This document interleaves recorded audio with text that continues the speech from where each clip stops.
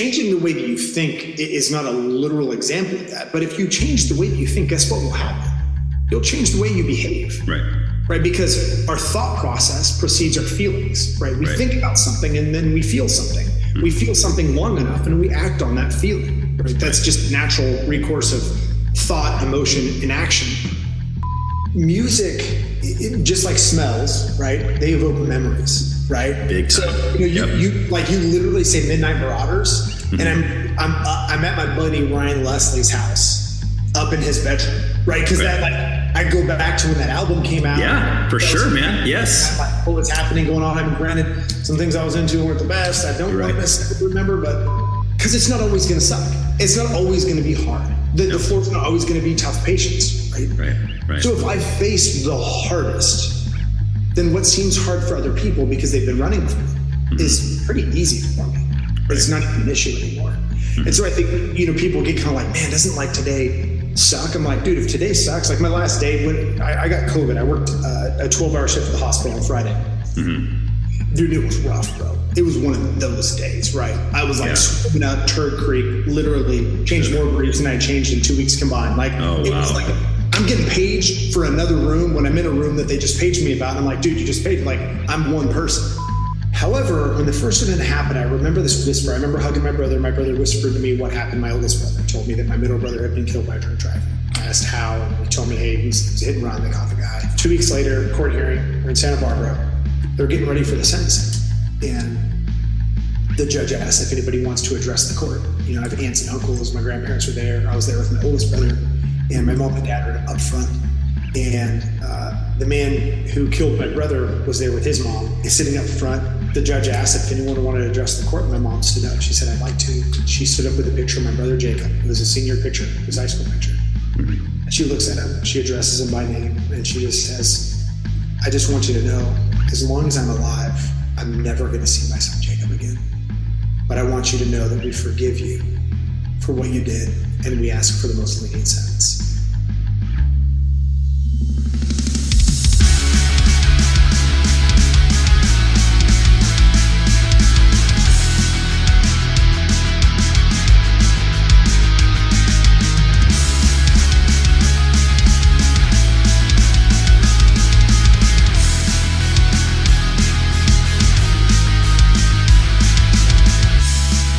I'm so glad that you took the time to listen to this episode of the Why Can't We Talk About That podcast. Before getting to today's guest, I want to remind you that I love getting your feedback, both good and bad. So please contact me at whycan'twetalkaboutthat@proton.me. Also, I am always talking with people who still have no clue that this podcast even exists. Because of all of the censorship and shadow banning, I can only do so much.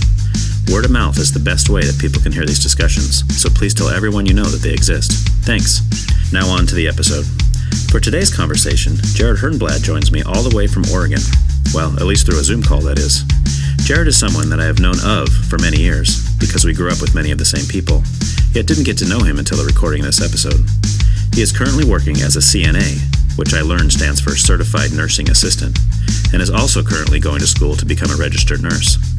This one jumps right in and doesn't stop till it stops, so prepare yourself. Jerod talks about the passing of his older brother 1 month before graduating high school, and then losing his dad a little over a year later. Then about 4 months after that, his oldest brother was diagnosed with stage 4 melanoma. Jerod has had quite a life thus far. After getting to chat with him, I really wish I would have become friends with him much earlier. He is just a really genuine dude, and I hope that you enjoy getting to know him as much as I did. Enjoy the conversation. Just getting away from the mainstream news and a soundbite news, right? This idea of just like these little bits and pieces that people put out there and then kind of create their own narrative to where this really gives people an opportunity to like, hey, I really like that guy. I read all these articles and he's kind of trash. And then I actually listen to him. And I'm like, that's not who that person is. Right. Right. Yeah, exactly. Yeah. Cause they're going to, I mean, especially now with the media and stuff, they're going to spin it however they want. Yep. Right. So, I mean, it's nice to give people an opportunity to expand a little more, because like you said, I take a little soundbite and say, oh, listen to what this guy said. It's like, yeah, but what did he mean by it? What was the intent? And and you don't have enough time to be able to build that. I was listening to, I think it was Lex Friedman was interviewing Jared Kushner. Yeah. And he did the interview like right before the terrorist attacks in Israel, right? So dang. He did. It was crazy because obviously he was like, I don't know, heading up foreign policy or whatever he was responsible for in the Trump administration. And they ended up re-recording like a 30-minute segment that they started off with because so much had changed from the time that they had recorded the podcast and the event had taken place. Yeah. And it was interesting listening to his foreign policy approach because I remember like listening to the news media just basically like bashing him because he got in there and he was like calling people and asking for advice and feedback on different things. And they were basically saying, hey, this guy doesn't know what he's doing. Why is he calling these people? Why is he asking this stuff? But then when you heard from his perspective, he's like, no, I was calling people that had been doing this for 3 decades. Yeah. I'm like, well, that sounds like a good leadership strategy. I was like, I really like what that guy's doing. Yeah, right. Oh, man. Yeah, for sure. And we just don't. So many times, exactly that, right? It's a little soundbite. It's a little thing. It's whatever narrative we want to create. And unfortunately, I know, us being similar age, it's just the world that we grew up in, right? We didn't know any better. Right. Discernment kind of said, hey, this seems kind of shady, but now it's like technology and having as much exposure as people have now, right, really gives the opportunity to shed light on some of that stuff and say, no. And it seems unfortunate that the younger, like the 20-something generation right now, that's all they're fine with that. They're fine just listening to a soundbite and they're running with it.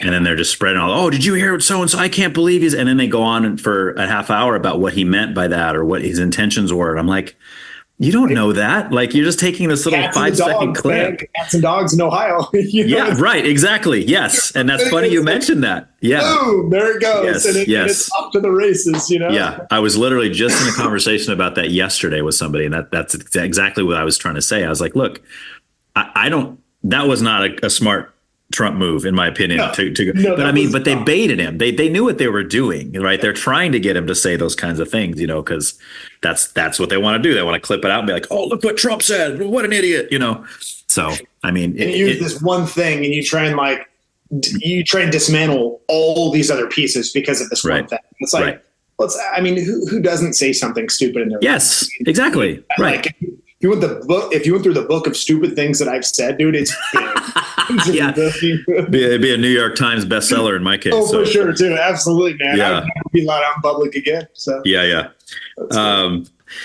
And then lastly, I'm recovering. I'm recovering. I'm like day 16 after COVID, and version of it too. I had pneumonia, man. It was bad. Like I've been out of work for 2 weeks. My cough is finally like, okay. So if you hear me coughing a little bit, I apologize. It's no problem. Is that your first time having COVID, or did you get it? Third. Okay. Third time. Yeah. And it always gets to my family, just like breezes through it. And I just destroyed. Like I don't have the genetics for COVID, man. It's all the times you've gotten, it's been pretty bad. 10 days. I'm out. Oh no. Headaches, backaches. Like, I'm the one that totally made fun of it. Like, bring COVID on, man. And I'm the one that played out my family's all fine. Right? Yeah. Like, of course, keep me humble, God. I appreciate it. Yeah, that's God's sense of humor, right? Absolutely. Oh man. So before music's first topic that I get into, but before we do that, I usually like to kind of get a idea of who you are, where you're coming from. I mean, as I think when we talked before, like I've known of you for a long time. Like we have a lot of mutual friends. And like I was telling you, I think we had a class together at Hancock back in like 97, 98, something like that. Yeah, it was forever ago. My brother passed away too. Yeah, that was a raw season. Right. And I do remember that. It was Jacob was his name, right? Yeah. Because I think he was at Rigetti as well. Because what year did you graduate? I graduated 98, but should have graduated 97 because that was okay. Yeah. Anyways, and he would have been like what, 95? 95. Yep. Yeah. Okay. Yeah, because I remember he was a grade older than me, friend. So yeah. That's my big brother, man, for sure. He wasn't the one that tortured me as the other big brother, but that's okay. He was.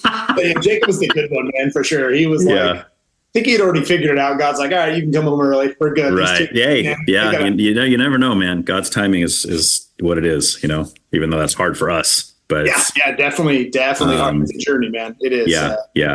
Yep. So you're living up in Oregon, you said? Yeah, living up in Oregon. I also too, in same whatever questions, like I have no, man. I mean, I don't care if we talk about therapy sessions my wife and I had with the therapist. Like I'm okay. Wow, dude, that's whatever questions you want to ask. Like I just don't. That's very cool. Yeah, I don't have skeletons in the closet. It's just one of the big things that I learned from an early age, that it just wasn't good for my mental health. Right. To be hanging on to those things. And so it also, I feel like that aspect of vulnerability gives people an opportunity to be open and be vulnerable and realize like, hey, I'm not the only one. Right. Right. And that's exactly what it does. Yes. Yep. Yeah. So I'm open to, you ask whatever question. I really don't think there's anything out of bounds for me, man. So all right. Well, cool. Well, if there is anything out of bounds, just say, hey man, it's a little out of bounds. Okay, cool. I'll be like, out of bounds. Out of bounds. But yeah, I mean, same thing, family, brother, my brother's death. Like I don't just very public, very open with. Right. Right. Okay. Cause you were how old when that happened? Then you must've been. I was 19. Okay. 19. Oh, so that was after that he had already graduated high school. Yeah, he graduated 95. I graduated 90. I graduated 98. He died May of 98. So he graduated May of 98. Okay. He passed away a month before I graduated high school. Okay. Yeah. And it was a car accident, if I remember correctly, right? Yeah, he was hit by a drunk driver. He 1:37 in the morning. Never forget it. Oh boy. Hit and basically died of a massive head injury. He bled to death in 3 times. Oh my gosh. And, one of the crazy, it's pretty crazy. His 3 friends that were holding him, they told me some months later after we were talking, we had this conversation. They said, it was crazy, Jerod. It's like we were holding your brother in the middle of this intersection in Santa Barbara, Milpas and Haley. And they said there was this bright light in the sky. Oh, crazy. And I told them my first response, like a street light. They're like, no, Jerod, there was a bright light in the sky. And I just remember like goosebumps, right? I get goosebumps when I talk about it. Yeah. Fast forward a year and 4 months later, and my dad's dying. My dad passed away of diabetic complications. His kidneys failed, and he wanted to live long enough to see all of his kids graduate high school. He was handicapped most of my life. Okay. So, when my dad was passing away, my buddy, a good friend of mine, who I hadn't seen the last year, just because he was very, very material, like, I don't want to say materialistic because he was a good dude, but he just really didn't talk about supernatural things. Like that just was never on his radar, And me and my friends were a bunch of stoners, right? So we just got high and talked about all kinds of crazy stuff. Right. He's like, go on, I want to talk about this. Well, my dad, he was on hospice. So we're at home. It's like 10:30 at night, and he shows up at the house, knocks on the door. And I open the door. It looks like he's seen a ghost. I'm like, what's going on? He's like, dude, there's this bright light above your house. And the relationship to the 3 individuals that were holding my brother had no idea that story even existed, right? So just all of this in the same moment is happening. And I, over the last 2 weeks, I've been caring for my father. There was times that I would change his brief. It's a crazy surreal. You're 20 years old, your dad's 48, and you're cleaning him, right? You're in bed. And he comes inside the house, and I had 2 other buddies that were there, and I was like, hey, tell them what you just told me. So he explains it to them. He tells them, and we're all looking at each other like, whoa, that's crazy. Not even 10 minutes later, my sister-in-law comes in and says, hey, Jerod, it's time. My dad, crazy. 45 minutes. Like he physically took his last breath, but like we were in there and we were holding him as he's taking his last breath. Yeah. He was already gone, man. I knew it. Yeah. So it was just when you're at that stage in life, and especially the path and trajectory that my life was going, like I was going to prison, man. I mean, it was just a matter of time. Like I was making really poor decisions. And so as those events took place, it just became a pretty big existential crisis. Like, hey, what's the point of all this? Like, why am I on earth? Right. And that was really the beginning of my faith journey. As much as I was raised in a Christian home. Okay. That kind of segued into some pretty good. But so your parents were Christians growing up? Yep, absolutely. Yeah. Both of them believers. And, I was like coming home, bringing the like Tao Te Ching home and going to sweat ceremonies and Native American reservations. My mom's like freaking out. So were you kind of like the black sheep of the family then? Or? Dude, I was like, if there was anything blacker than the black sheep, that was me. For sure. My oldest brother was like, he did really bad stuff, drunk when he was like 16, got his license taken away. Yeah. That was my brother, Jeremy. Okay. Jacob, the one that passed away. He was always the one that got good grades and listened to mom and dad. And then there was me. And I was like, I was going to outdo my biggest brother. I was like, dude, you think he was bad? Like, dude, wait till they get a hold of me. Like, that was my mentality, right? So, hung out with gangbangers, drug dealers. kicked out of school when I was 8th grade, taken away in handcuffs, questioned. In 8th grade? In 8th grade, yeah. That's why I graduated in 98, not 97. So. Okay. And was that like local? Was that like what, like Lakeview, Orchid Junior High? Orchid Junior High. Okay. Yeah. Most of the rules they made were pretty much after my class left because we just trashed that place, man. Yeah. We were horrible. Like when I went back and saw those teachers, I'm just like, I am so sorry. Like I was awful. Like, and so yeah, just I'm not sure how to describe. Just very angry. I think is the best to describe a lot of what was going on. Now, would you say that was pretty much up until that? What age do you think you were like that from day one up until when? I was like 13, 14, 6th grade. It probably started, and then when my brother passed away, that was like just very selfish. I think it's the best. I mean, you're a teenager, right? So there's some of it that's just natural, right? You're just thinking about yourself, but. I didn't care what harm I caused other people, like my family specifically, like legally, right? If my house gets raided and, you're making thousands of dollars as a 15, 16-year-old kid.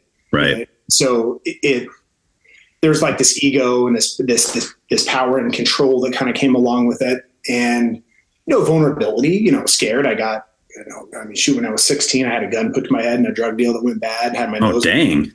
Almost got shot. Well, what kind of, I know you talked about, being a stoner, but I mean, were you into like more heavy drugs than that or? And no, it's all primarily weed, but just large amounts of it. So, Gotcha. Yeah, large amounts. So we were moving a lot of stuff when I was young and, we were dealing with adults, we're dealing with 40-year-olds, 50-year-olds. And the night my brother passed away, we were coming back with a bunch of weed from Washington State. So I'd excused myself from high school, right? Because I was 19. So I was like, hey, I'm not going to be at school. And then I would drive up and I'd work for a week, And so I'd go up and then I'd drive back. And that was it was just a huge turning point for me. So it was just a lot of that. Good friends. I mean, that's the thing is, man, my friends, even still to this day, super loyal. I mean, these are just guys that like I absolutely love to death. And then when I finally made the transition, God just basically told me you're done. Right. I was 22 and were you still living in this area at that point? Yeah, I was living in Orchid at the time. And, brother had passed away, dad passed away.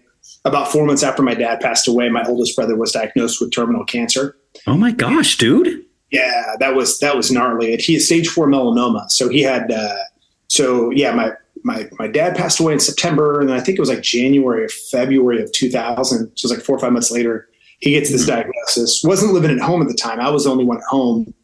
And it rocked me. And then my mom, she just checked out. I would come home. My mom would be in a black dress cleaning a white tile floor with her tears for months. Come home and, everything. She's just depressed and she just cracked, which understandably so. Right. She ended up moving out of the house and I just took over the mortgage payments knowing my mom didn't have a retirement. I was like, shoot, I better keep this house for her. This would be the best thing for her. So I stayed in the house and I ended up by yourself? Yeah. Okay. I just took over. And then I had a good buddy of mine was going through some stuff. Him and his wife and their 2 kids were living in a bedroom at her grandma's house, I think it was. And I had this big old house. I mean, like if you went into my fridge, I literally had orange juice in there. Like it was ridiculous. Like it was it. I just had this like thing of orange juice. Yeah. And I'm just thinking, it is just the way that my thought process, like, man, like I have this big old house by myself. Like, why don't I just rent a room from them? They can rent the house and then I'll rent that. And then I can go travel and do whatever I want to do. And the only condition was I had the family dogs, right? So I had taken the full responsibility. My mom takes off. Yeah. Yeah. And, I just asked them, hey, when I travel, just watch my dogs for me. So I traveled. I did 42 to 50 states before I was 40. Wow. Yep. Traveled just by yourself, just cruising, huh? Just picking somewhere and going. Yeah. Picking somewhere, going. I went to a Christian group work camp up in Montana, which was that's where God really got a hold of my heart. I went up there because I wanted to be a part of a peyote ceremony. That was really my goal. Okay. That's what I was going to ask. Like, is this traveling? Was this after kind of your experience where you were like, okay, I'm going to follow the Lord now? Yeah. It was as opposed to, getting rid of the drugs, getting rid of all that.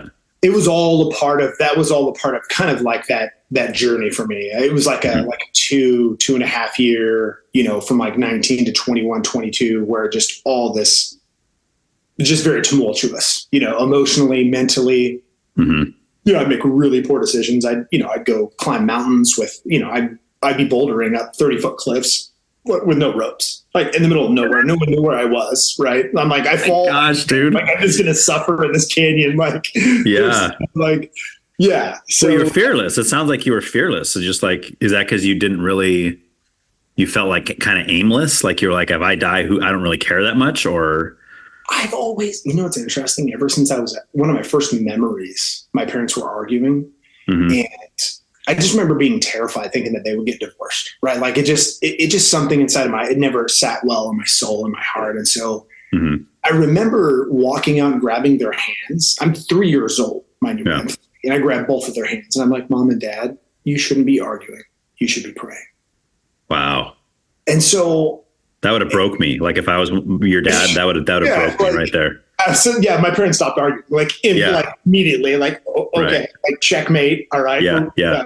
So, I've always just had this compass since I was little. I just tried to smoke enough weed to quiet it down. Right? That was a part of my coping strategy, is I didn't want to adhere to the voice's commands. And it's not like the commands were demanding, as much as it was just, what I've always felt is just God just speaks to my heart and just helps guide, right, and direct my life. Right. And so it was just a lot of finally being open to that and almost challenging it a little bit. Right? So like a lot of the climbing and some of the dangerous stuff was like, well, I'm not going to die anyways, so I can do this. Like you have a plan for my life. Oh, so you felt like kind of the opposite of what I said, and you felt kind of invincible, like you were. I felt invincible, yeah, and I also like. Of course, it's scary. I think it's kind of why I did a lot of the traveling, is because I was afraid to. Right? It's like I'm going to get in the car and I'm going to drive until the 101 ends because I feel like it. So get in the car. And I got on the 101 and I drove it until it ends in Olympia, Washington. Right? You literally get the 101, you drive north, and it goes all the way around the Olympic Peninsula. It dumps into the 5.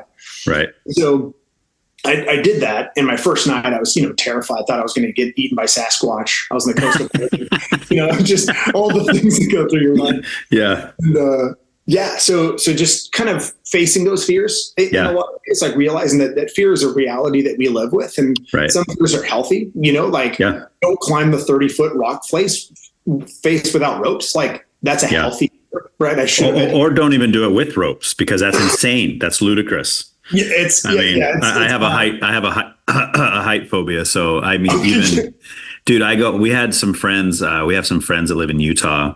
I don't know. You might know. Do you know Tommy and Jackie Thompson? They went to high school with us. Tommy Thompson. Yeah.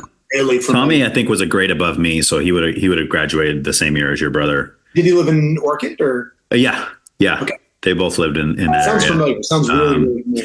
But anyway, they moved to Utah quite a while back, and we were there visiting one time, and I don't remember the name of the park. I mean, it's beautiful. Like you had these platforms where you kind of walk, and it's all glassed in, so it's not like you can fall off. Sure. But you go out and you're like standing over the cliff, and you're like looking down, and you can't even see the bottom. It's just beautiful. There's trees everywhere and stuff.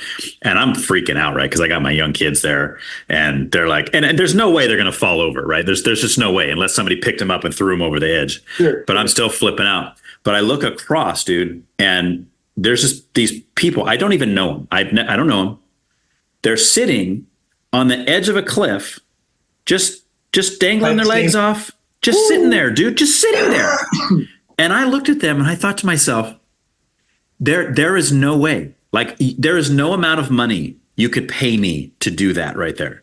Not even close. I couldn't even walk close to that. And even looking at that person that I don't even know, never met him, know nothing about him, gave me like severe anxiety. I couldn't even look at him anymore. I was like, we got to go. We got to get out of here. I don't want to associate with you. And the thought that entered my mind.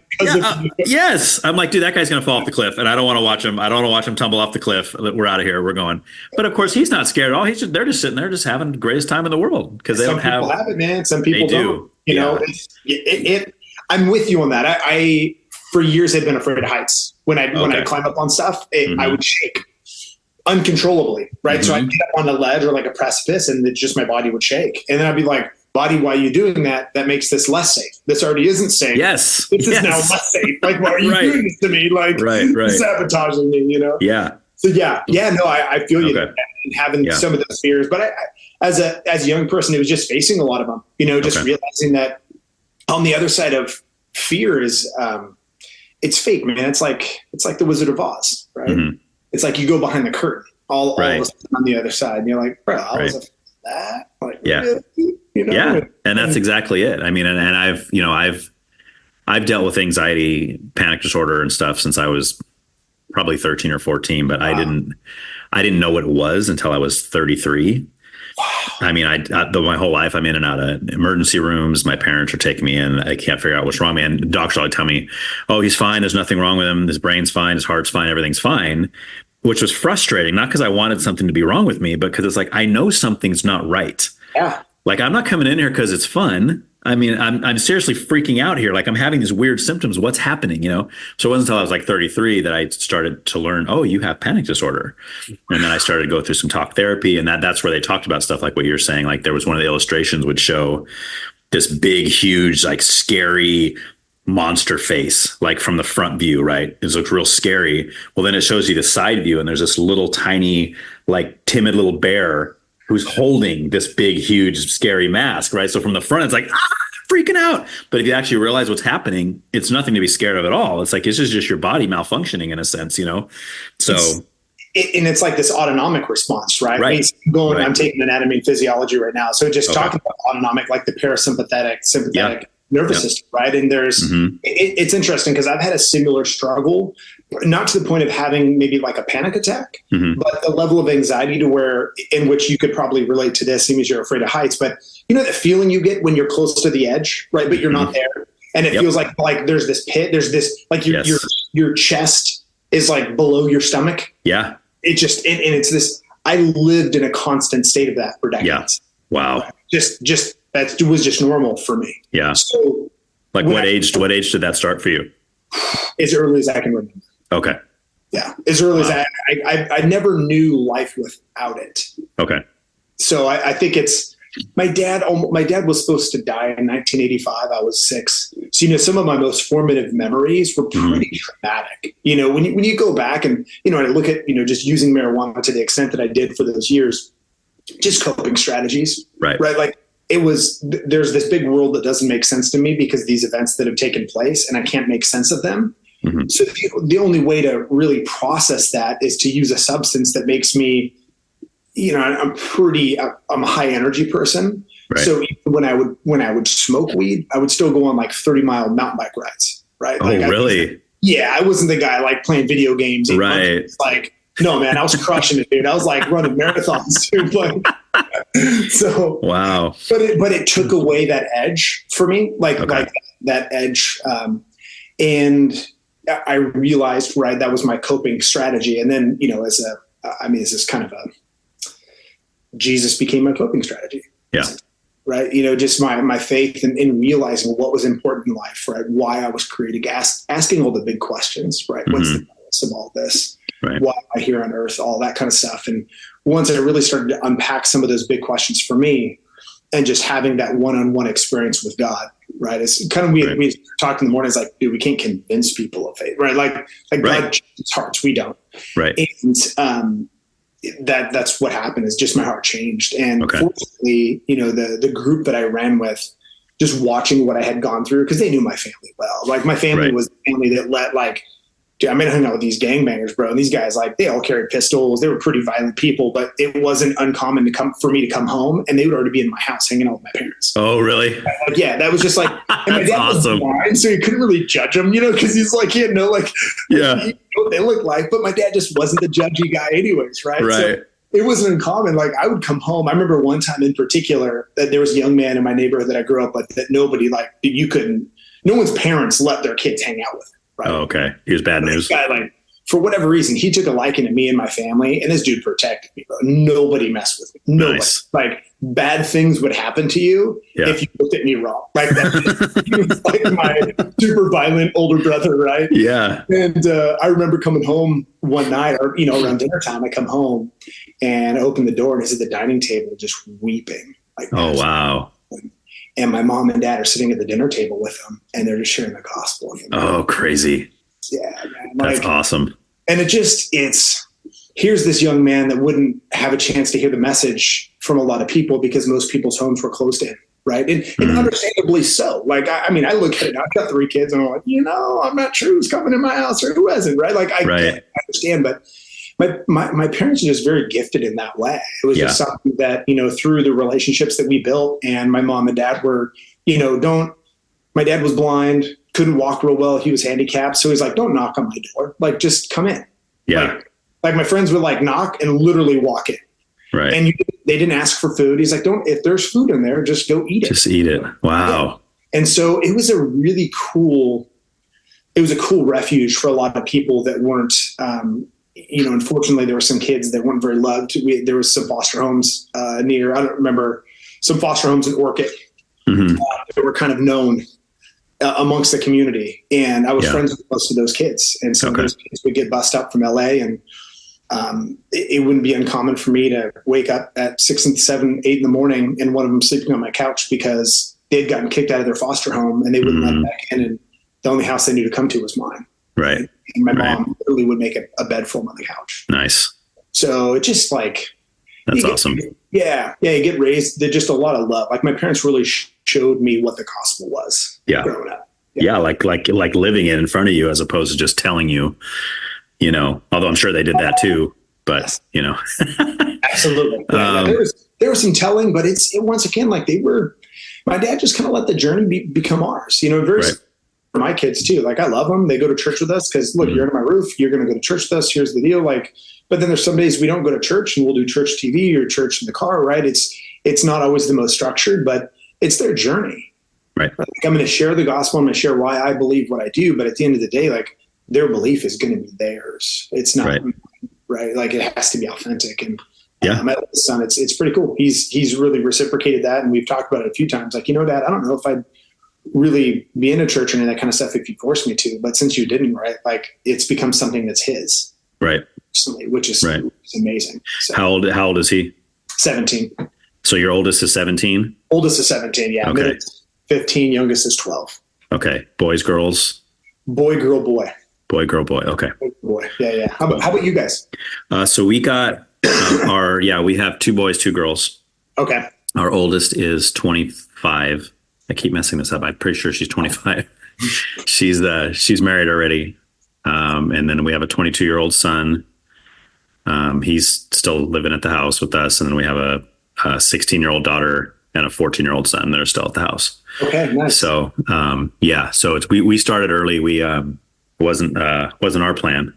It's obviously God's plan, but it wasn't our plan. It happened. We weren't even believers at the time. But I was 18 and I was 18. She was 15 when we met.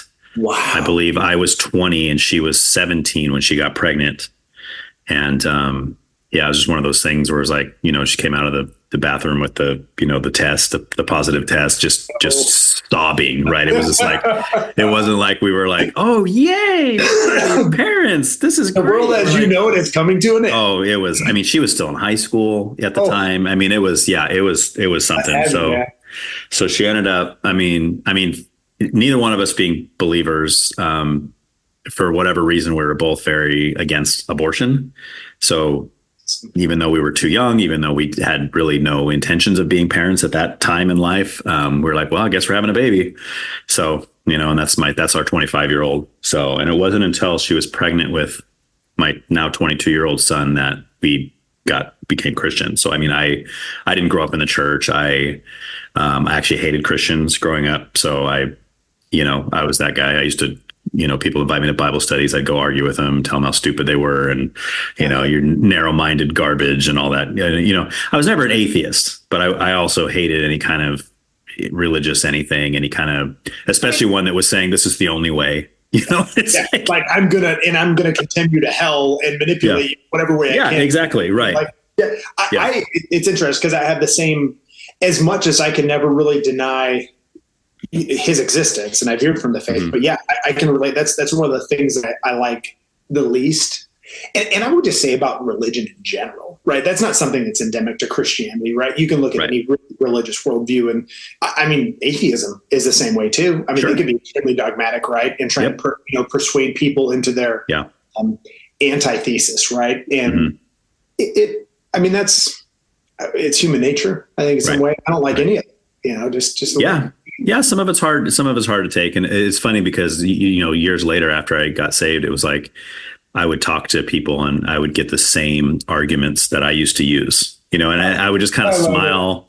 I get this big smirk on my face. And sometimes these people are like angry as they're kind of, they're just like I was. And I'm just like smirking, like, what are you laughing? What's so funny? This isn't funny. I'm serious. I said, no, dude, I'm sorry. I'm not trying to laugh. I'm not laughing at you. It's just, you are literally me 5 years ago. Like you are just like me 5 years ago. Right. I can see the rage on the inside. Yeah. Right. It's just like, your arguments are the same. Your hatred and your anger towards Christianity is the same. I get it. I said, man, I get it. I totally understand where you're coming from. But if you would have told me 5 years ago that I would become a Christian one day, I would have laughed in your face and said, there is no way in the world there's no way I'll ever do that. Maybe a Buddhist, maybe something like that, something that's a little more not so narrow-minded in one way stuff, but a Christian. You have a little shrine of a bunch of all the gods, man. Yeah. Yeah, exactly.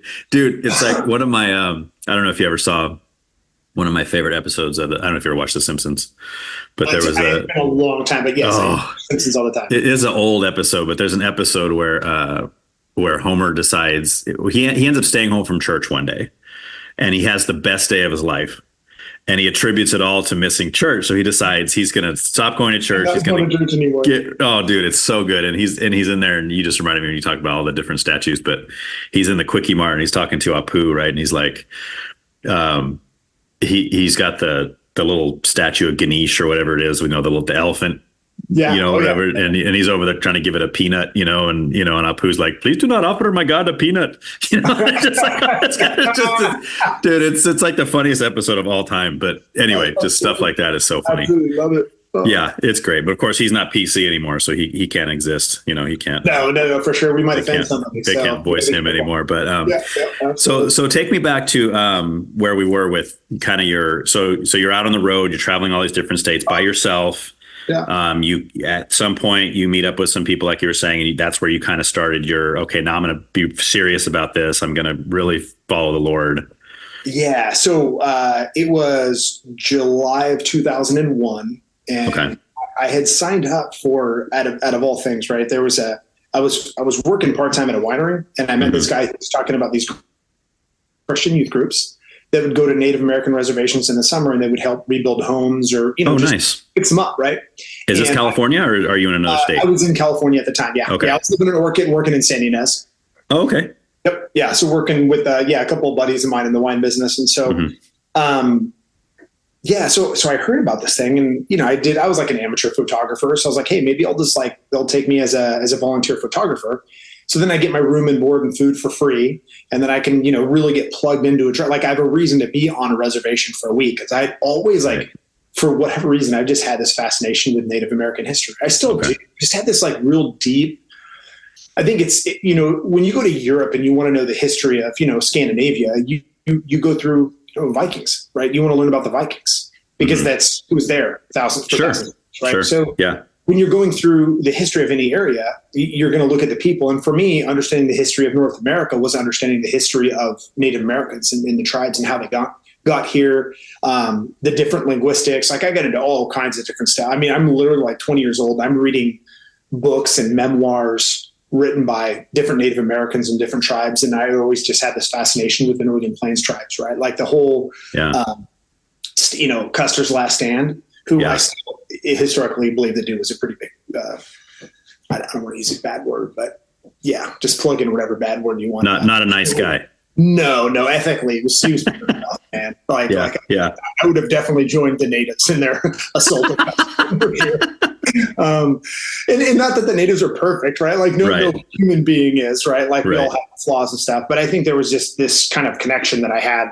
And so one of the reservations was the Northern Cheyenne. So I signed up for that, hopped in my truck. I did it was a total of 30 days that I was on the road. I did all the Western US, from, Four Corners and the Navajo res.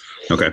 Ended up in Montana and spent a week on this reservation. And the second so when I got there, there was 500 kids, youth kids, right? And youth groups from all over the country. Mm-hmm. It was, I think, one youth group from Oregon, two from Washington, none from California. And everybody else was east of the Rockies. So Dakotas, Ohio, New York, Jersey. So I get there and I'm the only one that's alone. So they're like, bro, like, you're crazy, man. You're like 21 years old. You're like totally stepping out in faith. And I'm like, like how guilty I felt. I was like, dude, I have a half ounce of weed in my truck right now. I'm not. No. You're like, I'm not alone. I got my best friend with me. What are you talking about? Yeah, dude. I'm like, I'm good. So there was some guilt, but I mean, obviously I had my own motivations for being there. And so, I got accepted as the volunteer photographer. I'm spending the week there. Met this amazing guy as I was eating in the cafeteria one time. He was Sioux and his wife was Cheyenne. And we were talking and he basically shared the oral history of his people coming across the land bridge across Alaska, right? Because most of the Native American tribes didn't have written language, right? I believe the Cherokee were one of the few, if only. It was just fascinating. I'm getting to know these people. And then the second to last night that we're there, they were getting ready to do a skit, right? And I don't do skits. Like if you knew me, any of my friends, like Jerod doesn't do skits, right? Jerod's into drama. Jerod's not getting I just kind of chill in the background a little bit. I'm fine with that, right? I'll watch whatever it is. And they're like, no, we really want you to do this skit. I'm like, no, man, I don't do that stuff. They're like, look, man, trust me, like, please, it's the easiest part. It'll be really easy. We really want you to play the part of Jesus. Oh, wow. Like, bro, I'm like, Judas? I can play the part of Judas. I can do that really well. Been doing it a long time, man. Yeah. So anyways, they convinced me because it was the least words I had to remember. So like, just do it. And that was like, kind of like the switch. Like, okay. So this guy, Mike Warnicki, man, love him. If he ever hears this, Mike, I love you. You know I love you. I go and do the skit that night. And when Judas comes and kisses Jesus on the cheek, there was just this moment for me personally that the Holy Spirit just took over. I just I was done. I was done. And it was like very clear. It wasn't audible per se, right? But it was like audible in my soul, right? It was just, you're done with this life. And so I stayed at the res. I got invited to stay at the res to actually put up a teepee, and I got invited to be a part of a peyote ceremony, which I ended up declining. So So the whole reason that you went there, you got to the point where it was going to happen. You're like, never mind. Like literally I have a picture of the teepee that I had put up. Like I had gone to the buffalo jump, right? Because they used to, for the buffalo, they would run them off this cliff and then they would be down there at the end. And when they would get injured, then they would use their spears basically to kill the buffalo because they're massive animals, right? So they called it the buffalo jump. And there was a bunch of sand. There was a wash. There was a little cliff, it was like, I don't know, maybe 15 feet. And there was a little wash with like sand in it. And that's the sand that they would use for the altar to build for the peyote ceremony. Oh, wow. And I have a shovel and I'm with the chief's son and I'm putting sand from the riverbed into this bucket. I'm basically bringing the altar to the ceremony, and I get asked to go pick up the medicine man, which was weird because I'm like the only white dude on the res. And I go and like park out in front of this dude's house. He didn't say a word to me, like, hey, I'm like trying to be friendly. Guy would not. He didn't even acknowledge I existed. Right? Just got in the drive, and that was it. Which I totally get it. You know what I mean? Like, yeah. Anyway. And so I dropped them off, and then we put the teepee all together, and it's like 5 p.m. and I had been invited by the group workers. So there were these 4 campers that would go and set these camps up every week, right? So they would kind of tear apart. They would take a week, travel to the next destination, put up a camp, and my buddy Mike was one of them. And he had invited me to this little town of Colstrip, Montana. And he said, hey, man, we're going to be bowling, and we're going to eat dinner up here, and you can come stay in our motel room if you want. Bowling? Like bowling, yeah, because that's all there was. There was a restaurant inside of a bowling alley. Okay. It was like population, maybe 40, maybe 200. I don't know. But it's like way smaller than Los Alamos, man. It was tiny. Yeah. Oh, wow. Los Alamos was small. Like Los Alamos is huge compared to this town, right? Oh, wow. So I'm sitting here putting the teepee, and I just remember that invite, and I just told them, I was like, hey, I got to go. And what'd they say? I just said, I got to go. I'm out. Like no explanation, just, I can't do this. I gotta go. Wow. And I got in my truck and I drove to Colstrip and I ate French fries and fried chicken tenders from a bowling alley restaurant, man. Nice. And I hung out in a little hotel with this crew of 4 people. And that was kind of the beginning of my transformation of just like basically leaving everything. I traveled. I went up to the Canadian Rockies. I spent a week up there by myself and came back, and I ended up backpacking in Big Sur with a buddy of mine towards the end of the trip. We ended up doing like 20 miles. He actually almost died of heat stroke. And oh man, we ate lunch with a rattlesnake. We didn't realize it was next to us the whole time. We're like, oh, like, that's great. We almost died. So just a lot of those experiences. So I went home and basically walked away from that lifestyle, which was kind of crazy, right? Because I had a lot, right? I had time, I had all the things that everyone kind of had wanted, especially at that age. I mean, 21 years old. Yeah. And I would rather be alone and have a relationship with Jesus. Okay. Like that was kind of the conclusion that I had come to. Okay. So you come back to California to where your family's at, and then what? So then you just kind of start. Well, family, yeah. I came back pretty much alone because my mom, right, is living in another place. My brother's still. Oh, right. I've been battling cancer. Right? Yeah. So my brother survived, by the way. So my oldest brother, he's 51. He had stage 4 stage 4 melanoma. Yeah. The longest they gave him 7 years. That was the longest they had seen anyone with cancer progress to that stage. Okay. And he ended up doing interferon therapy down at UCLA and radiation. And he still goes back, I think maybe every once a year, but just for screening, just to check for screening and stuff. But he's cancer free. I mean, it's been a couple of decades. Yeah. So pretty amazing, man. Like really amazing. And so, yeah, I came back, pretty much alone. Decided I'd just start waiting tables, right? Like, hey, I'll just get a job at a restaurant. Got a job at a restaurant. Which one? You got to drop it. Olive Garden, bro. Nice. Oh, yes, dude. Oh, nice. For Olive Garden, dude. Yeah, Ron, buddy. my general manager at the time, Ron, absolutely amazing human being, dude. Just salt of the earth guy. And from that experience, we started this Bible study. It was weird. People would just come up to me all the time and they'd ask, like, why should I believe in God? Yeah. And I valued people with honest questions, but like, if it was a toxic, I'm just asking this to start an argument, like I just didn't have time for that, right? I would just kind of laugh it off and kind of move on. But a lot of people will just come and ask questions, and it's not that I had all the answers, but it was just it was a platform where we could explore that stuff, and ended up turning into a midnight Bible study on Friday nights. That's so cool. Like after work, like with the employees and stuff? After work, Friday nights. Yeah. A bunch of waiters and waitresses, we get together. That's so cool. Everyone, because of my past, right? Like my friends are, using drugs. These are all my closest friends who respected my decision to walk away too, might I say. Like, and I love them still to this day for it. Like they didn't call me. They didn't come to my house all the time. Like they just knew that I went through a lot of stuff and what I was doing. They were just glad that I was bettering my life. Right.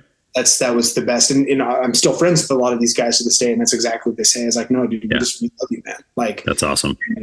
So it's just real special. So I make this transition, this Bible study starts, and I was like anti-girl at the time. So I had a girlfriend I was with for a couple of years and broke up with her just because just knew it wasn't right.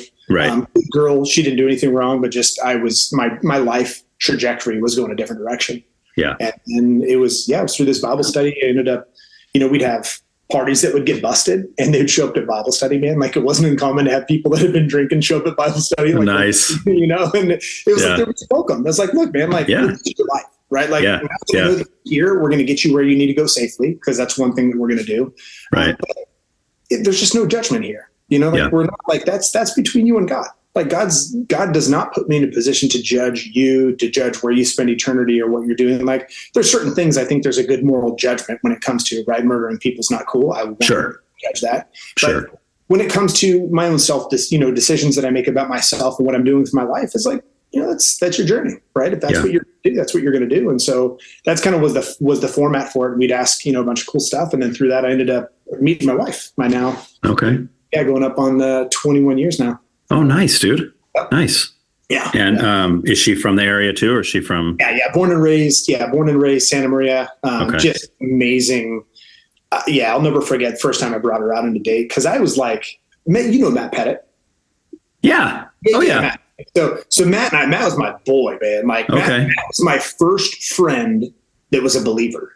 Okay. Like, it was like solid walking with the Lord. Like, I mean, I knew some older people, but there's no one my age. So Matt had heard about this Bible study. That's how me and Matt met. Is he showed up study because one of the guys who went to the Bible study met him at the campus at Hancock, was like, hey man, you got to meet this guy. He's like my spiritual mentor, man. His name's Jerod, right? And so, Matt, man, I love Matt. Matt's like, dude, that sounds like a cult. I'm going to go with those guys. Like, I can picture him saying that too. For sure. I love Matthew. So I show up, to open up the building or whatever. And I get there and there he is sitting on the chair, man. And me and him start talking and we just hit it off. And he realized that, okay, this isn't a cult. This guy's actually pretty cool. Yeah. And still to this day, I just went, I visited him last year. I went to in Canada? Yeah. Oh, nice, dude. Yeah, it was good stuff, man. Went up and hopefully you went in the summertime. I went in the fall. Was it September? I think, it was in September. Okay. So, fall is beautiful, man. Yeah. It was, epic. Really. Not the winter. You don't want to go there in the winter. No, thank you. No, I don't do, that was my third trip up there. So I've been to the Canadian Rockies 3 times now. That was my third trip up there. And all of them were either summer or fall. So nice. For the seasons that are palatable. Okay. Yeah, that's cool, man. Yeah, Matt's a cool guy. Yeah. So Matt and I both, I got to just put in our hearts that we weren't going to kiss until we got married. You and your future wife? Yeah. That was something that God had put in my heart. Did you follow through with that? Yeah, man. Shut up. Yeah. My wife. Dude, that's insane. It is, man, for sure. It's like, I look back on it, I'm like, man, like, I don't know. I think God was doing it for my own self-preservation because of my self-control. It's like, I'm going to put up such big roadblocks for you because you just like, if I give you an inch, I know you're taking a mile. Yeah. Right?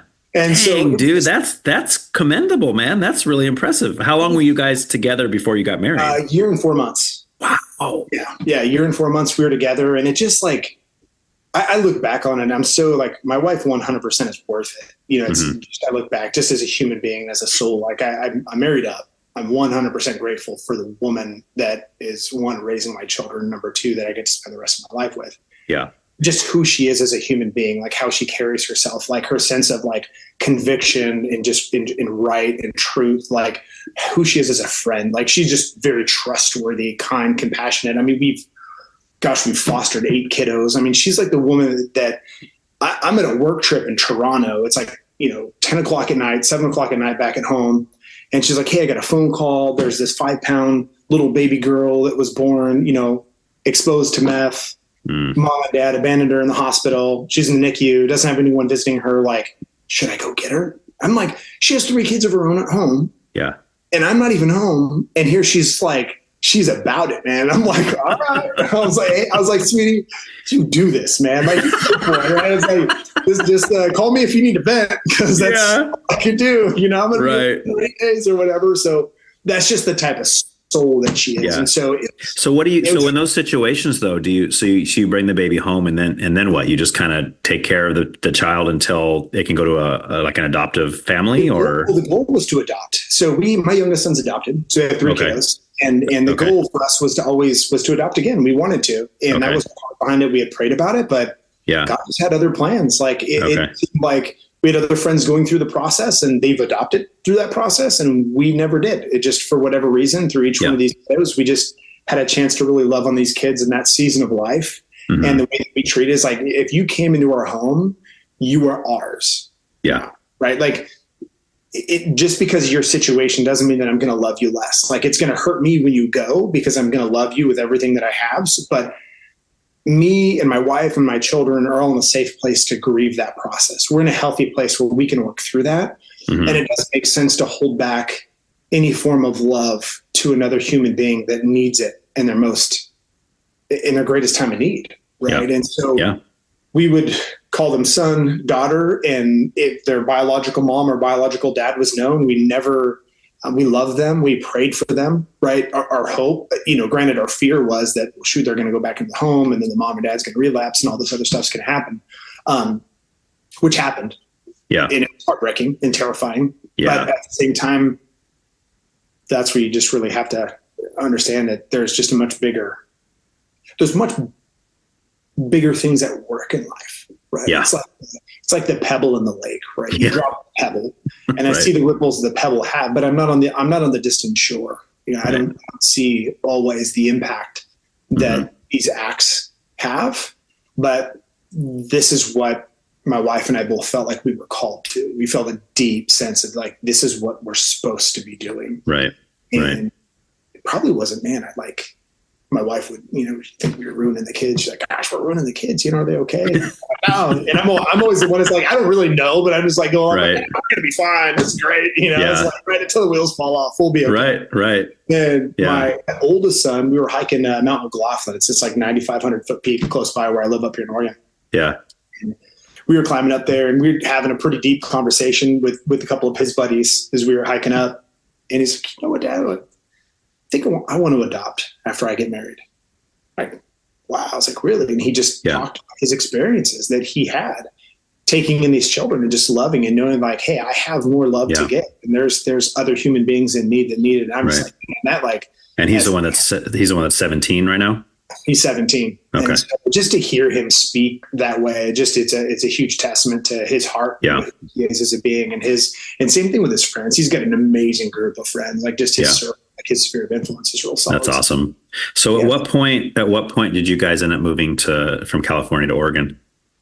This is our third rendezvous up in Oregon. So dang. Times. Yeah. My oldest was born in Oregon, actually born in Bend. Okay. Is that where you're at now, Bend? No, I'm in Medford. So living Medford. Right okay. across the border from California. Okay.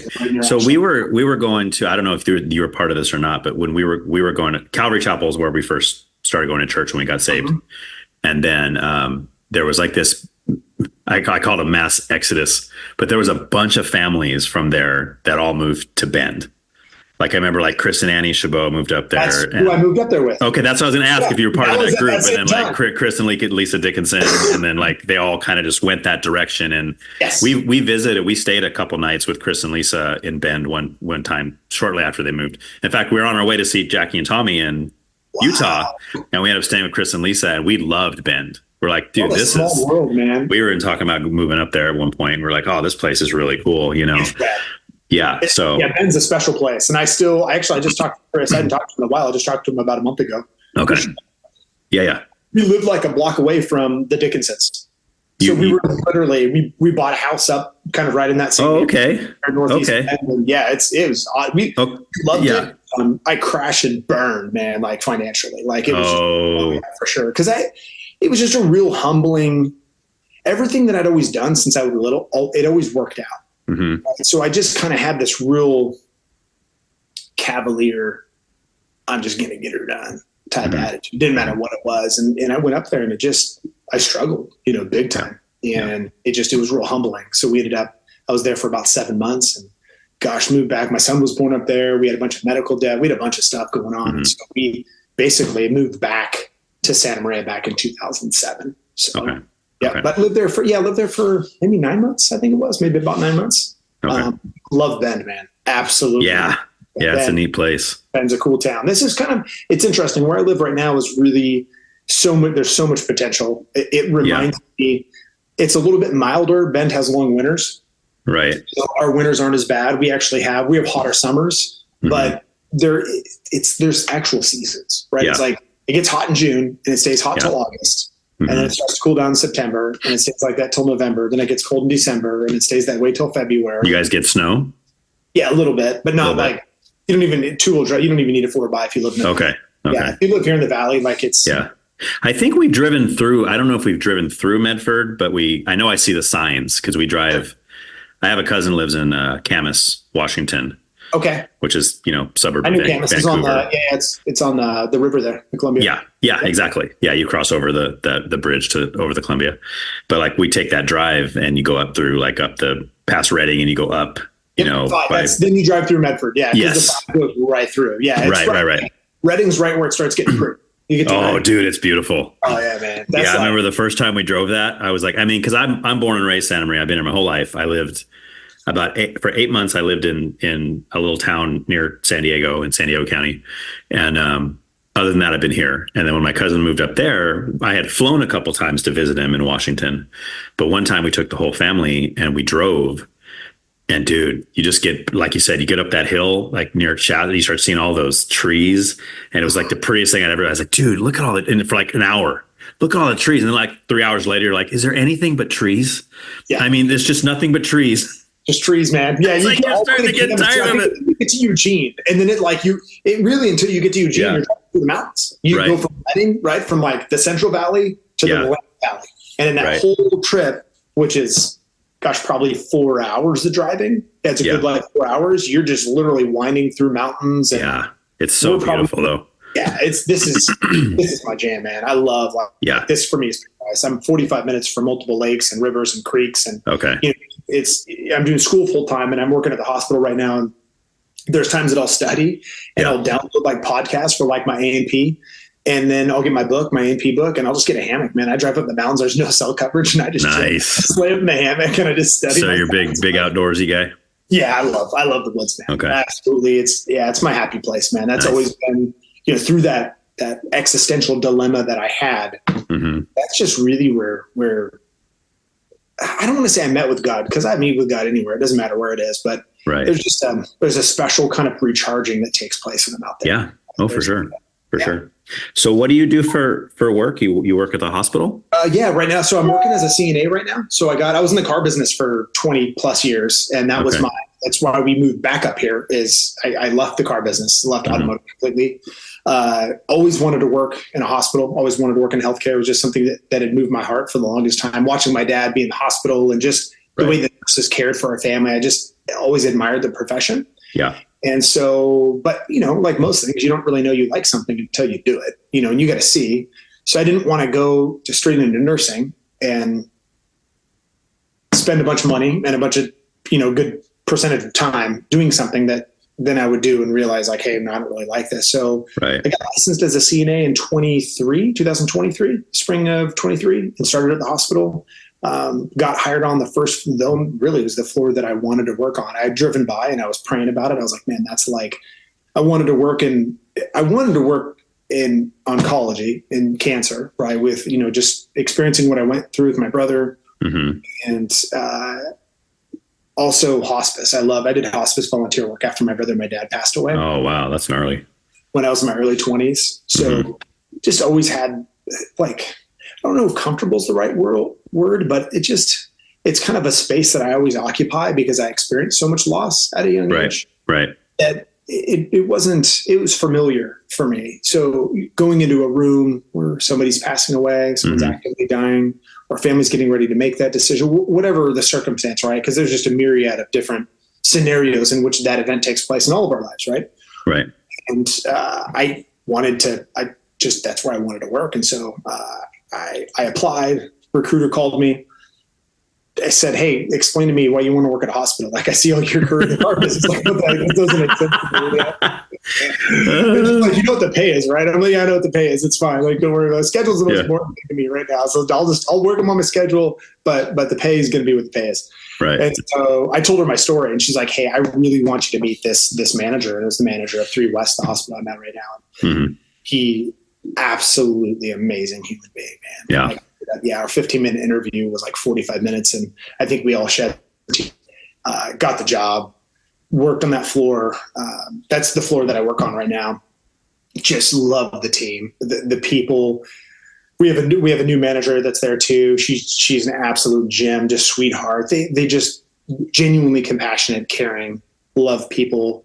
Yeah. They're there intentionally. Right. And it's a hard job. I've watched a lot of these people. Yeah. So I mean, what exactly are you doing with them? Like, what's your specific job? The rules, daily living, man. So basically my job is to assist the nurse doing all the daily living stuff. So whether it's brushing teeth, washing hair, bed baths, changing briefs, trashes, keeping things clean, keeping, if you need water, any of that kind of stuff. I could do there's some things that I could do. I can remove IVs, I can remove catheters, things of that nature. So there's some like real mild stuff that I could, I know, I'm not telling you about it. It's like, I had to have that done when I was awake one time, and it was gnarly. Well, it was gnarly. I've never experienced that. No thanks, man. It was pretty bad. It's in my heart. Just, oh man, I love the patients. I love some people are in their most vulnerable state. Yeah.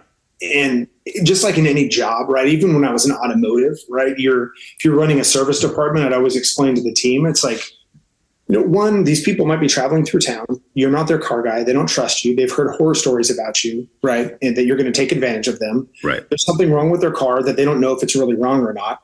So they don't know if they trust. Like, the most important thing to do is make sure these people are safe and to earn their trust. And that can't be manufactured.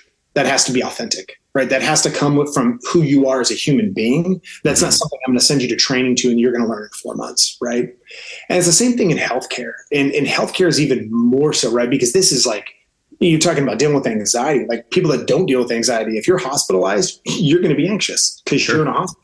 Period. Sure. Right? Yeah. You're going to struggle with depression a little bit, even if you don't normally. Why? Because you're in a hospital. Like nobody wants to be at a hospital. No one tours the new city and goes, "Oh, where's the hospital?" Like, right. You're not saving up your life savings to go visit a hospital. Like you're saving money to go to the Ritz-Carlton. You're like, hey man, let's go to Fiji or let's go to, Tahiti, but I don't want to visit their hospital. Like I don't even care where it is.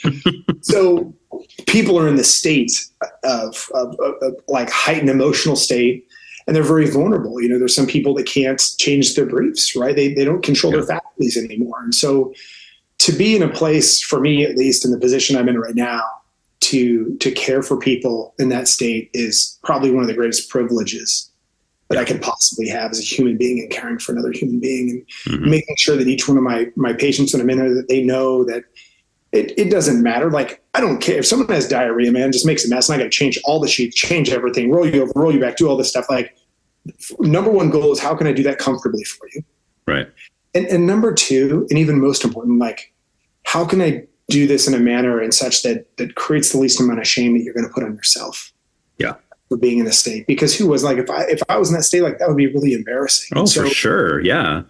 To love them through that process and to let them know like, hey, look, if this happens again 10 minutes from now, the same smiling guy is going to come walking through those doors and is going to joyfully take care of your bed and clean you up in the best manner possible and do it in the way that's the most comfortable for you. And if it happens again and again and again and again for 10 hours for my whole shift, that attitude, that heart behind what I'm doing is never going to change. It's why I come to work every day. Right. Like, and that's exactly the kind of people that should have that job. Right. Like someone who has your philosophy and the way you just described what you talk about with your work. I don't think anyone that doesn't have that should be doing that job. Yeah, I would. Because that's a problem, right? I mean, there are those kind of people that you're like, why are you working here? You obviously don't like people. You don't care for them. You're just old and crotchety and mean. Trust me, there's like, if you're doing this for the money, you were in the wrong job.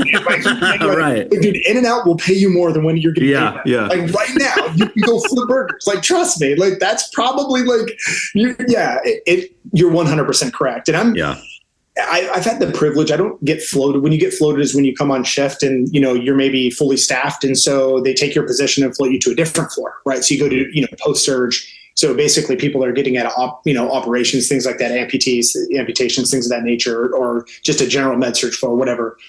Ours is pretty specialized, but we still do a lot of the general med surge, but we have the end of life patients. We have the cancer patients. We have people that are getting chemo, things of that nature. The team on my floor, man, I really like, I can't. They genuinely love people. Like it's an honor to work with the team that I work with. And it's not that every person, including myself, comes to work the best version of themselves every day. Like we're humans, right? And I really work hard to be the best version of myself when I'm there. Like I it's all on the table. When I come home, I go to sleep. I eat, go to sleep. That's it. I don't really have anything more to give on that day. It's a 12.5-hour day. I'm cooked, right? Yeah. But the team that's on that floor, and when you go to the nurse's station and you have a mutual patient with a nurse and you're talking about him, and the way that they talk about their patients, their genuine care and concern and compassion, even in times that they're mistreated, right, by a family member, right? You come in and something's happened, you're late giving a med for nausea, who knows what it is, right? There's any number of things that could happen that could lead to a situation or circumstance, right? Not life-threatening, but just a situation where you get accosted by a family member that loves their family, right? And is doing, like, at the end of the day, they don't care about the other patients on the floor. They care about their family member, and as they should. They need to be advocates. It's good to be an advocate for your family member when you're in the hospital.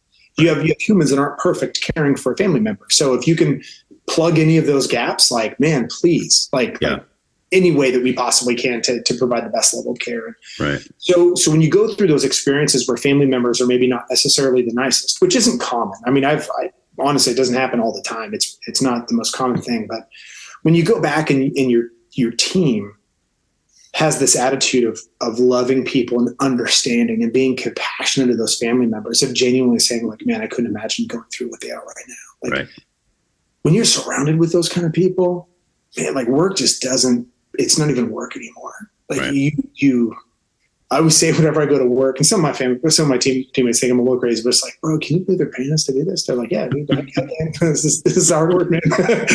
So, but for me, it's like this fundamental principle of like, I know why I'm on earth, right? It really, like when you peel back the layers, that's ultimately what it comes down to, is like, I was built for this. Yeah.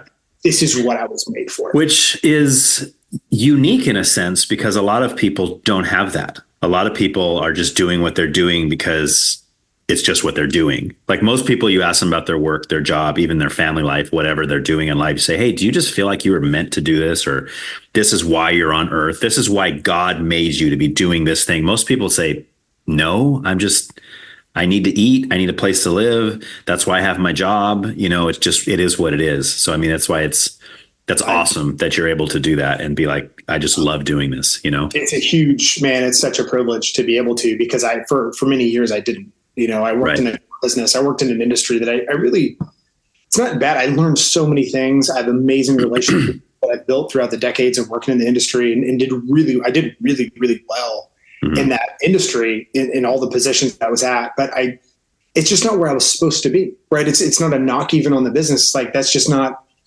it was for the time that I was there.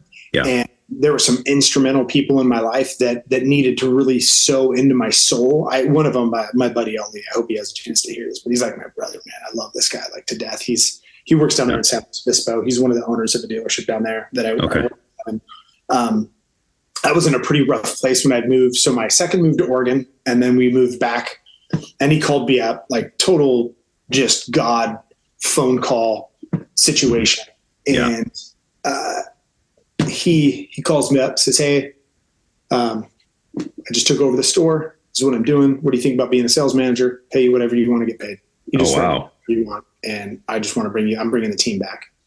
And so this is a guy that I kind of grew up in the biz with. Yeah, I'd known him for a long time. And not even, so he calls me, and I'm sitting in my office at the time. I was at work, and 5 minutes later, do you know Justin Jacobs, the Bridge Church?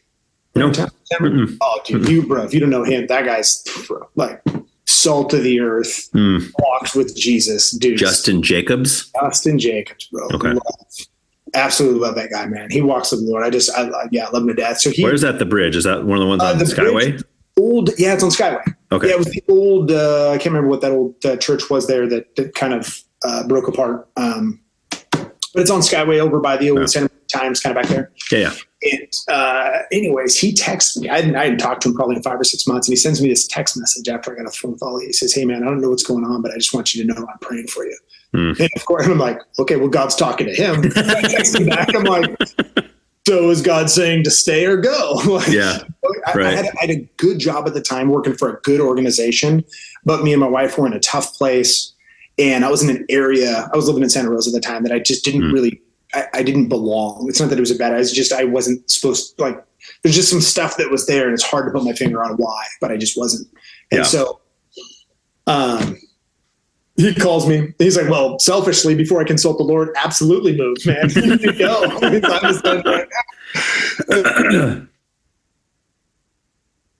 Work with Ollie and Christian and Siraj, George, just these amazing human beings that I've known for a long time. They're all still at the store too. Just love these guys. And Ollie played a really unique role. So my buddy Ollie is born and raised in Pakistan. I met him in 2006. We became friends, and a very devout Muslim, right? Oh, okay. And myself being a Christian. So he invites me over for dinner one night, and I go to his house for dinner. His mom's making dinner for us. And I remember, I'll never forget, he looks at me and he says, so my job is to convert you and yours is to convert me, right? Nice. And I'm like, absolutely, man. And we both just laughed about it. We both just laughed. And that was it. Like that, like we didn't even, and we just knew, like he was a man of faith, of his faith.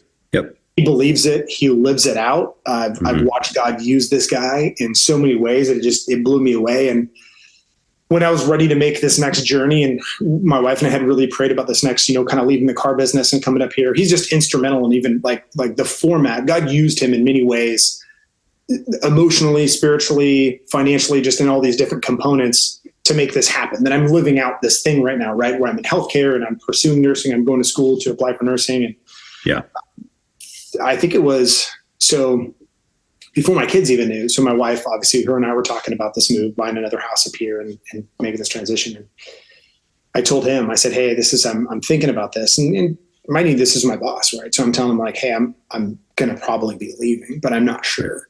Right. I just want you to know because I love and respect you enough to be just transparent with you. Of course, and he's grateful. And he's like, well, I'm going to, he wanted me to stay. He said, but at the same time, he knows my faith and he knows that a lot these decisions in many ways come down to, they're just very, very prayerful for my wife and I in the direction we feel God is calling us. And so we make the decision to move, which wouldn't be for like 6 more months. Right. So I'm working, the team doesn't know, just he knows. And it's hard, man, because I love these guys. I wanted to tell them so bad. I just absolutely love all of them. And I come up to him, and I've been praying about this for a while. And he goes to, it's called Jimma prayer. It's a prayer at 1:00 at mosque on Fridays. Okay. And I don't know much about the Muslim faith other than through him, right? Everything that I learned about Islam was through him. And so I come up to him and I said, Ali, like, is it possible for me to go to mosque with you? And he was like, man, I would be stoked. Like, yeah, that would be great. And I'm like, well, like, just so you know, like, is it cool? Because when I'm praying, I'm going to be praying to Jesus, and I know I'm in the mosque. Like, is that okay? He's like, absolutely, man. Like, that's totally cool. I was like, all right, just so you know, like this, I want to see the world from your lens. And just like if anyone were to see the world from my lens, my faith is a huge part of how I see the world, right? Like how I care for people and how I love others. Like when I show up for work and someone's maybe mistreating me, a large part of like the foundational aspect of how I treat those people and love them through that comes from what I believe that God has called me to do, right? Through my faith in the scriptures, right? That Jesus says the greatest commandment is to love the Lord thy God with all thy heart, mind, soul, and strength. And the second is like unto it, to love thy neighbor as thyself. And living that out is my faith, right? Going to church doesn't say that. Going to church is cool. I like it. There's a lot of people that we have a lot of things in common, so we can go and we can share these things, but it's not the most important part of my faith. The most important part of my faith is what I do with that information when I leave, right? It's what I do. Right. So just to clarify then, are your reasons for wanting to go to the mosque were just to see kind of a viewpoint through the eyes of a Muslim? Yeah. You're even telling your friend, look, I'm not praying to Allah. I'm still praying to Jesus. Yep. But it was just like being in that specific like area, like the setting. I want to put my judgment aside, my reservations aside, all of my own biases aside, right? All things. It's like if you grow up in California, you're biased to people that live in New York, right? If you meet a New Yorker, sometimes they can seem pretty brash, right? Right.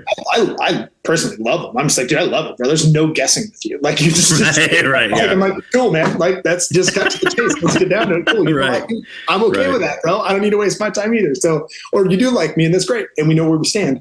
So even the microcultures within America, and then you take like macrocultures, right? Different religious systems and different places in the world that people are raised in, to really understand from their perspective and to see the world through their lens. I felt it was really important for me to just kind of put my shoes aside and try to put his shoes on and walk in those steps that are the most foundational to who he is as a person, like how he operates, why he is the person that he is, why he treats people the way that he treats people. But it's just like on a personal level with your friend. I guess what I'm asking, like, it wasn't like you saying, hey, maybe there's some truth to this Islam thing. Maybe I want to convert. So I'm going to see what it's like. Like you were just basically taking Jesus with you as you kind of learn to get to know your friend better. Yeah. Yeah. And what I learned that Jesus was very welcome in there. Okay. Like they were very much, they talk about Jesus in there because Jesus. Yeah. They don't hate Jesus. I mean, they might, they believe he's coming back again, which is kind of crazy, so there's all these things. I'm listening to these stories, but obviously, genealogically they branch off with Isaac and Ishmael. So here's some of these stories. It's of Ishmael's descent, but you're still hearing about, the Exodus. You're still hearing like the story of Joseph, right? Which is one of my favorite Bible stories. And so you're hearing these stories, but I'm like, it's a trip because I'm used to hearing this like in Christian church, but yet I'm hearing about this in the mosque. Right. And some of the same virtuous lessons that were being, right? Some of the character lessons, right? Joseph basically being given up by his brothers, right? For debt to get rid of him. They were jealous of him. Right. Ends up getting favor in Pharaoh's eyes, becomes a number 2 guy, basically in the known world at the time, and saves his whole family's life from a famine, right?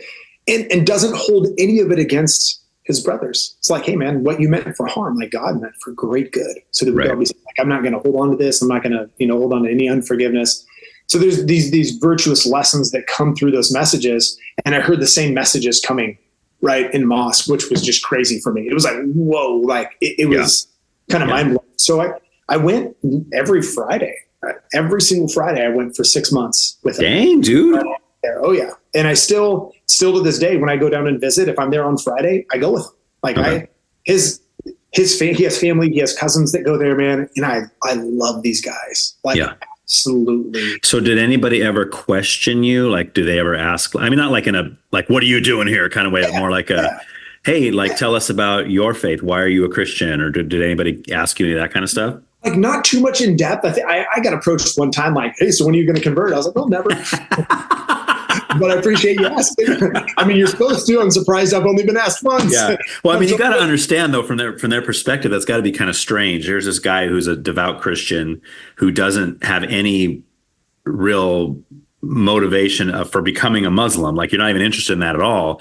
Yet you're going there every Friday for 6 months. Yeah. That looks kind of weird. It'd be like you turn the tables. If there was a Muslim that was coming to church with me and he was going for 6 months, I would be like, dude, are you trying to like learn more? Like, do you want to like know Jesus better? No. I just want to, I'd be like, what are you doing? It just seems kind of strange.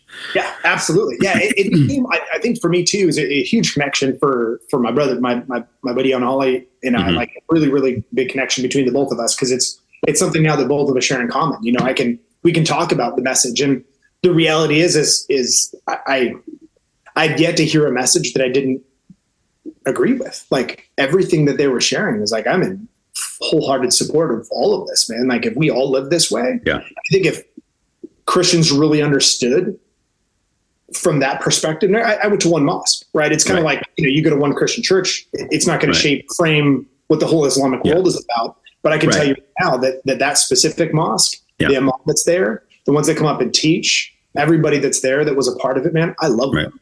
But this is a mosque in California though, right? I mean, this is probably different than say a mosque in Iraq or something, right? I mean, so. So it's probably just like, just like a Christian church in, I don't know, somewhere in another country other than America is probably much different than a Christian church in America, Well, I mean, a Baptist church in Alabama is different.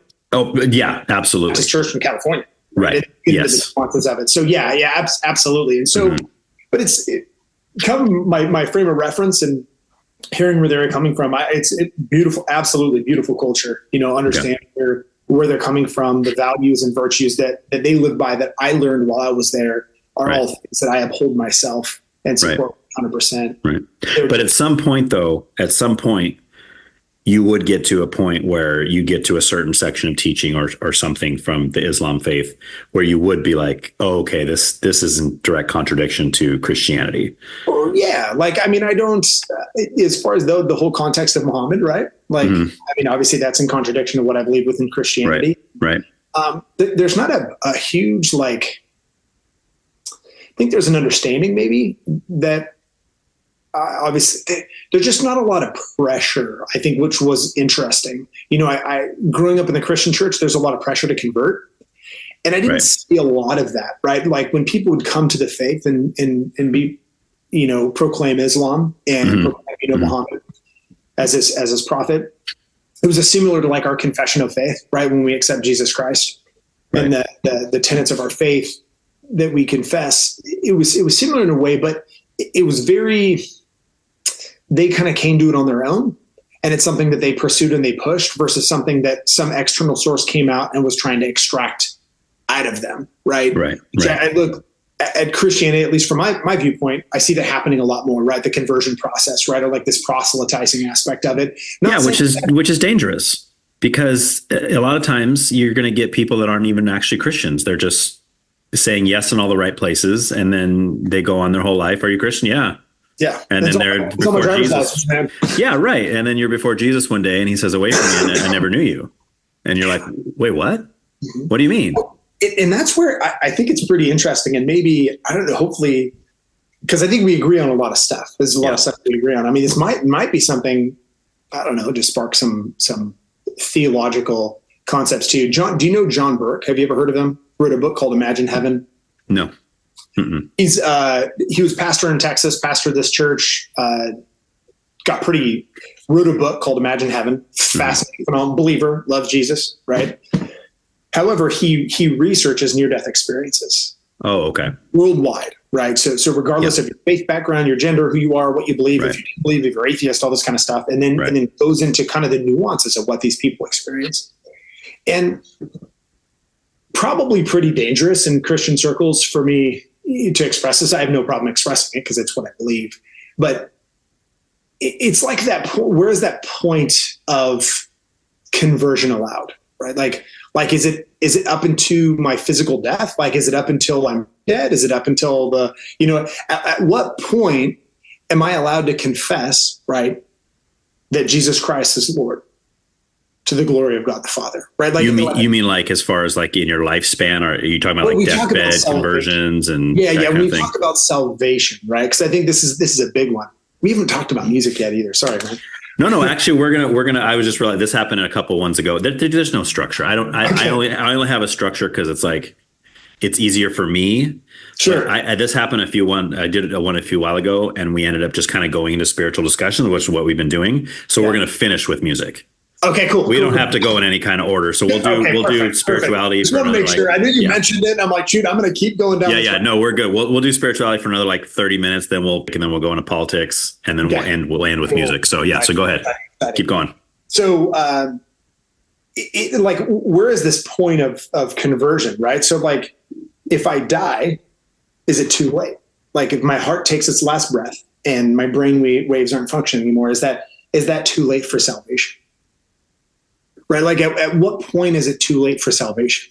Right? And I mean, it's a really big question that I don't believe the Bible addresses. I think it says in John 14, right? I'm the way, the truth, and the life. No one comes to the Father but through me. Correct. In context, Jesus is talking to doubting Thomas. Right. And the way that he starts off the discussion of that verse is about preparing houses in heaven for him. Right. So it's a spiritual discussion. Right? When you think of I'm the way, the truth, and the life, no one comes to the Father but through me. In many Christian circles, this comes in the context of conversion. Like, hey, dude, you need to give your life to the Lord because he is the way, the truth, and the life. And if you don't accept this and you die without accepting this, you're going to hell forever. Right? Right. I'm not sure I agree with that. Okay. I'm not so sure. How does that play out? So it's an interesting topic. By the way, no one's ever brought this up on here before. So it's kind of a neat thing to think about. But like, so we never actually die, right? Like we're in agreement on that. Like our physical bodies will die, right? And really the soul, the inner person who we are, that's really who we are. 100% agreement. We're just like, I always used to explain to my kids when they were little, like I would say, your body is like the car that your soul drives around. And just like any car, eventually it's going to get old, it's going to break down, and then you're going to get out of the car, right? You're going to go to wherever you're going to go. But I think, like when we leave our bodies, that's what we would call like physical death, right? And we die physical death, but then our soul is going to live on forever. Biblically speaking, it seems to me in one of two places, right? There's two possibilities there. I don't think the Bible really leaves any room for the idea of spirits roaming the earth, like as ghosts or anything like that, or just kind of discarnate bodies and things of that nature. Yeah. Or like a purgatory kind of belief where, that kind of thing. Yeah. So, but that being said, you think about like where it talks about how Jesus was in the heart of the earth for, the three days, and the belief, even though the Bible's not explicit on it, the belief, a lot of people believe that he went into Hades and basically preached the gospel to those who had died before he was born, died, resurrected, the whole thing. Because how can you receive Jesus if he hasn't even been born yet? Sure. right? So where's Isaiah? Where's Jeremiah? Where's Ezekiel? Where's Daniel? Where's all these people who were believers in God, believer in the God of Abraham, Isaac, and Jacob, but then died before the coming of the Messiah, right? So I'm going to make notes too, because I don't want to interrupt your train of thought. Yes. I'm just so that alone makes me think to myself, that leaves the possibility of after physical death having that opportunity, I guess, to, I mean, depending on what happens when you die, but going back to what I said a minute ago, if you die and you're either in heaven or hell, mm-hmm. right? Like Paul said, to be absent from the body is to be present with the Lord for the believer. Where would that evangelism, for lack of a better word, take place? Like, where would that happen? Like, where are you? Are you floating out in the ether somewhere? And then some other spirit who's a Christian says, "Hey, have you heard of Jesus?" You know? All I can see just a group of Baptists or some Mormon missionaries. Yeah, right. Yeah, exactly. Yeah. And that's another point. I mean, in this ether, are there other spirits that are from other faiths? Are there Mormons? Are there Jehovah's Witnesses? Are there Muslims floating around out there? I mean, what's going on, you know? Yeah. No, that's essentially what I'm getting at. Is like how one, we don't know, right? The only really physical evidence that we could possibly or potentially have are people that have transcended the physical, gone to the immaterial, and come back, right? Mm-hmm. And what is the evidence of that? Well, I mean, they're clinically dead, right? For an hour and 45 minutes, right? Their brain, they should come back as vegetables. Why are you coming back talking to me? You shouldn't be talking to me. Your brain was starved of oxygen, right? Mm-hmm. You shouldn't have these faculties, but you do. Not only do you have your faculties, but you've experienced something more real than real. When you come back and you describe color, you just describe colors you've never seen before on Earth. Right. And you talk about how majestic this place is. And so they come back and they have this experience. And then they give an account, which in the NDE world, one of the more common threads is what they call the life review. Are you familiar? Have you ever heard of any of this? Oh, cool. All right. No. Hey, man. Glad that, School me, man. Yeah. So the life review is where you die, and in some people's cases, you're like before a council of people, or you're with another person. For some people, they're believers; they're with Jesus, right? Okay. And they basically see whole life from the time they were born, like the highlight reel. You get like a in detail every single moment reel down to your thoughts and your intentions. Right? Wouldn't that take a really long time to watch that? Well, let's take a step back. But this is good because this is the point that I was going to make. Okay. When you're dead. Yeah. Right. There's no time. Outside your physical body, I should say, not dead, but when you're outside your physical body, time space doesn't exist. Right. It's a physical construct. True. So no, it doesn't take very long. Okay. Which is like almost impossible to even think about. Yeah. Right. Because right now, as we live this life, we're so ingrained in the time thing that it's like, what does that even mean? Like, to be like, see things the way God sees things, where there's no yesterday and today and tomorrow and everything's right now. Which goes into the like, well, if Jesus died, why does he need to go back in time? He doesn't need to go back in time and talk to anyone, because all of time's already happened, right? Like time isn't linear. I mean, we like from a quantum standpoint, you look at like time and what it is, it's actually curved, right? Mm-hmm. And if you give a curve a long enough distance and time, it becomes a circle. Right. So all of time in eternity has probably already happened. Right. That's just, I mean, granted, I'm not a quantum physicist. Well, already happened or? Already happened. Yeah, I guess to someone outside of time, it's already happened. Yeah. But not to us. Which is, once again, because like, I mean, we're three-dimensional beings, right? Like, it's kind of like, I love the example of like, right, you as a two-dimensional being, right? Like imagine a picture, right? Mm-hmm. Mm-hmm. You can't give reason to up or down, left or right, like north, south, east, west, right? But the aspect of giving something its third dimension, there's no comprehension of it. Not while you're living in the two-dimensional space. So therefore, us in our three-dimensional space, when we're talking about these things, specifically afterlife, we're talking about a different dimension, right? We're talking about something that's beyond, in many ways, our scope of comprehension. So we reduce things down. That's why the Bible is kind of what it is, and it's written in the way that it is, because it's reduced down. It's kind of dumbed down for us on Earth. Sure.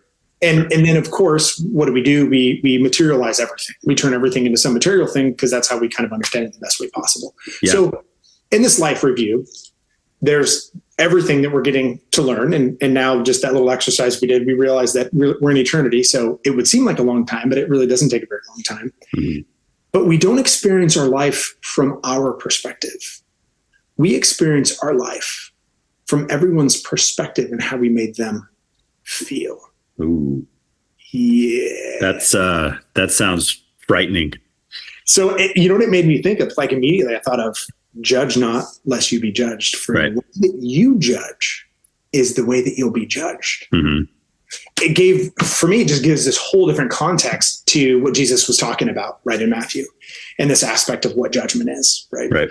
And in reality, I mean, that's about as just as it gets. If every single human being got to experience what they made every other human being go through, do, whatever it is, and they had to experience it on that fundamental level, that's pretty just. I mean, it's like, wow, okay, well, like there's equity between all beings and having this experience, but it makes you think about your life in a much different perspective. You think about the way that you treat people, the things that you say. It gives substance, at least for me, when it comes down to when I'm thinking about what the purpose of life is. Right. All of a sudden, it gives a much deeper substance to, wow, like I'm going to be accountable to the way that I made the clerk feel at Albertsons. Right. I'm going to be made accountable to the person that I belittled in 5th grade. Right. I look back and I was a punk, dude. I was not. I would have beat me up. The me now would have beat my little me up. Like I tell the kids all the time, like, hey, I'm not for fighting or bullying, right? But if there's a bully that's bullying some kids, like you can punk that kid down. Like you're not gonna get in trouble. School might get you in trouble. You're not going to get in trouble when you come home. Right. And just that sense of justice. But for me as a young person, that's kind of the way I was. So I look at some of these verses and I try and look at them in a context of, one, I want to look at them from a biblical, like, hey, what do they mean? What is the author's intent behind what is being said? But I also don't want to look at it from a cultural lens, right? A lot of times culture, like, we think of the New Testament and we read some of these. I mean, take, for example, like braided hair and gold jewelry, right? You have some churches that are like, well, you can't have braided hair and you can't wear gold jewelry. Well, it's like, okay, well, that was written to the church in Corinth at the time. And there was a temple to, I believe, Aphrodite. I can't remember who it was. There was a bunch of prostitutes that would come down and sleep with the sailors. Mm-hmm. And they would dress that way. And basically, in cultural context, what it's saying is like, hey, don't dress like the strippers. Like if you go to a strip club, like just don't dress like them. Like that's kind of what they're saying. And so in a lot of ways, the Bible gets this cultural interpretation or this literal interpretation and not taking a step back and saying, okay, well, like what was the culture at the time? Right. We can look at the Bible and say, man, like they were really like they supported slavery or they were bigots towards women. When in reality, if you look at it culturally speaking, they were pretty advanced when it came to the way that they treated women and the way. Oh, totally. Maybe not in view of our feminist culture that we have today. Currently awful, right? Like don't support it 100%. So like, don't get me wrong. I'm not supporting that. But what I'm saying is you have to look at it in the context of culture, right? And the way that women were treated back then. They were like kind of ahead of the curve. Like the feminists would have loved the Christians back then. It was, oh my gosh, like you're speaking my language, right? Like this is good. Like women should have equality in these types of places. But then you fast forward to where we are today and it's like, whoa, like, well, you can't teach in church. You can't do, it's like, there's those changes that I think once again gets into I don't want to look at the scriptures, the holy word of God, right? Like I take 2 Timothy 3:16 and 17, like very literal and in the context of God's word being inspired, being breathed by God, right? Right. And the sacredness of what the scriptures are. Yeah. So let me ask a little bit about that. So we're talking about scripture. Obviously, that's what we have tangible to look at as far as, because anything outside of that is more like, oh, God spoke to me and I had an experience. I had a circumstance. I had NDEs are experiences, right? Right. Exactly. So when we view scripture, and I'm pretty much with you when we're talking about like cultural and how we have to, because that's probably the most common ones when you're about like 1 Corinthians and say, well, like, because 1 Corinthians has a lot of weird stuff in it, right? And we just don't know what to do with it. There's a lot of weird stuff going on, right? And we just don't really know what to do with a lot of that stuff. So, and I understand we're like, well, that was culture that was written to the church in Corinth for a specific reason, but then I kind of get messed up because then I started thinking, well, every epistle in the Bible was written to a specific group of people. So couldn't we, by the same token, just take the entire New Testament and be like, well, none of this is for me. I mean, this isn't for me. I don't think it's to us, right? Right. Like it's for us. It's not to us. Okay. Right. It's not instructional to us specifically, but I guess I feel like for most Christians, most pastors that I've talked to, they'll take most of the epistles. They'll say, well, it was written specifically to the church in Colossae. It was written specifically to church in Philippi. It was written to these specific Christians in these churches, but it's still written to the church as a whole. Like, this is instruction for the church as a whole. But then they get to something like Corinthians, they're like, accept that one because this one's just for the church in Corinth, because we don't know what to do with a lot of stuff that's in it. What I love, this is the way I think about it, right, is what makes somebody a pastor? Right. Right. It's a human being. It's a fallible human being, yes. Just like I am, right? Right. Some of them are much more learned and studied than I am. So you can look at some of the stuff and go, okay, like, hey man, I value your opinion. Like Matt Pettit's someone that I really admire. He's someone that I would call and be like, hey man, what are your thoughts on this? Like, right. Is this way out of left field and really get, once again, still a fallible human being. Doesn't mean I'm going to agree with everything that he says, but at the same time, like, I admire and respect him as a human being. I know that he's a man of integrity. Right. And so at the end of the day, what I've seen churches do a lot of times is use them for their own benefit. Right. Yes. And that's where it gets kind of scary, because we don't know the motives and intentions of people's hearts. So some people can have really good motives, but they could be a little flawed. Mm-hmm. And the most important thing that any human being can do, which I believe is what Jesus was calling all of us to do, is one of my favorite messages. Like I've gotten up and given this message a couple of times, but it's what's the first thing that Jesus teaches when he gets out of the wilderness? The first thing that he says is repent, for the kingdom of heaven is at hand. Right? That word repentance in Greek is metanoeo. Mm-hmm. And its literal interpretation is to change the way that you think. Mm-hmm. So first off, Jesus goes out, gets baptized by this freaking hippie who's eating locusts and honey, right? and then he goes up into the wilderness and he gets tempted by Satan, right?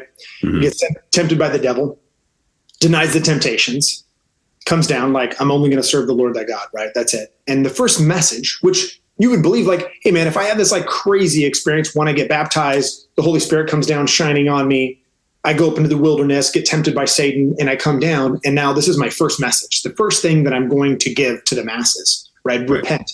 Right. In church, whenever I thought of the word or the context, when it was repent, like, hey, you need to repent or you're going to hell. Change your ways, right? Stop sinning. Right. Changing the way that you think is not a literal example of that. But if you change the way that you think, guess what will happen? You'll change the way you behave. Right.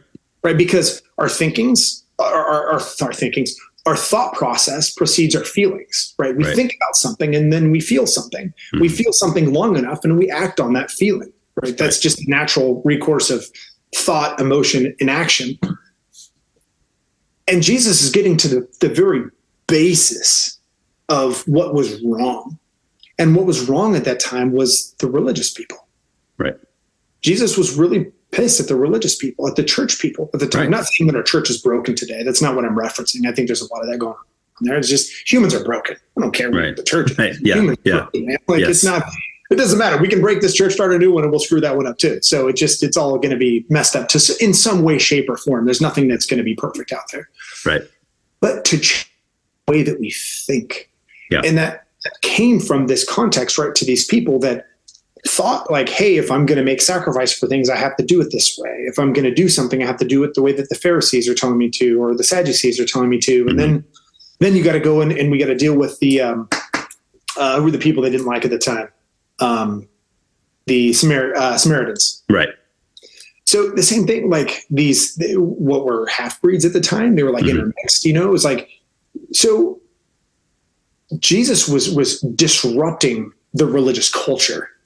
He was a disruptor. Mm-hmm.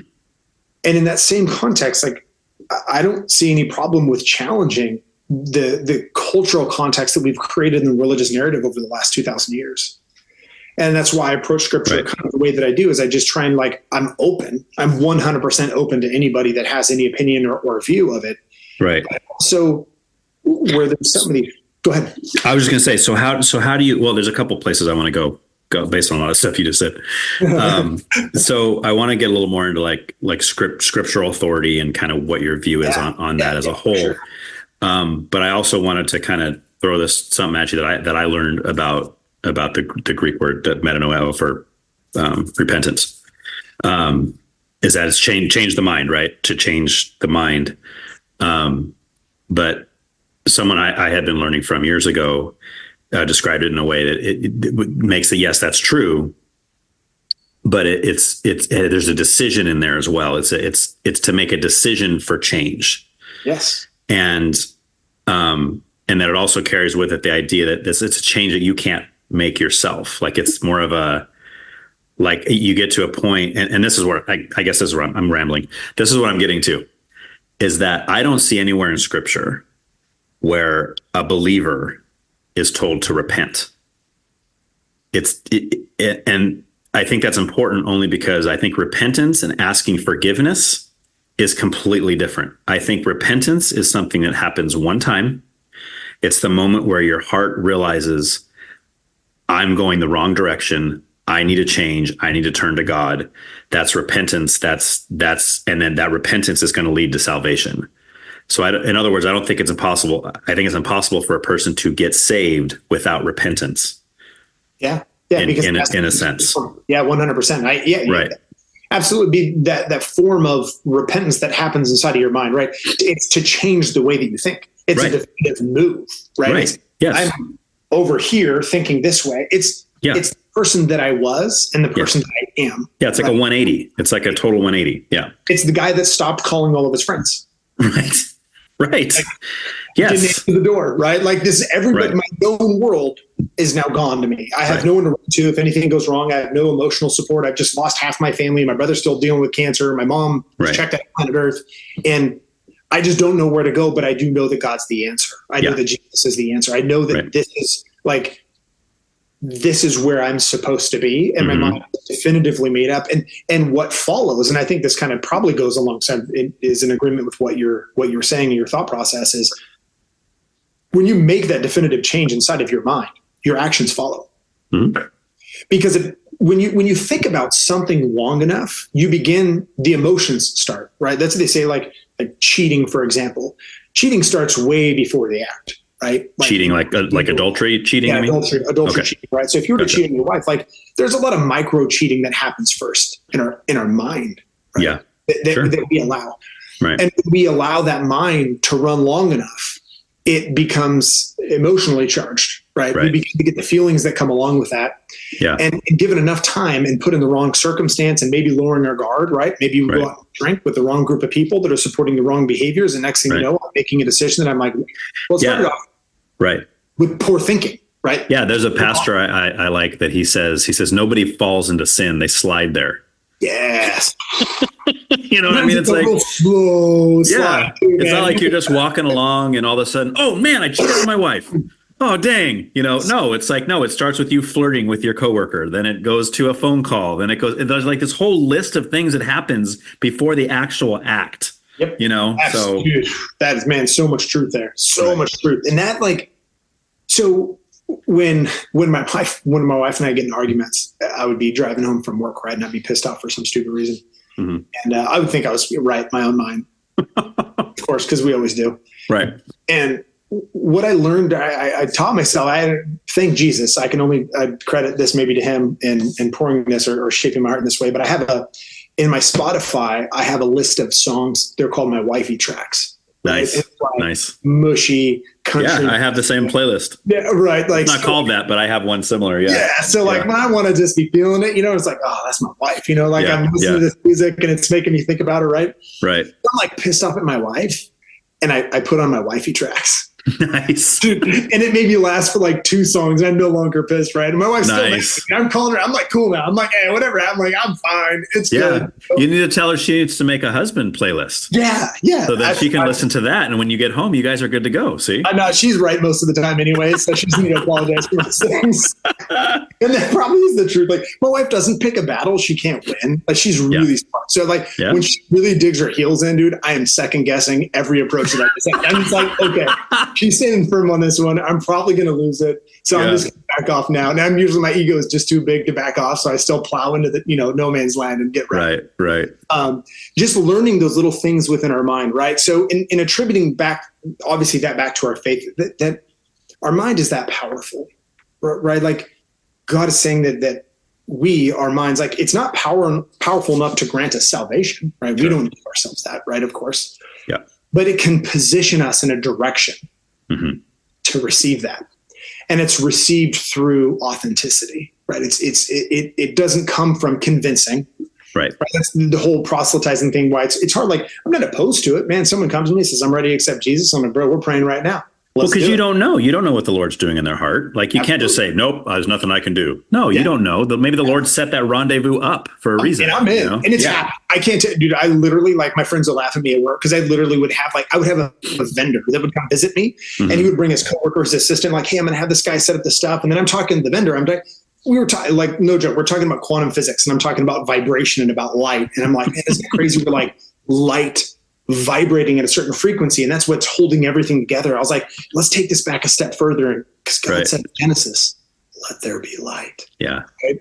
And we're both sitting there and I'm just like, right. And so this young man's overhearing this whole conversation. I'm not even thinking about him. The next day he comes in and he has to do some data entry in my computer. So I let him in and he's like, hey man, like that conversation you were having yesterday with Eric was pretty amazing. I was like, oh really? He's like, yeah, I've been reading some books lately. I was like, yeah, like what books you've been reading? He's like, well, there's this book called The Cost of Discipleship by Dietrich Bonhoeffer. I'm like, nice. Bro, I was like, that's heavy, man. Yeah. That's a really, really heavy one. I was like, well, what made you read that book? He's like, oh, well, I listened to Switchfoot. I was like, okay, cool. I was like, so tell me, man, are your parents like believers, man? You go to church? He's like, oh, no, my parents are both atheists. They're in education. Wait. I'm trying to figure out how listening to Switchfoot leads you to reading Bonhoeffer. I don't know, like researching Switchfoot and Switchfoot's telling them like, hey, you need to, I don't know, man, where this guy. Yeah, because it's not like Switchfoot's one of the most bold Christian bands. I mean, it's like, I know they're Christians, but it's not like all their songs are like theological, It's not worship music in the context of worship music, right? Which is what I primarily listen to when we get into music. So I'm listening to it and I'm just like, very clearly, God speaks to my heart. He's like, you need to ask him. I was like, hey, man, you ready to accept the Lord? He's like, yes, I am. Okay. And that was it. That's all. Like, we prayed. A buddy of mine, a coworker, had a Bible, gave him a Bible. Nice. Just amazing. Watching what happens. And the same thing, that's God's work. And are you still in contact with that guy now? Never. I haven't talked to this kid in 5 years, man. Doesn't that makes you wonder, right? I mean, there's part of you can rest in the fact that he's in the Lord's hands and stuff, but part of me would be like, just because I think there's so many false conversions and stuff, I'm always like curious, like people that I talk to, even if they pray with me or they make a confession of faith or whatever, it's like, yeah, but 5 years from now, where are they at?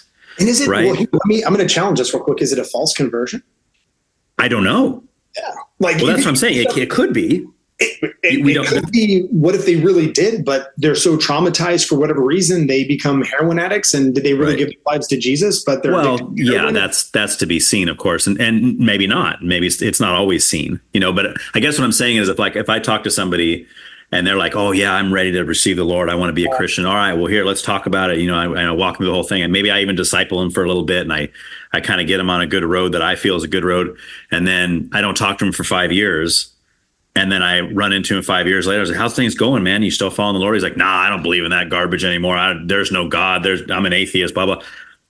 I'm pretty sure was not a real conversion then, I mean. Yeah, absolutely. And then the other question, this is where I'd go, I have I want to make sure I bring some people that I know very dearly, that I've known for a long time, very involved in the faith early on when I first became a believer too. And Matt knows these people really well. Completely walked away and just said, like, and I've watched these people, like, I've been in worship circles and had them lead worship, and still to this day had some of the most amazing, prolific, Holy Spirit, like absolute, just can't make the stuff up type of experiences. Yeah. And then I just watched them, walk away. Yeah. It makes me question everything when that happens. Yeah. I mean, not like I questioning whether God's real or where Christianity is true, but it makes me realize that I can meet people that from what I'm seeing, have the most amazing walks with the Lord. Mm-hmm. All these spiritual experiences, they just seem like they're the kind of people like, man, I wish my relationship with the Lord was like that guy's, And then 5 years later, he turned his back on the whole thing. He cheats on his wife. He abandons his children. He becomes an alcoholic, and he's just an atheist. He's got nothing to do with God. And you're going, dude, what happened? Like, whoa. That guy? You're like, no, not that guy. You're like, you don't even believe it at first, right? You're like, no way. Right. Don't believe it, not believe it. Yes, exactly. Those were the guys, right? And I think this is where when we kind of began the conversation, I talk about like holding my faith loosely. It's why I hold my faith loosely, right? Because I know me, I know my heart, I know my intentions, I know my motivations. Right. And so when it comes to looking at other people and where they are in their walk and their conversion and how they are and what they're struggling with, like, I just look at it as their journey, right? Their journey is unique, just like mine's unique. And my job ultimately, right? Like the only thing that God really commanded me to do was to come alongside them and love them. Right. Not to point out their sins, right? Like pointing out they know what they're doing. They know how I feel. Like they know my worldview. Like, let's say it's someone that was a Christian and now isn't, like they know my worldview. So like for me to come in and just start dropping the hammer on them with all this stuff, like what does that do? Like that's it's not kind. It's not compassionate. It's not loving, and it's not even condoning it. They're going to do. They're grown men. They're going to do what they're going to do. Right. Well, I mean, I think I would say though that like I'm not going to discount that God wouldn't use us in that way. Sure. But I think you're right in saying that if that's just our personality and that's our intention is just to find everybody we can and tell them all their sins and tell them that they're going to hell, and just like in the human sense, it's like, no, that's not good. That's just going to cause problems. Yeah, I don't want to be friends with that guy. Yeah, exactly. Right.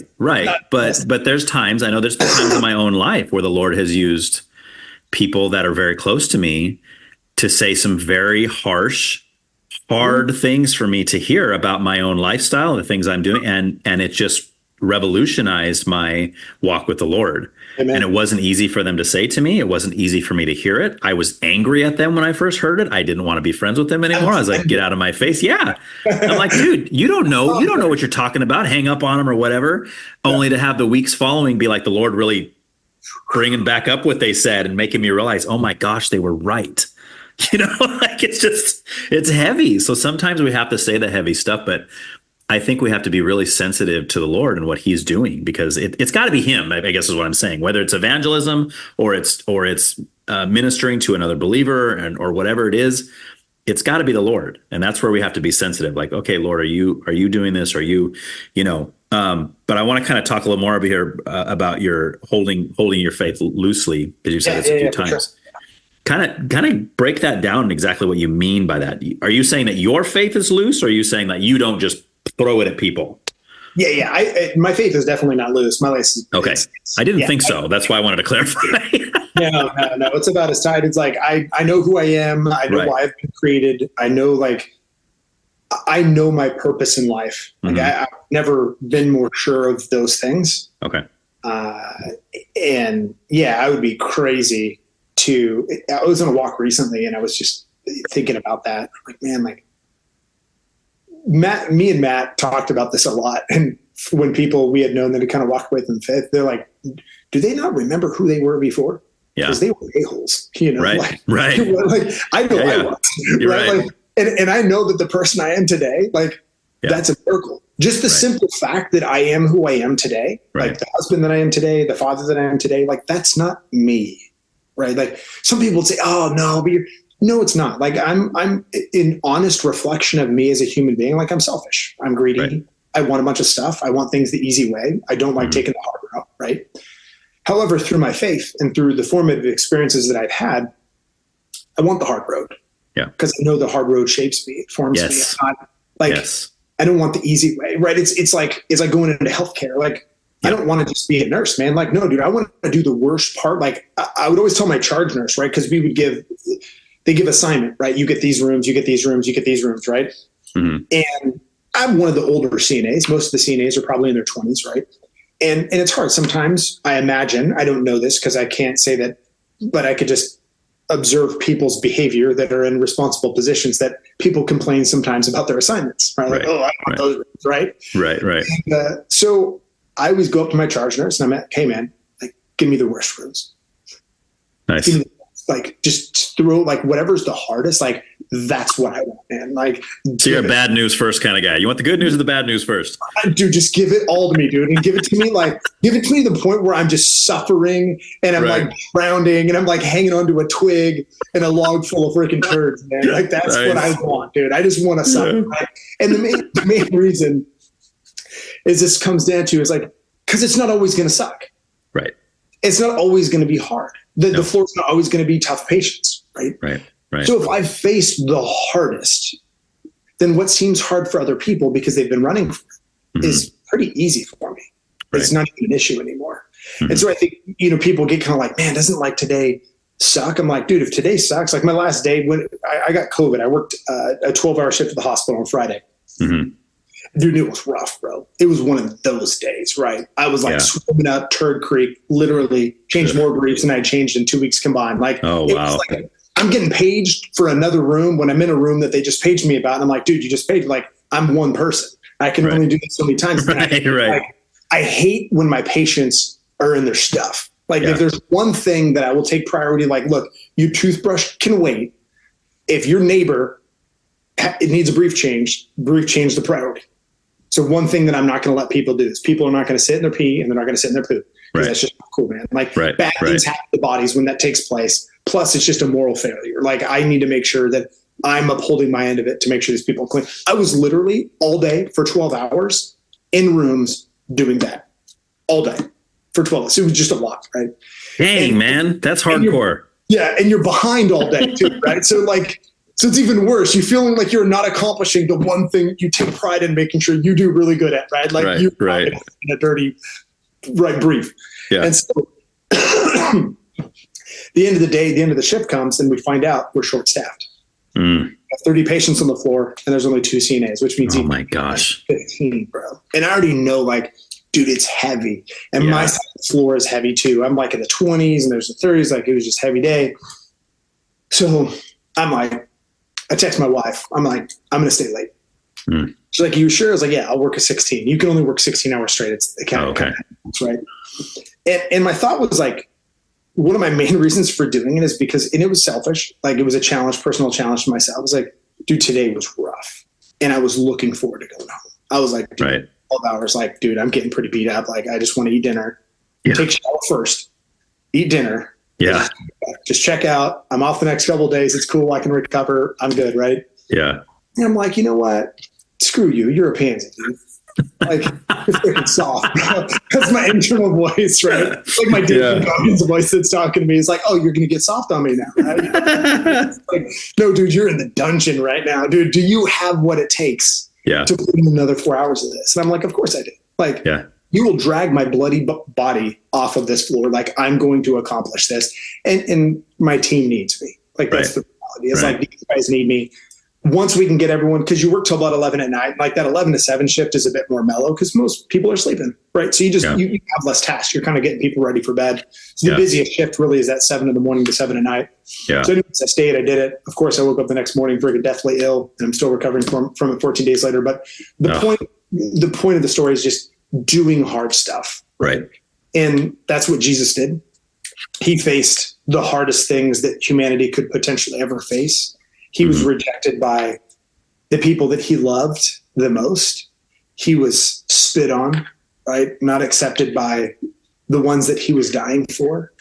He forgave the ones that put him on the cross. Like, there's no greater account in human history of suffering and living out forgiveness than we see in the Gospels and in the life of Jesus Christ. Like, it's the most profound lives to be lived. And so to my faith is man, the core of who I am. It's I love people in the way that I do. It's kind of formed that part of myself.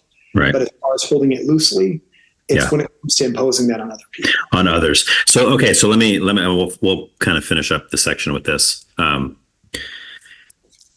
But I understand that now. That makes sense. Like you're talking more about like your evangelism or you're pushing it on other people, but do you hold to Jesus being the only way of salvation?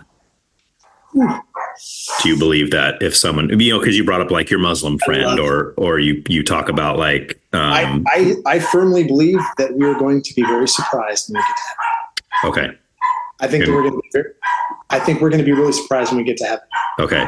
I think that I'll put that. I was talking to my wife about this recently too, because it kind of takes a universalist type of approach, right? Right. And here's the reality. I don't know. And none of us know, right? We know what the scripture says, right? But we take it from a very materialistic standpoint. And I know that from a scientific standpoint, if we were to take the evidence, right, in near-death experiences, we look at people that are of other faiths that have died. Sure. And they have a similar experience that people of the faith have, right? Whether that be a hellish experience or whether that even be a heavenly experience. Well, but then the atheist person would just say, well, that has nothing to do with spirituality. It's just whatever is firing off in your brain, making you see a white light or making you know what I mean? Like there's always a... Even though the brain, even though we can debunk that, because we can say the brain has no wire, there's no electrical function in the brain. Mm-hmm. So there's no experience being taken place, right? So you flatlined, you have no conduction in your heart, you have no electrical brain waves inside your head for a prolonged period of time, to the point that scientific fact should tell me that if you survive this, you'll be a vegetable. And you not only survive it, but you come back with the most magnificent experience that you've ever had. Right. And such an experience that, let's say you were an atheist and you had that experience and now you become a priest. Okay. Right. Yeah. So when you say like similar, like near-death experience, you're talking about like a good experience. You're talking about like you see a light, or you talk to Jesus, or you saw loved ones that have already died before you, and that kind of thing. But then there's also people that have a bad experience, right? Mm-hmm. They see nothing but darkness, or maybe they there's even the guy that says he went to hell, right? I'm sure you read that guy's story. Oh, I went to hell. Oh, yeah. And then I came back and now I'm a believer because I don't want to go to whatever place that was that I spent 10 minutes in. Right. Exactly. So let's take our Christian born in America. We got the winning lottery ticket, birthplace, right? Right. No choice of our own. Mm-hmm. We didn't pick any of those things. We were just born where we were born. Right. So let's say I was born to an Inuit family in Northern Alaska, and I never hear the gospel. I never hear anything like, am I condemned to hell because I never heard of Jesus?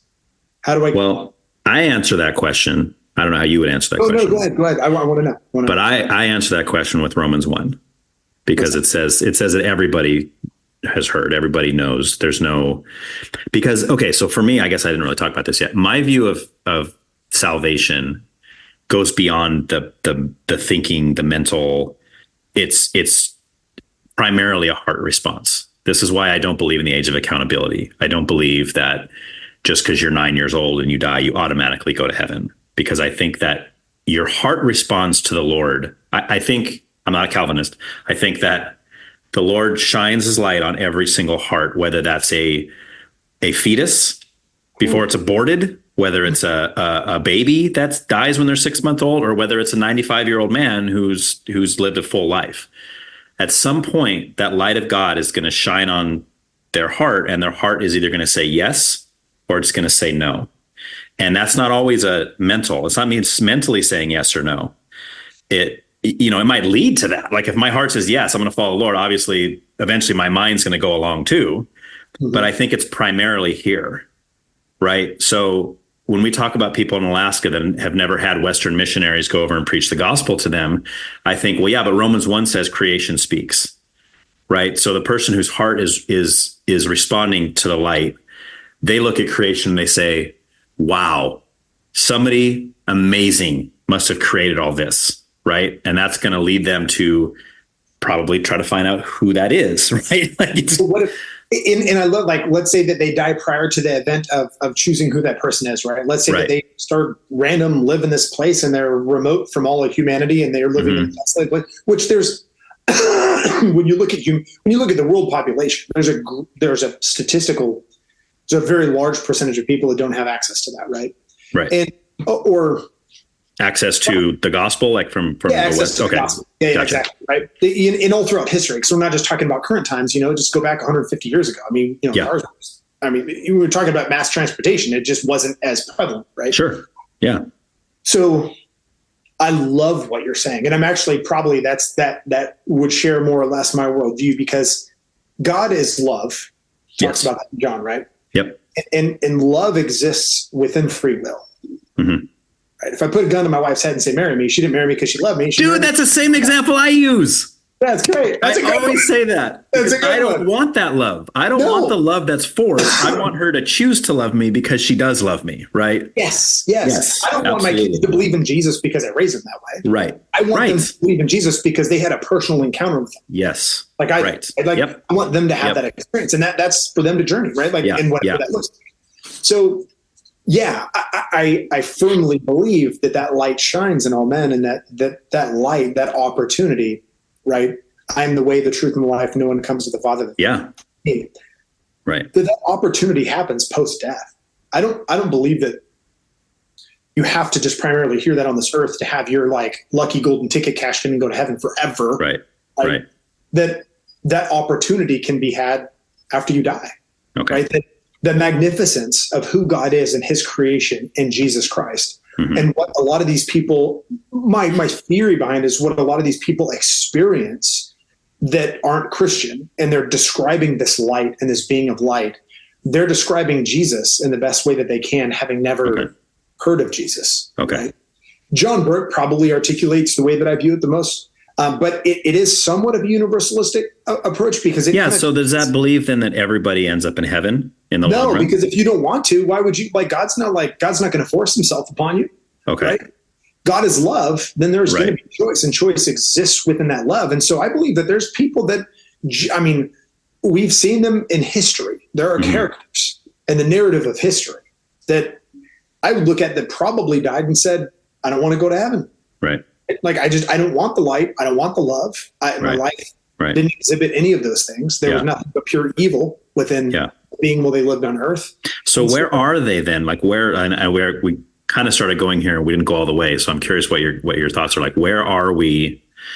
Let's say a person physically dies. Now their soul is where exactly when they make the choice to follow God? Yeah, they're in heaven. I believe there's a veil that separates us from going into that place, right? There's kind of a place of no return even when we die. They talk about that in near-death experiences too. Okay. It's like they kind of let them in so far, but they're like, you're not going through there.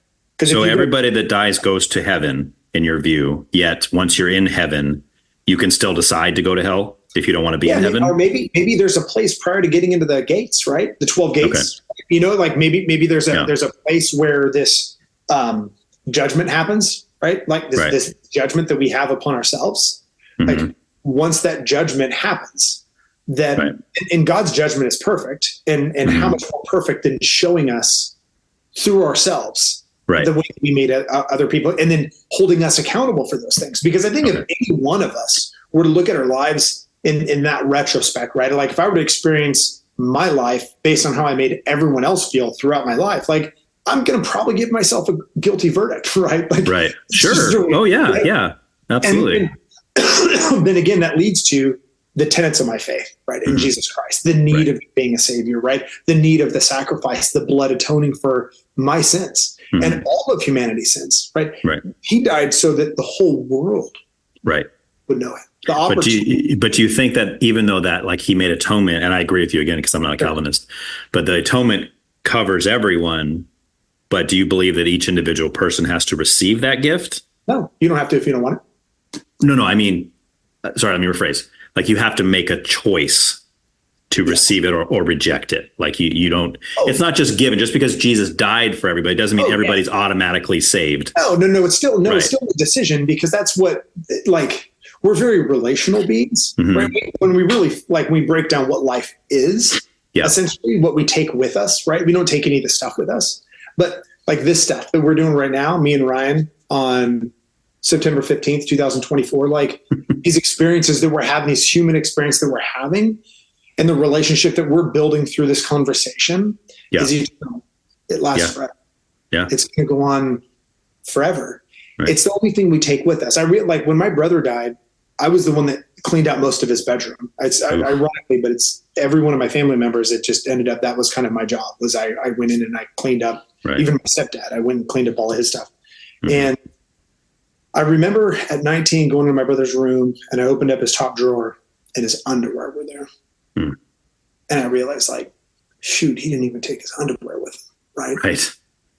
He didn't take his underwear. He didn't take his body, right? We don't take, it's a car. Like the analogy of the car is perfect. Right. Because that's what it is. And I think when we're on the other side, like when we die, we look back at our body, we're like, dude, good riddance, bro. Like, I just want to know that I wore that. I freaking ran that beast to the ground, dude. Like, that's all I'm saying. Like, I was full throttle, dude. That's all I want to know, dude. I was in a, like, whatever it was. It was a hot rod. Yeah. I used premium gasoline and I burned that sucker. And if I burn it out a little early, so what, man? I'm going all out. I'm all in for Jesus and for my life and living a life of purpose and having like the greatest positive impact I can have on other human beings. Right. Knowing that's what transcends this place. Right.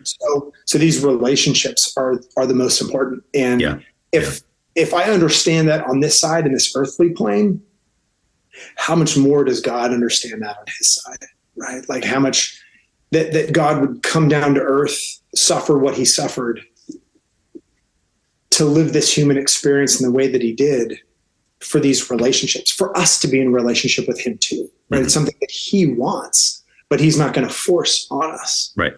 So it's a choice. I believe it's a pretty hard discussion. I think that when we die and we go up to heaven and we see God in all of his glory, we're like, bro, Satan, were you stupid, bro? Like, like, why did you want to dip, man? Like, this place is amazing, right? Yeah.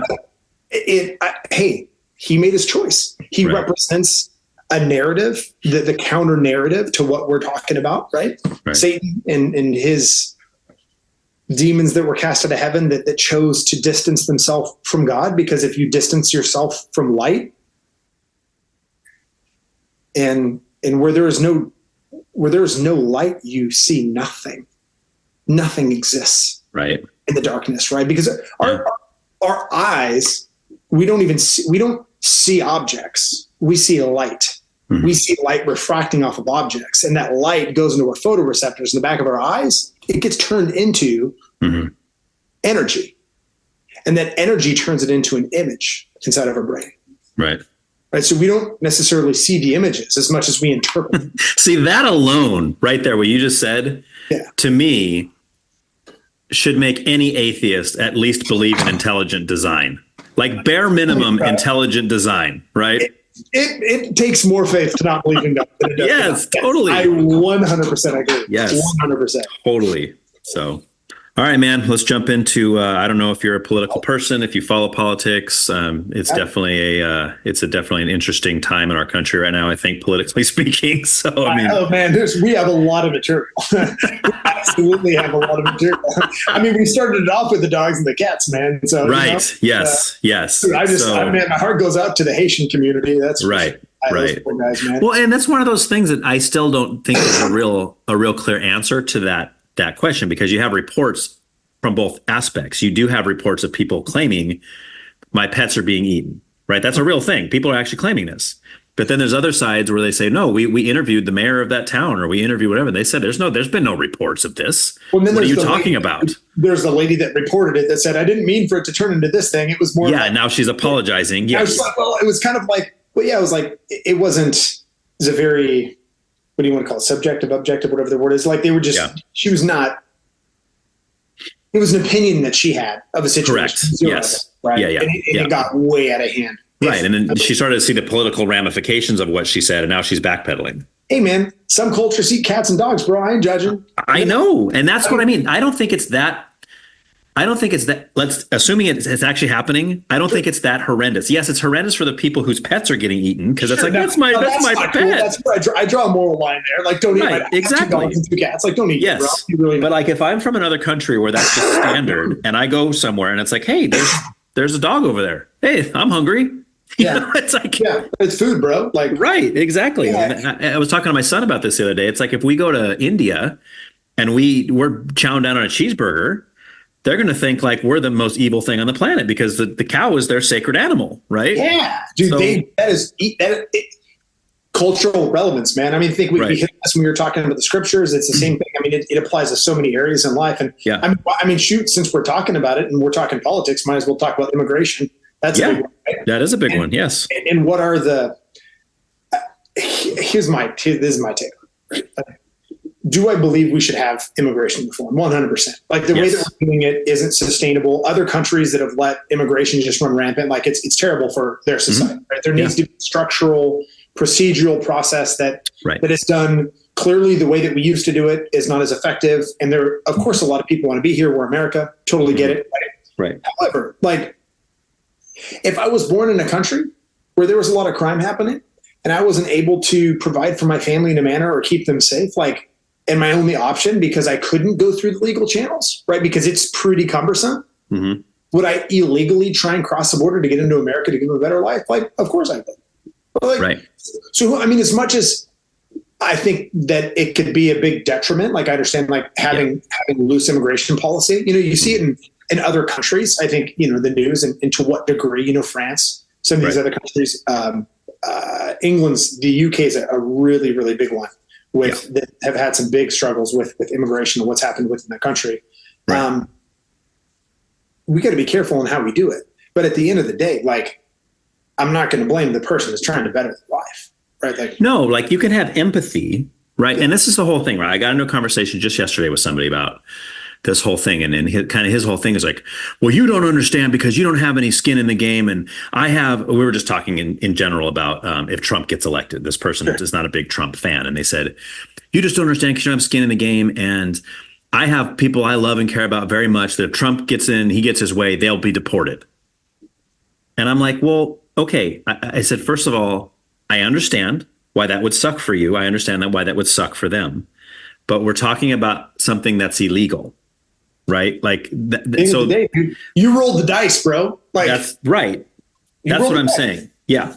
Right. Like, and I like more power to, hey, then go and do whatever you got to do to file whatever paperwork to make sure that doesn't happen. Or like, hey, if you want to conspire with them and do illegal stuff, that's on you. But you also have to deal with the repercussions that are going to come along. Absolutely. Yes. I was telling my kids cost benefit analysis, right? Like, okay, like, hey, I want to do this thing, but there's a rule against this thing. Right. And if I do this thing, this is the consequence of that thing. Is the reward more than, when I speed?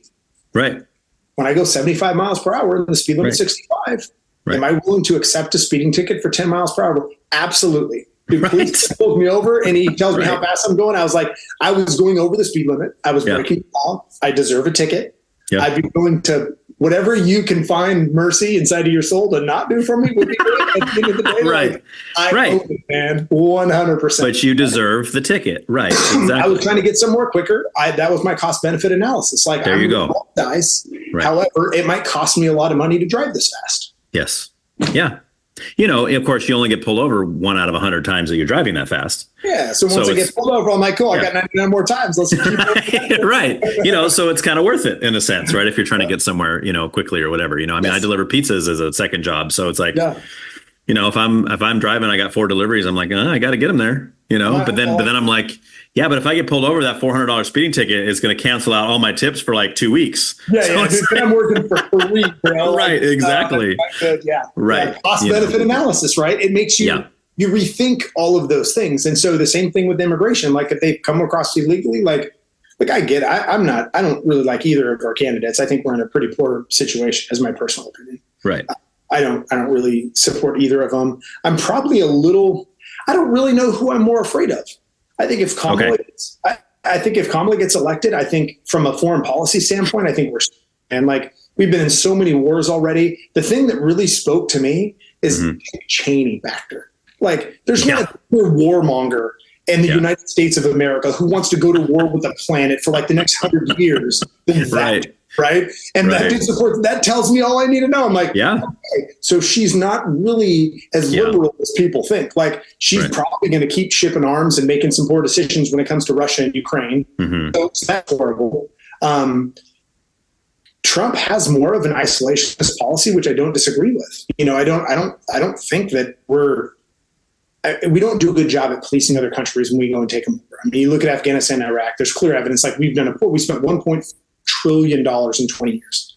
You know what we could have done in our country with that money? A lot of good, right? Yep. But instead, we went and destabilized a country that was operating better back then than it is now in Iraq. Right. Afghanistan, I mean, shoot, what did we do? We just wasted a bunch of time because the Taliban are back now. right? Right. So you talk about wasted policy, and that doesn't even matter. Like, it doesn't even matter who was in office. I don't care if it's I don't care if it was George Bush or if it was Barack Obama. They're all complicit, and they're all a part of the same machine that I think Trump is against. I think Trump is against that, and that I like about him. That's why he won in 2016, because he was the first politician to run for president to look, you can't buy me. I have all the money already. I'm not part of the system. And I think that was appealing to people. Yes, I agree. To the point that they were willing to elect somebody who didn't have the best bedside manner, who wasn't the nicest guy, who said some stupid, mean things. Which you kind of need if you're like, dude, you operate the largest military in the world, dude. You got news, right? Like, trade doesn't happen without the United States Navy. I mean, most people don't think about this. Like, trade comes to a screeching halt. Those barges with all the goods that we enjoy and the luxuries that we enjoy when it comes to the Sea of China, when it comes to Strait of Hormuz, like oil, energy, all those things, it's the United States Navy that secures those shipping lanes. Right. Like, it's a pretty important position. Like, I'm not voting for the pastor of my church. Right. Like, I don't want to live in a theocracy. That's another thing. It's like, I'm not looking for some person to be, well, you got to be a Christian. No, that has nothing to do with my vote. No, it doesn't. It really doesn't. Yeah, I'm with you. And that's the whole thing. And when I talk to people too, it seems to boil down to basically two mindsets, two frames of mind. It's I can't vote for Trump because he's mean, or he said things that hurt my feelings, or he gave me the sads or whatever. Right. We'll send and I guess it goes on either side. I mean, it's the same thing as if somebody says, I can't vote for Kamala Harris because I can't stand her voice and her laugh drives me crazy.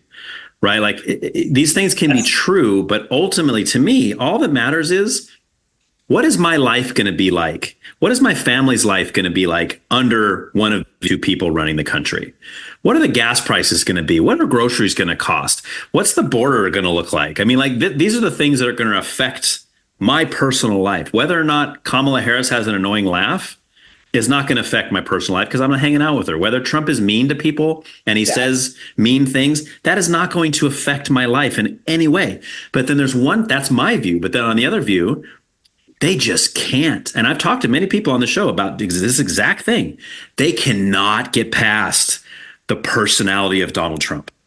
They just can't get past it. They're like, I would vote for anybody over that guy who says these mean things to people, that's a really, really good point, because when you look at what scares me about Trump is I've never seen our country as divided as it was under him. Mm-hmm. He's very polarizing. Okay. And because of that, now it's twofold. One of them, will America go into civil war? Some people talk about that, right? Like, I don't think that's a reality. But if Trump were to get elected, or if he were to not get elected and then he were to fight the vote again, like just the silliness, right, that goes along with it. Yeah. It's kind of scary. Like, that part of it, like that when he was in office and COVID first came out in 2020, and then, the George Floyd, everything that happened in June. Dude, that was gnarly, man. Yeah. You know what it made me realize? Like, dude, humans have not advanced at all. We're still cavemen. We're a bunch of freaking cavemen. Like, when we're fighting over toilet paper in Costco, dude, we have some serious moral issues, dude. Like, when you all of a sudden go to downtown Santa Maria and start lighting freaking Main Street on fire, dude. Like, bro, we don't even have, like, how many African Americans live in Santa Maria? Like, a small percentage. Yeah, like, 20. What the heck is the deal? Yeah. Like, no, I was a minority growing up in my neighborhood. Right. Like, I was, and I love that. I absolutely love the fact that we were from all over the place. Mm-hmm. And racism was a thing of the past. It was something that existed in the past when I grew up as a kid. Right. And it wasn't until later that I actually I observed it and watched it firsthand. I was in the South. I was actually in Texas at the time when I experienced it firsthand. But when you get into the politics and the division like that, during that time, man, there was I don't know if it was underlying tension that was always there that now had a platform, possibly. Mm-hmm. Right. It's kind of like, hey, you can speak up and you're not going to get in trouble for it right now. Right. So then all of a sudden it's like all of these things that were boiling underneath now came to a surface. I would say that's a good thing, right? Yeah. Like, it's probably a good thing to happen. The question is, will it continue to create division amongst our country? Right? So do you see the country as being pretty pretty racist in general then? Or do you think it came out? I still see the South. It's really divided, man. I've spent some time in lots of different states in the South. Right. Northern Georgia, man, northern Georgia is interesting. Yeah. Love it. It's beautiful. The people were great, but it's a different, and I don't even want to generalize it too, because it's not like it's so rampant. Like when you go to metros, like metropolitans, it's not as existent. It's more when you get to the smaller communities outside of right. Yeah. that you see a lot of that kind of stuff. Right. They've been had, I think, like 60, 70 years ago. I don't want to be spreading misinformation, so fact check me or whatever. But there was sundowner laws here in Medford, Oregon. Oh, wow. Yeah, which is pretty interesting. So we're not really that far removed from racism. Right. I mean, we're not that far removed from women being able to vote. I mean, like you really think about well, in a time frame sense, yes. But when you think about yourself, and I don't know if it's just because we grew up on the central coast of California, but like I know that I look at myself growing up. I don't even racism is something, and people say, well, that's because you never experienced, Ryan, because you're white. But I mean, just from my own side of it, like I never even viewed people that way. Nope. Like I had friends, like when I met people, what they looked like had nothing to do with anything. Like I met white people that were jerks. I met white people that were nice. I met black people that were jerks. I met black people that were nice. All I cared about was, are you a cool person? Yeah. Right. And I think most guys our age that grew up here, and I mean, we're in our 40s now. So it's like, we're not like young generation, but then you have all these 20 somethings now that are saying idiotic things like, oh, our country is more racist now than it's ever been. Mm-hmm. I'm like, you do realize that years ago, if you were black, you couldn't go to certain restaurants, right? You do realize that was the thing, like in our country. Like, well, and it's foreign for us where we grew up. I believe 100% we were isolated. Like we were kind of in a bubble. I think in a lot of ways there was, I mean, shoot, you can go to, there are some towns in the Central Valley that were pretty racist. Like when you go back, like even 20 years ago, 30 years ago. In my experience when I was making those drives and I'd hop in my car and I would travel, I literally was at a gas station getting gas, and it was one of those like gas station and a Taco Bell at the same. Nice. So I was like, hey, I'm going to get a couple tostadas. So I opened the door for a black guy, and he stops and like doesn't even walk in at first and kind of looks at me like, bro, what are you doing? And I didn't realize, dude, I'm 20, right? I'm like, and I'm like you, I don't see that. Like I see color like I see the shape of your nose. I don't even really notice it at first, right? It's like, it's not something until we've really got to know each other. Hey, bro, your nose kind of looks like this, or hey, your ears kind of look like, that's all like, it's just it's a physical difference that we share. I mean, to say that we don't have these differences is lame. Like, of course I notice the color of someone's skin when I meet them, right? Sure. Of course. I notice like the shape, like when we spend enough time, I'm going to notice the color of your eyes, right? Like that's the difference of it, right? Yes. Yes. So I'm there. I open the door for him. I hold the door open because that's what we do, because that's polite. If there's someone behind, yes, whoever it is, it doesn't matter who it is. Yes. Or if you're behind me and I'm walking in front of you, dude, I'm opening the door for you, right? Right. So I open the door. He walks in, smiles at me. I go and wait in line, Taco Bell. No one helps me. They're calling people from behind me to help them. Then it kind of dawns on me. I'm like, whoa, like, and granted, I mean, I'm dressed like I'm from California too. Right. But I stop and I'm like, once it all kind of like put all these pieces together, and I look over at this gentleman as he's getting ready to leave.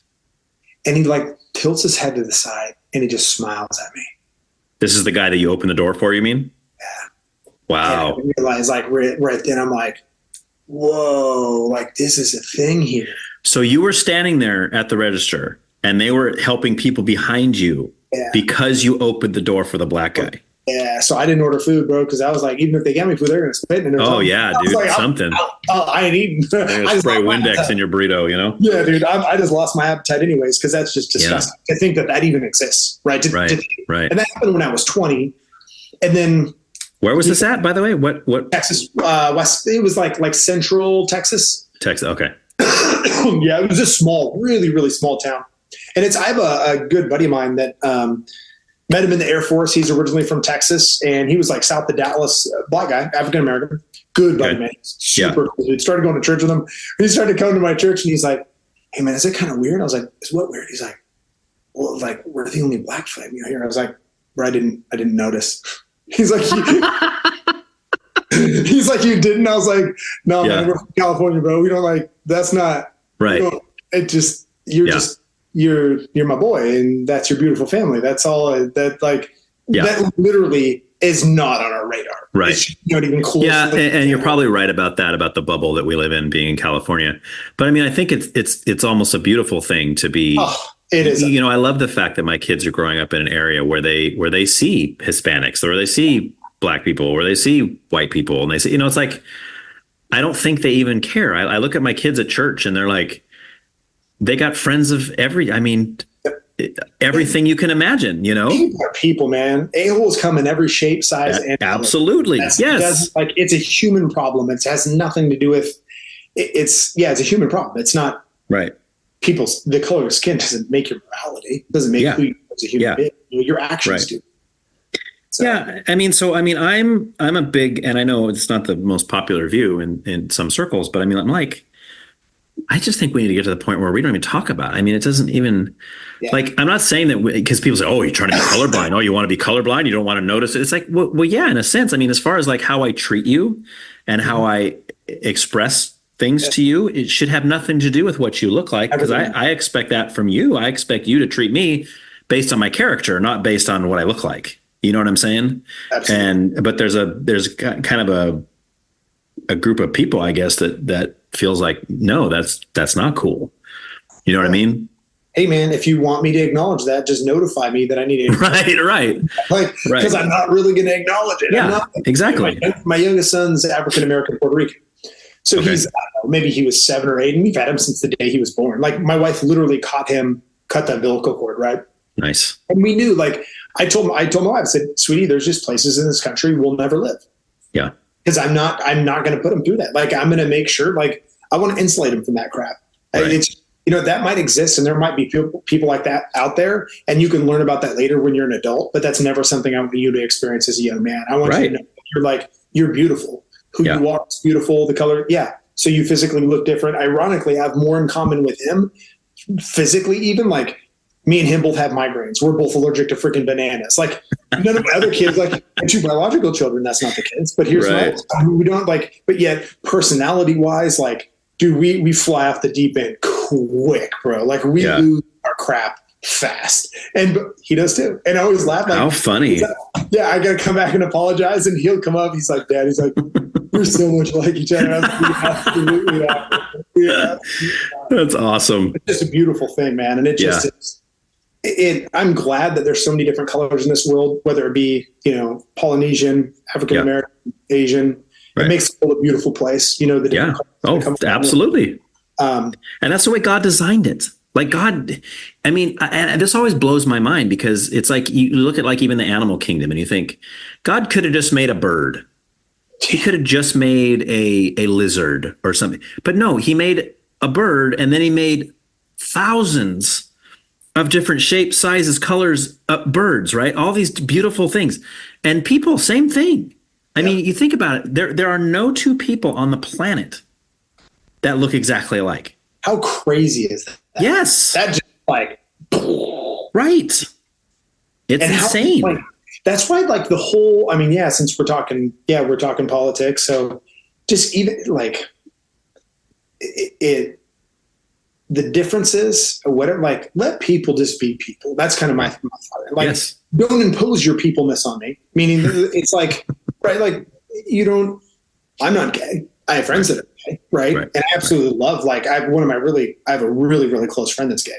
Mm-hmm. And I told my wife one time, I was like, hey, are you cool if I go to a gay bar with him? She's like, no, you can't go to a gay bar. I was like, why not? I want to see what life's like from his perspective. Nice. That's just my jam. Like, I want to, like, to truly get to know somebody, right? Like, that's a part of it. And so we laugh all the time, and my kids call him uncle, you know, and I was asked there was times, I guess this is, anyways. Did you go to the gay bar? I got to know. Did you actually go? No. Okay. I did not. She mildly shut it down, and I didn't push the issue. I think she would be cool. I think she would be fine, like, if it came down to it. But I did tell her a few times, and I was going to go down in San Luis Obispo because I was doing consulting work in automotive, that I was going to stay the night with them. She's like, you can't. That's like me staying with a dude. I'm like, why not? I can't shower at his house. As if he's like just waiting for the opportunity to get you alone so we could take advantage of it. Yeah, exactly. Like, sweetie, I'm a grown man. Like, dude, and I love this guy, man. Like, he really, really helped.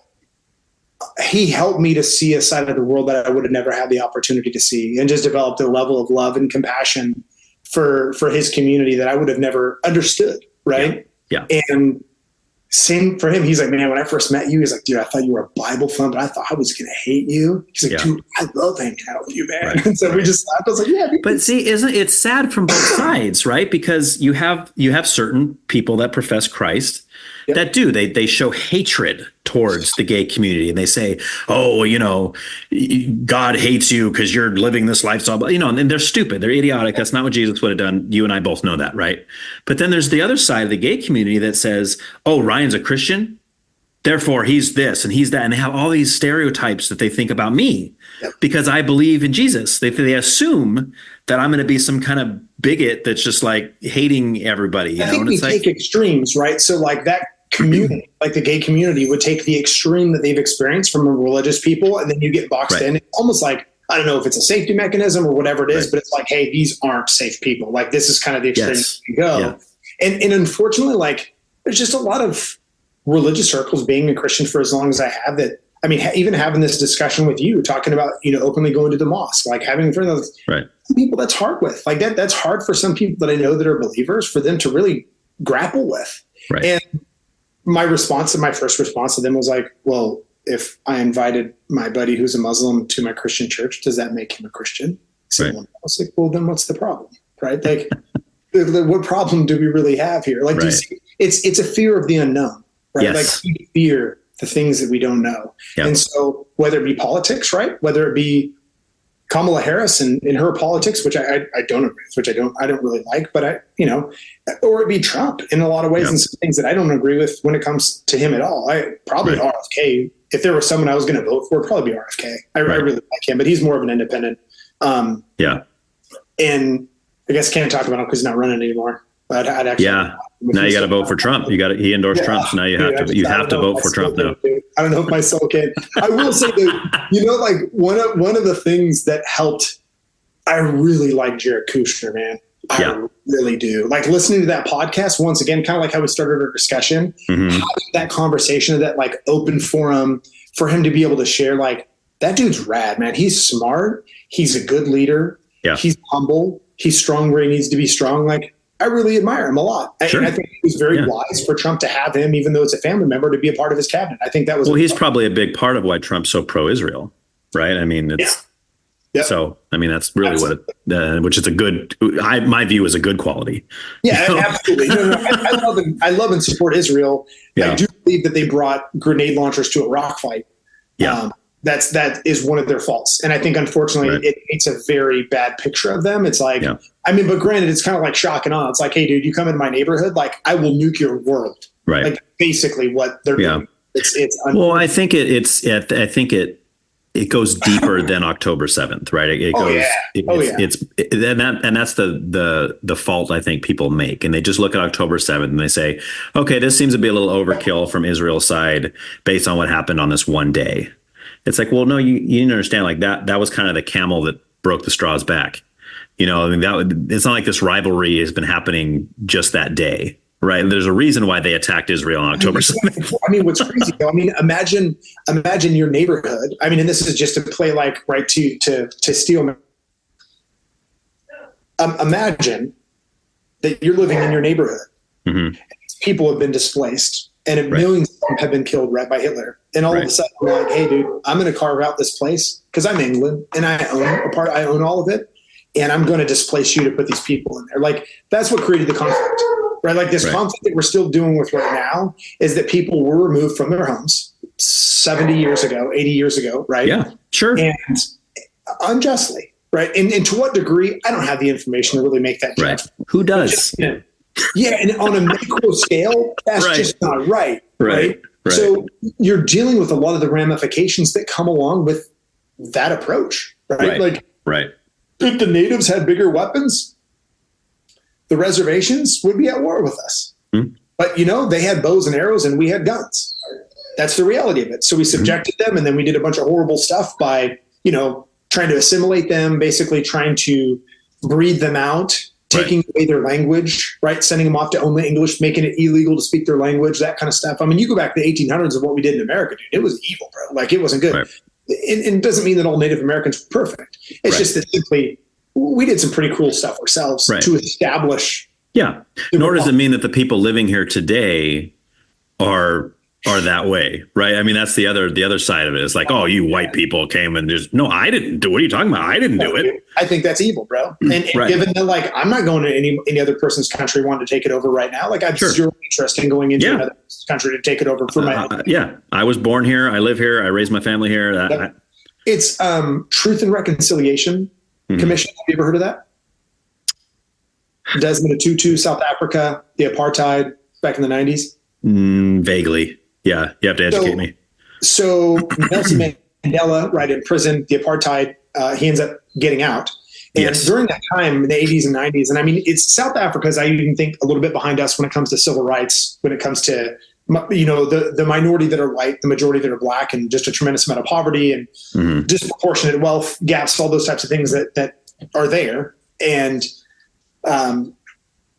Archbishop Desmond Tutu was assigned to head up the Truth and Reconciliation Commission. Right. And basically what they did was, when Nelson Mandela got elected as president, there were a tremendous amount of crimes that were committed against black people by the whites, right, when the whites were in power. And what they did is they would take cases in law enforcement, and when they found guilt, for example, the one case, and there was a movie even made after this too, it was a case of a policeman who had basically who had killed some black people for no reason. Had killed some black people, right? Buried their bodies, whatever, kind of moved on. And this case, you know, came into the public eye, ended up getting the evidence, ended up finding this man guilty of murder, right? And he was tasked with going in front of the court and confessing what he had done. And the victims of these crimes, right? So the family members, the moms and the dads and the brothers and the sisters whose family members had been killed were brought into court as well to face the accused as this person admitted their crimes that they did. Yeah. And they publicly forgave. Yeah. See, dude, that stuff is heavy, man. I mean, it's the same as when I see like a guy who like raped and murdered some guy's 12-year-old daughter. Oh. And in the courtroom, he publicly forgives the guy who did that. I'm like, dude, I always think to myself that has to be a supernatural thing. You talk about like changing the mind or changing the heart, or, I mean, to me, I mean, again, I always put myself in the shoes, and I think that would have to be an act of God for me to come to a place, first of all, where I could even forgive somebody like that, let alone do it publicly on camera for the whole world to see. That, you know, it's amazing. You are spot on. I do believe it's a divine act, and I actually have some personal experience in regards to this. You know, not to severity, but so when my brother was killed, he was hit by a drunk driver, and it was a hit and run. So the guy hit my brother and took off. Okay. And they caught him. So they caught the guy, and it was his third DUI in a month. Dang it. And I remember, you know, I was angry, of course, right? Like, justice, you're like, hey, dude, let's handle this guy, whatever. Yeah. However, when the first incident happened, I remember this whisper. I remember hugging my brother. My brother whispered to me what happened. My oldest brother told me that my middle brother had been killed by a drunk driver. I asked how, and he told me, hey, he's hit and run. They caught the guy. Well, your older brother was the one to break that news to you? Yeah. Yeah. I walked into the driveway. It was my dad and my brother were standing there, my oldest brother. My oldest brother just grabbed me and he hugged me and he basically whispered it in my ear. He said, Jake was killed last night. And then, of course, I asked him, like, well, what? Well, like, how? Like, what happened? And then he tells me the story, you know, okay, he was with these guys. He got hit. He was crossing the street. He was out with some buddies and he was drinking. He had been drinking. He was the third of four to cross the street. Oh, he was a pedestrian when he got hit?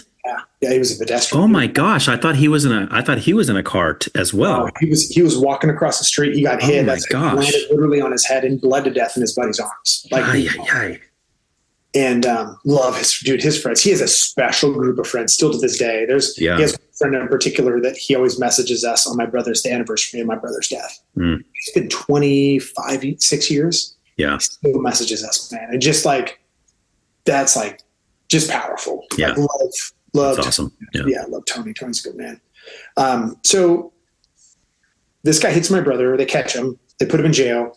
2 weeks later, court hearing. We're in Santa Barbara. They're getting ready for the sentencing. And the judge asked if anybody wants to address the court. I have aunts and uncles. My grandparents were there. I was there with my oldest brother, and my mom and dad are up front. And the man who killed my brother was there with his mom, is sitting up front, and she didn't speak much English. She was Hispanic, and she didn't speak much English at all. And the judge asked if anyone wanted to address the court. And my mom stood up. She said, "I'd like to." And she stood up with a picture of my brother, Jacob. It was a senior picture, his high school picture. She looks at him. She addresses him by name. And she just says, "I just want you to know, as long as I'm alive, I'm never going to see my son Jacob again. But I want you to know that we forgive you for what you did. And we ask for the most lenient sentence." Oh my gosh, dude. Now, what did that do to you as you heard that? That event transformed my life. Okay. That was the beginning. If you were to go back to one event, what changed? Or I was coming back with a bunch of living this life. Right. I was coming back, selling a bunch of weed, doing a thing. And then this happens. And it didn't surprise me. That was one thing, is it didn't surprise me because that was my mom and dad. Right. Whenever people ask hey, what kind of home did you grow up in? I tell them that story. Yeah. Because that was just my mom and dad. If you stole from them, my dad's response is oh, they needed it more than I did. He just didn't hold on to stuff. He held on to material things very loosely. Right. Didn't have a lot of money, but if he had it and you needed it, he would give it to you, even if it put him behind. That was just my dad. Yeah. And this is a guy, like you've already said, had a lot of physical ailments, and you meet a lot of people that have those kind of issues, and they're bitter, they're angry at the world, they're angry at God for making them this way, or for, I think you said he was blind, those kind of things. You're just mad at everybody about it. And it's it sounds like your dad was the opposite of that. My dad made everybody feel important. Right. It's the best way to describe it. And it didn't matter who you are, and it didn't matter what you did. The things that you did didn't define you. Yeah. And my mom and dad would always tell me, throughout all my trouble that I got into, getting taken away in junior high in handcuffs, getting questioned by detectives because I wouldn't rap. I ended up taking the blame for some stuff. And so I was raised in this home where my mom and dad were always you can redeem yourself, son.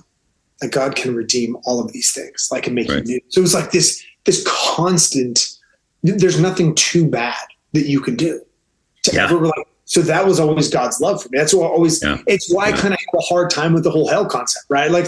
Some of those details and or being super judgmental towards Trump or Kamala Harris. I just have a hard time judging people because at the end of the day, I think of God in this great manner of loving and kind and compassionate and perfect and just, and outside the realm, this dimension of me understanding.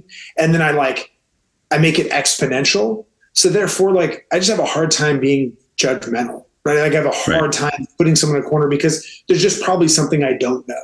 Right. So this event happens, right? My mom forgives this man.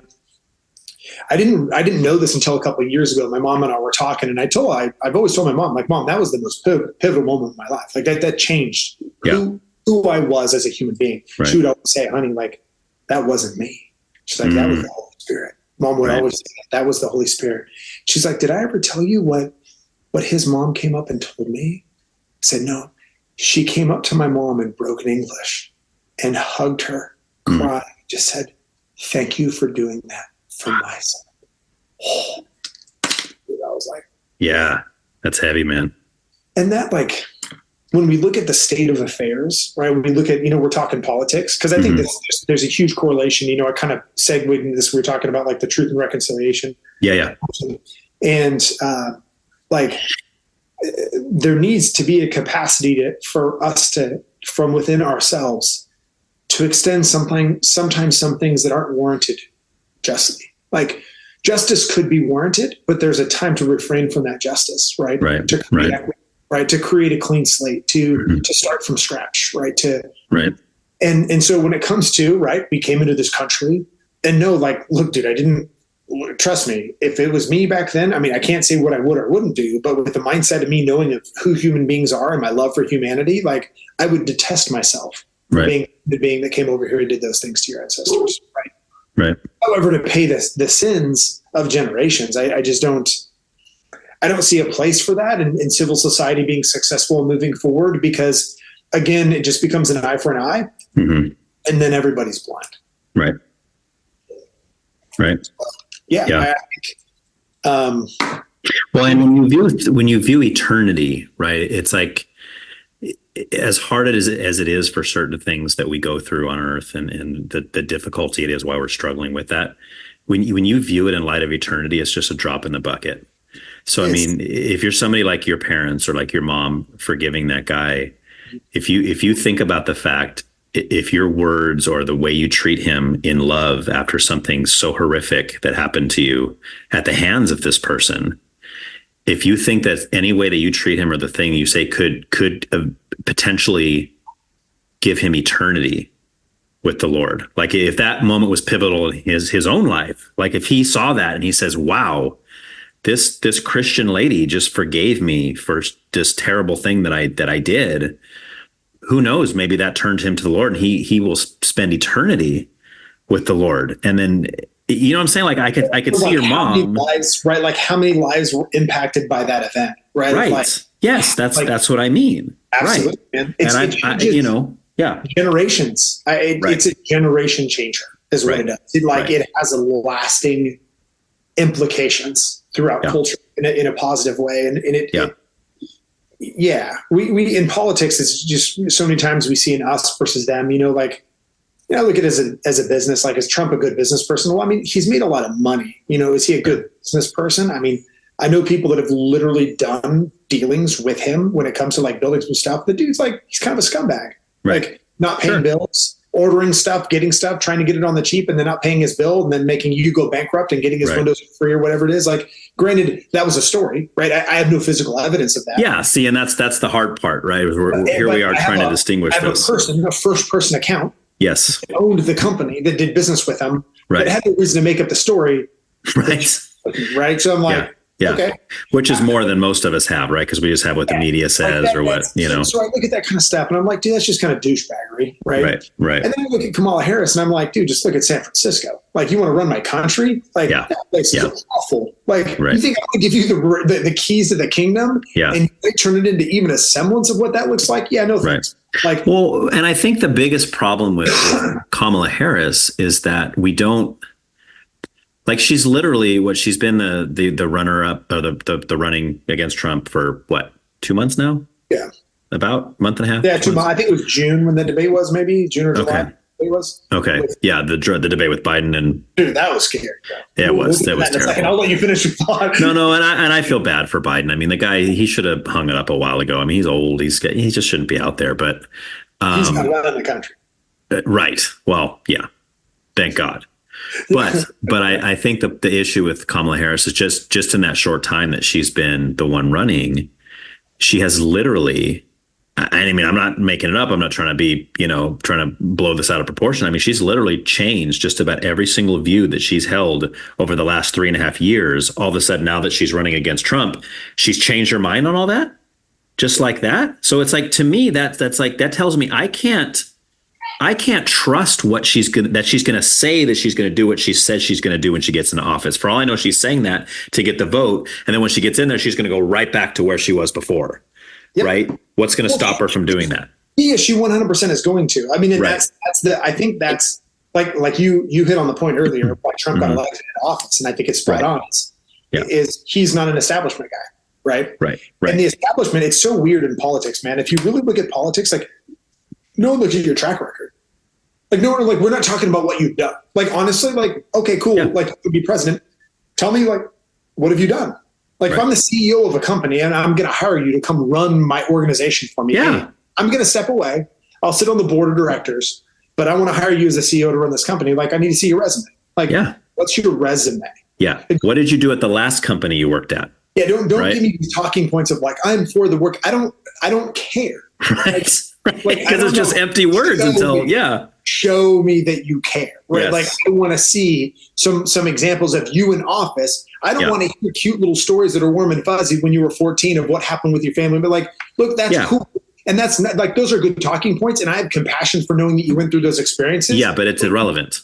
It has no relevance right now. Like, what has relevance is like, what have you done? You've been a politician for how long? You've been a paid politician for how long? Like, Right. What have you done, and what is your Well, and at the same time, just as much as those fuzzy stories of the Good Samaritan you were when you were 12 doesn't matter. In the same way, it doesn't matter if you said something stupid when you were 20 or when you were 25. Oh, we got this video of this guy saying something stupid. I don't care. Like how's that going to affect how you run the country? It is not going to affect how you raise the country. So, so the last thing that we're going to talk about here is in the very beginning of the political discussion, you had mentioned, you were talking about polarization and kind of the way that the country's divided, seems more divided now than it's been in a long time.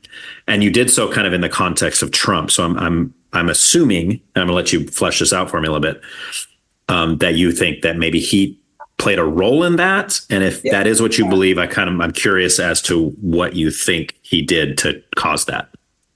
Yeah, I would say, I mean, going back, one of them, I think the most divisive thing that he did when January 6th, is probably the biggest. Like if I would say there was an affront to him running again for re-election, that was probably the biggest check mark against him, because sometimes what you don't say condones what's done, right? Okay. If you don't stand up for something, or, granted, implicit, complicit in the actions of those people, right? You have a bunch of interesting human beings, and not all of them were. Like some people, like I don't believe they're all bad people on January 6th, right? And what happens, but at the same time, like bad stuff happened. Like that wasn't okay. Like that was terrible, right?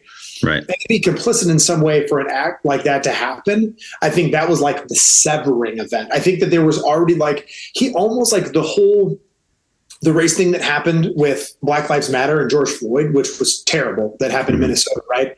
And that happened, during lockdown, COVID. This event happens, comes out, then all of these other events start taking place. It was like a boiling point for something I think that existed pre-Trump. I don't think that was Trump's fault, right? Okay. But it was something that was and has been fostered by his words and his behavior. I mean, like, just think, for example, if I'm up there and I get your talking point about the cats and the dogs, as much as we joke about that, that was very divisive. Like that one comment, your words are powerful. Right. Now, would you say that whether it's true or not? Like, let's say if it's true, you think it's divisive for him to say it? Yeah. It's almost like, it's kind of like if you're in the movie theater and you yell fire. Like, that's not okay, dude. Like, you need to have enough. Well, unless there is a fire. If there is a fire, it's okay because you're saving people's lives. Yeah, 100%. Right. If there is no fire, then you could be potentially killing people. Like, let me ask this: like, I haven't seen any neighbors eating any animals, right? Right. I think statistically, when we're speaking about a lot of communities across the United States of America, that's probably not a really common occurrence. Right. I believe that that's probably something that that can be addressed on the community level. It doesn't need to be brought to the national limelight. Yeah, and I'm with you 100% on that. It just has no place. Right. Like, it's just childish. Yes. Is probably the best way to describe it. Well, he's trying to push. The point he's trying to make is that she's been terrible on the border. Right. But I think to myself, there's 100 other examples he could have used to show that. But he chose the one headline that literally just popped in the news like the day before the debate.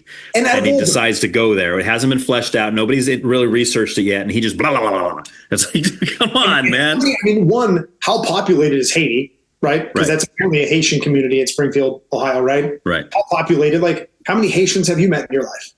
No, not that I know of. I don't think I've met any. Yeah, exactly. So to use that even as an example of your talking point, is like, it just shows kind of ignorance, right? And to have somebody that actually has the nuclear football that makes really stupid comments like that, like, I just don't know how fit you are to be a president. Right. Now, granted, I would give the same condemnation to Kamala Harris. I don't think she's fit either, right? So I don't. I'm not for either of them. And I think that's where most of us are. We're looking at the two choices, and we're like, really, people?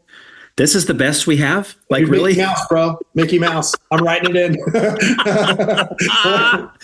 Yeah, see? Spread the Disney sparkle dust. Yeah, bro. That's something. I mean, it's and that's where I get frustrated, because I feel like there's such a, I mean, I don't know what you call it, but there's a certain group of the country that is just almost not quite worship. I think that's too strong of a word, but I think they see Trump as kind of savior in some sort. In a sense, right? Yeah.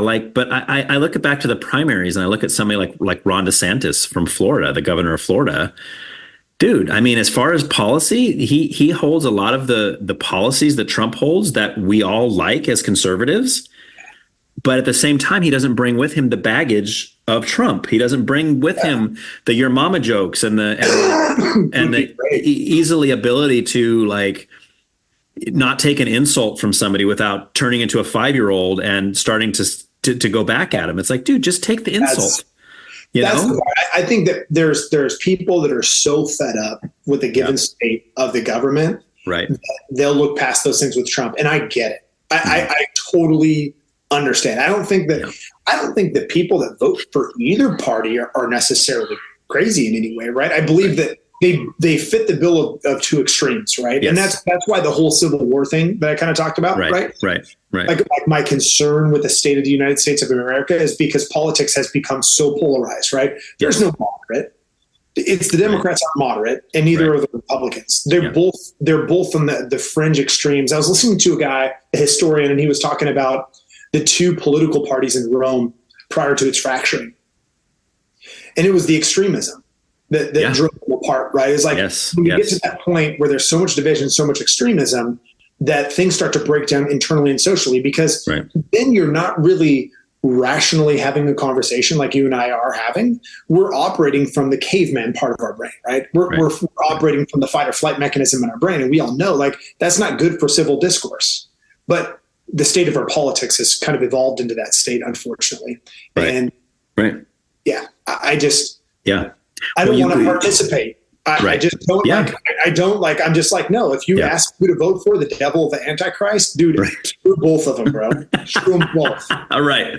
That's exactly. That's like interesting way to put it. And I think that a lot of the country has gotten jaded, and it's sad because I think there are those on the far right that are extremists. There are those on the far left that are extremists.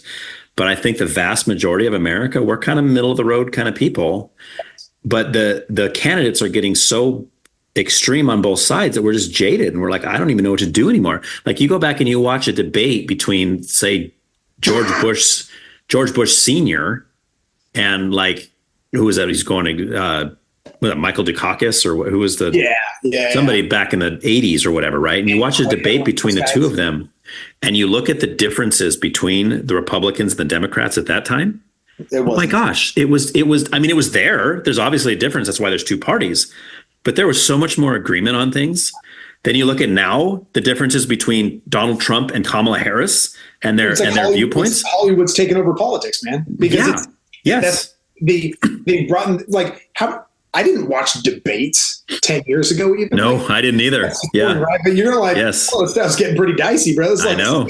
Right? You know, I'm going to watch this, and then I'm going to observe both of them. I'm going to go, whoa, like it's brought more attention. I hope more of the middle shows, because the reality is for the middle America, just in generally speaking, not physically middle, but just middle America, right? Not on either extreme.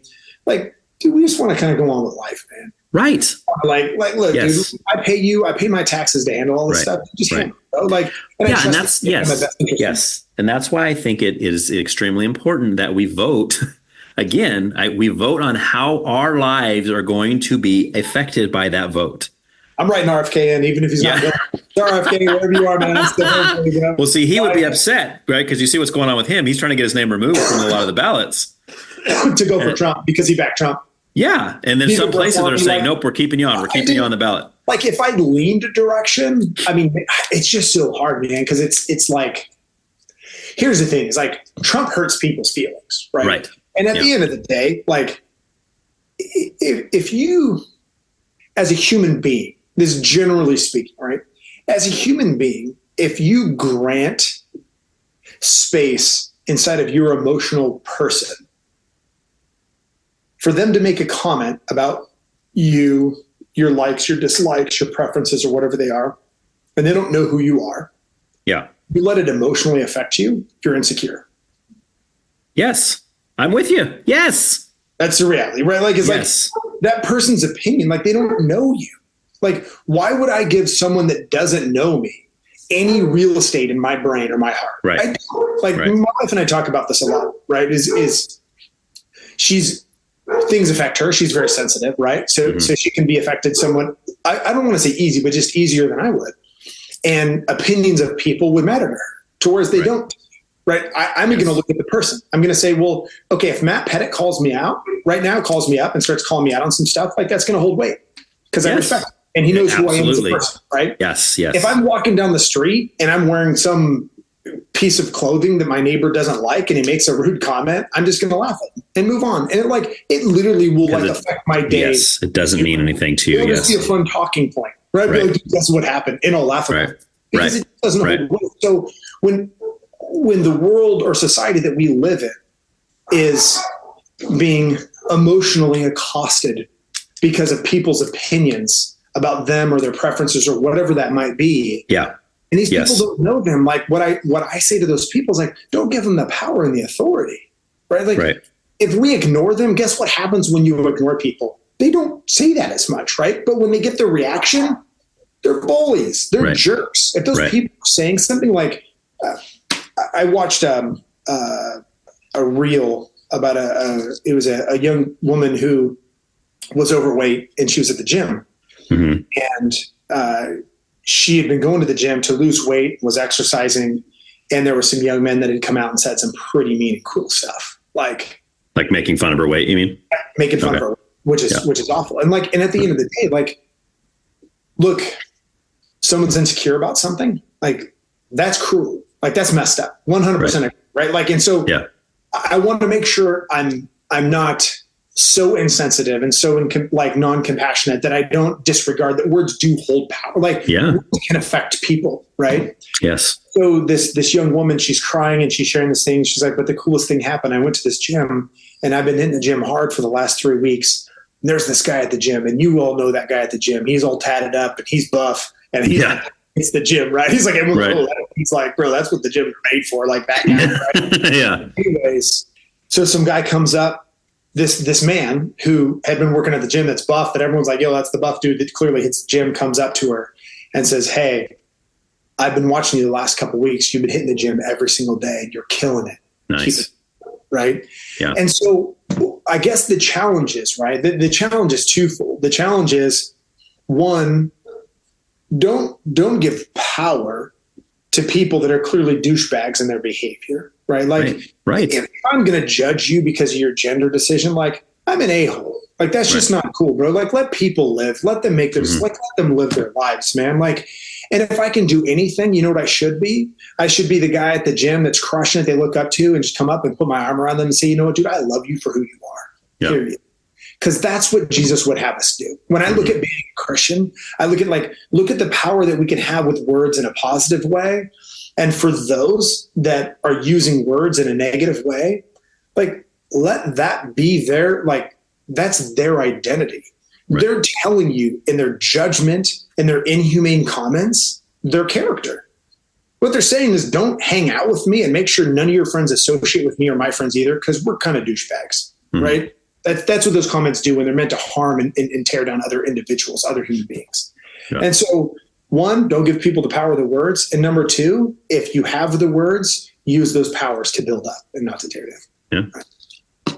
That's good motivational speech, man. Yeah, anytime, man, for sure. That's beautiful. Available. All right, man. I won't keep you too much longer here. About, 45 or so. That's all, man. It's been great. Yeah, it's fun. Isn't it fun? I have a blast doing it. So absolutely. And the time just flies by. It's like, dang, we've been doing this how long now? So some good stuff. Yeah, we've covered a lot of music, man. I'm looking forward to it. All right, cool. All right, well, let's hit it. I know obviously you're like me. Your musical has probably gone, all over the place. You probably listen to stuff different now than maybe you did in your weed smoking, rebellious days. So I guess I like to start at the very beginning and just kind of what's the first time you remember enjoying a song or a band or an artist, or, this first time you're like, oh, I like that. Dude, was that too gangster rap, bro? And I was like, okay. Yeah, dude. Nice. Yeah, for sure. That was NWA. Yeah. Yeah, for sure. That was kind of my first. That was when I got into music, I would say. was kind of at that time. Unfortunately, I mean, it was an interesting time in the world back in the 90s. Right. Early 90s. Okay. So what would that have been like straight out of Compton or 100 Miles and Running or? All of that. Okay. And then probably Wu-Tang Clan. Like when I really got into music, it was more probably Wu-Tang Clan. I like the message. Okay. Kind of like the lyrical and then the beats. It was really different. Like that East Coast, how they were weaving different lyrics. Yeah. And it was much, much different than what I was used to listening to kind of the West Coast. Oh, totally different sound. Yeah. Yeah. And for me, I was always more of a West Coast guy, but there are certain East Coast like Nas. Like Nas is amazing. Like it's like there's certain, but I would say mostly when it comes to hip hop, it's West Coast that I'm a fan of. But yeah, it was. I like both. I liked all of it, man. I mean, from like Mob, which was East Coast. You ever yeah, dude, for sure. Yeah. Ones, you know, like that's. I used to listen to that because that was my jam. That was my mentality. Right. And so, and then of course Biggie, do Tupac. One of the one of the most brilliant songwriters. Right. And just evoking emotion. Yes. Yeah, Tupac was one of a kind when it comes to that, for sure. I think he was a pioneer of a certain style and, conscious rap, maybe they call it. Or I know he wasn't the first one to do that, but I think he kind of capitalized on it. I listened to A Tribe Called Quest. Oh, nice. Yep, nice. Do A Tribe Called Quest. Yeah, I was just listening to that the other day. I was listening to the Midnight Marauders album. Oh, bro, that album, legendary, dude. Yeah. Sure. Oh, yeah. That's a good one. Midnight Marauders, man. Oh my gosh. What's amazing? Here's the things. Music, it just like smells, right? They evoke memories. Yes.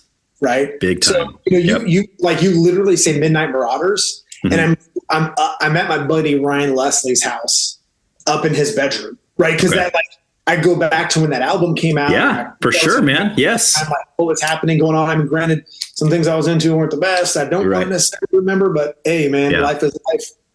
And music is powerful. Yeah. So as a family, we'll create I'll pick certain songs that we've never heard before that I intentionally re-listen to on the first time on a road trip so that we can then associate that road trip with something. Oh, nice. Live, right. So we man, the family, we've had a few different trips and there's just songs that we have that it's like, oh my gosh, this is when we were in Utah. That's so cool. Yeah. Well, if you're in Utah, you can only listen to the Mormon Tabernacle Choir. That's all you're allowed to listen to in Utah. That is not my jam, bro. That is not, I will pass the Mormon Tabernacle.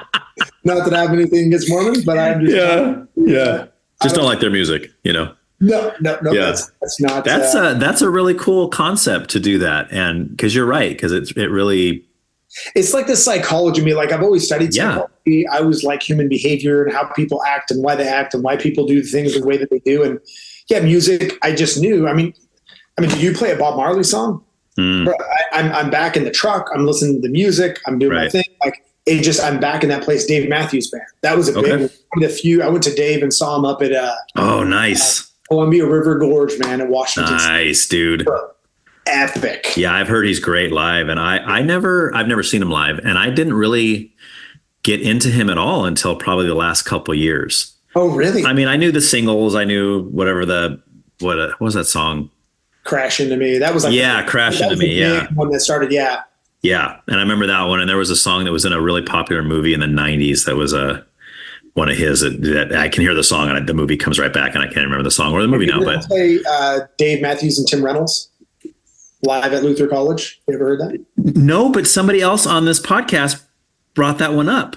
Dude, that's a pretty epic album. That's what they told me, and I haven't listened to it yet. If you like instruments and you're a musician, I mean, that's the thing is like Dave, if you appreciate music and instruments and just the genius of blending melodies and rhythms, and he could take me emotionally on a roller coaster in one song.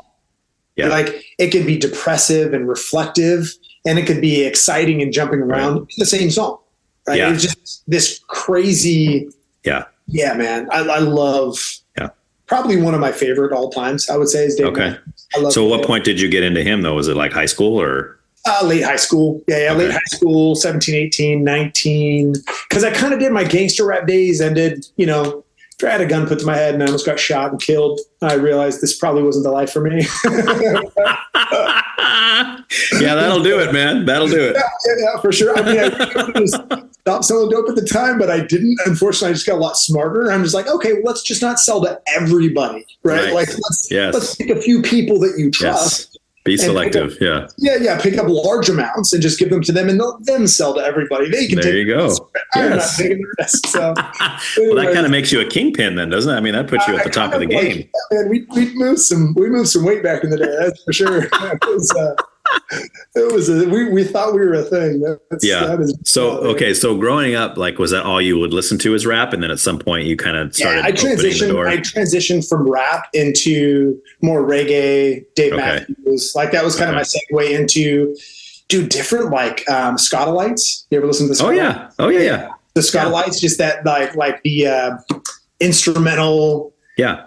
I was really into the energy of it. Like the energy of the music, I would say it's probably like I've always connected with my emotional state of being and what music provides. It's still to this day, it still reflects like in the worship music that I listen to. Sure. Yeah. That like deep meditative state. Like people talk like, what's my favorite part? Like my relationship with God, like where I draw really deep, man. It's one-on-one worship when I'm just listening to music and I'm in the car and I'm just driving. Yeah. And you can say the lyrics of the song. Yeah. And it comes from the deepest part of your soul. Right. Like when you're in that, like that state, like that prayerful state of worship there's nothing about it. So do you see a difference because I mean, I know I personally have noticed a difference in some of the songs that we sing in church now, as opposed to 20 years ago when I first got saved, and we go and we're at Calvary Chapel again. Like we were gone for a while and now we've been back at Calvary for like 2 years. So we're literally back at the same church that we were, big difference, right? Okay.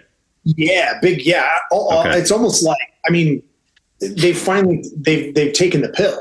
They're like, oh, hey, maybe if I believe there's like, I don't want to say a lot more. I mean, it's kind of like, I don't want to cut the Christian music scene. Yeah. But it just seemed like, I don't know if it wasn't the talent level wasn't there, but it's almost like the church didn't allow it. Right. Yeah. Like to a certain extent of like what instruments they allowed and what beats, what they didn't allow or any of that kind of stuff. I want to paint a picture. It was very simple. It was very repetitive 20 years ago. It was the same words. Like one of my favorite worship songs back in the day, This Is the Air I Breathe. Oh, good one. Was that Matt Redman, I think? Or? Like 7 sentences in that song. It's just repetitive. It's very easy. Right. It can get you in a very deep meditative state. Right. So I remember that song in particular because I had a really profound experience while worshiping to that song. Right. Mm-hmm. Now I'm going to have to say that for me personally, those are the kind of, and I love that song. Don't get me wrong. I do like that song because of what the words are, but there's certain songs that it's the repetition that bothers me.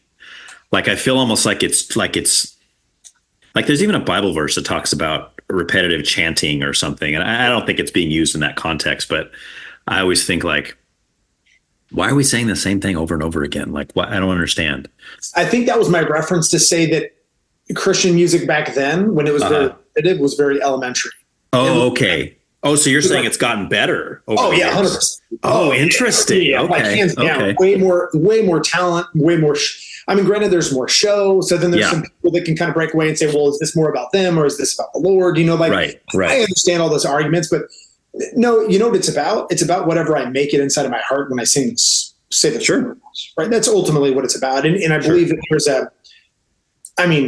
if you ask Billy Bob, who strums the guitar every once in a while, to come up and lead worship, or you contact Maverick City and say, hey man, can you come lead worship, bro? Like Maverick City plays like Billy Bob. Hey, you're cool, bro. And that's cool for like, the kindergarten Sunday school to like strum a guitar too, if that's what it is. But no, dude, I'm voting Maverick City ever.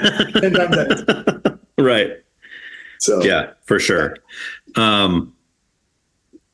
So for me, I'm really analytical, and I'm really I'm kind of a skeptic with a lot of things, and my mind just works a certain way, and it's to my detriment in a lot of different aspects of my life, for sure. So I struggle with a lot of the worship lyrics that we sing today. And well, because I feel like we say weird things like, give me an example. Like what? Well, so recently, like there's certain songs where the words, I'm not going to get this spot on, but there's words that are similar to things like, Lord, we invite you here. Yeah.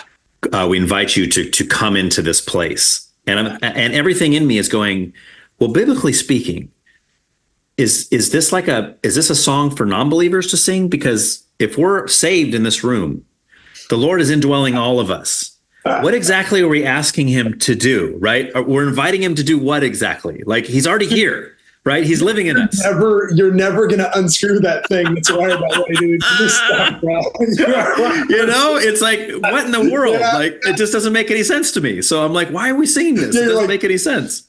This isn't rational. Like, I'm trying to worship, but you're being irrational with my brain. Right. And I know I know. And it's like I said, it can be a detriment because I should be focused on the Lord, but I just can't.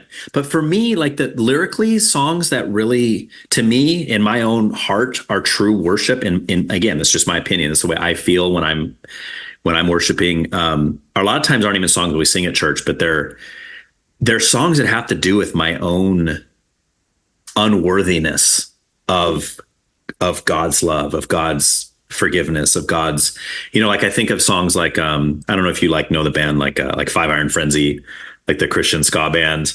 I don't know. Okay. It sounds familiar. Yeah. They were pretty popular like in the 90s and early 2000s, in Christian circles anyway.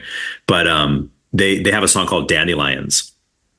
And it's one of my favorite songs of all time because the whole thing is about how, I'll be brief, but I mean, the first stanza is like this little boy brings all these dandelions to his mom.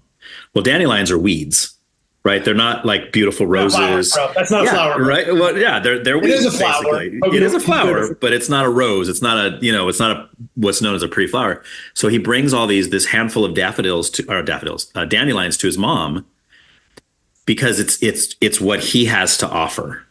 It's garbage, but it's what he has to offer, and she looks at it. And she sees something beautiful, right? And then the next stanza goes into this whole thing about making it about our relationship with God. And it says, you see flowers in these weeds. Like I am nothing good. I am not worthy of your love at all. Yet you're giving it to me. You are treating me as if I am worthy of your love when I'm not, right? Those are the kind of stuff that breaks me down. Those are the songs that really minister to me. And maybe you can't call it a worship song per se, but that's when I feel closest to the Lord because I really start to ponder, wow, he possesses a love that I can never fathom. You know what I mean? Asbury's song Kind. Have you heard that? Which one? Corey Asbury, his song Kind. Oh, I don't know, dude. I know the name. I know Corey Asbury. In the context of what we're talking about, dude, it will wreck you. Okay, cool. I'm writing it down. If you go to those places, if you go to those kind of emotional places, and yes, which I can relate to, right? It's twofold for me, right? Like one of them, 100%. Like there is this aspect of my being and coming before the Lord that I know that I'm not worthy, right? Yeah. Yet at the other end of the spectrum, right? And this is where I think God is also calling us to, right? In our kingship. Right. In kingship, there's a level of confidence. There's a level of boldness that comes along with that kingship. And there also comes along like the strength and power that God bestows upon us as believers, right? As light bearers of the Holy Spirit, right? To not mope our way in the Holy Spirit, right? But to hold that, it's like this, it's kind of this dichotomy between two worlds, right? Like for sure. This part of us that's 100%, I don't feel worthy. Right. I don't like when I look at humanity and I look at the deepest part of me, like I'm not worth it. Right.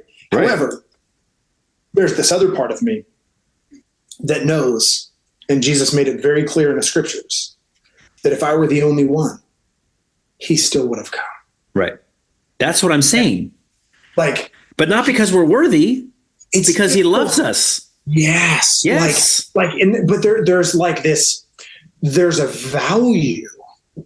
And what we are also, like, we're not just trash. Right. We are also sons of the King, right? We're children of the king, right? And the fear, I think, in Christian circles is that when we move into that space, right, there's a fine line between being egocentric and confident. It's a very fine line. And you have to be really careful, right? To come into a scenario and say, no, dude, I'm going to freaking crush this. Like, I'm it. I'm freaking him. And let's get done, right? I'm the best one of God's children. Yeah, I am him right now, right? Now, if I'm comparing myself to somebody else, I'm not going to say that, right? But if you came and threatened my family, you better believe I'm him, right? Because I'm going to show up. Like, things going down, right? So I'm going to be that guy because I got to be that guy, right? Right. In the moment.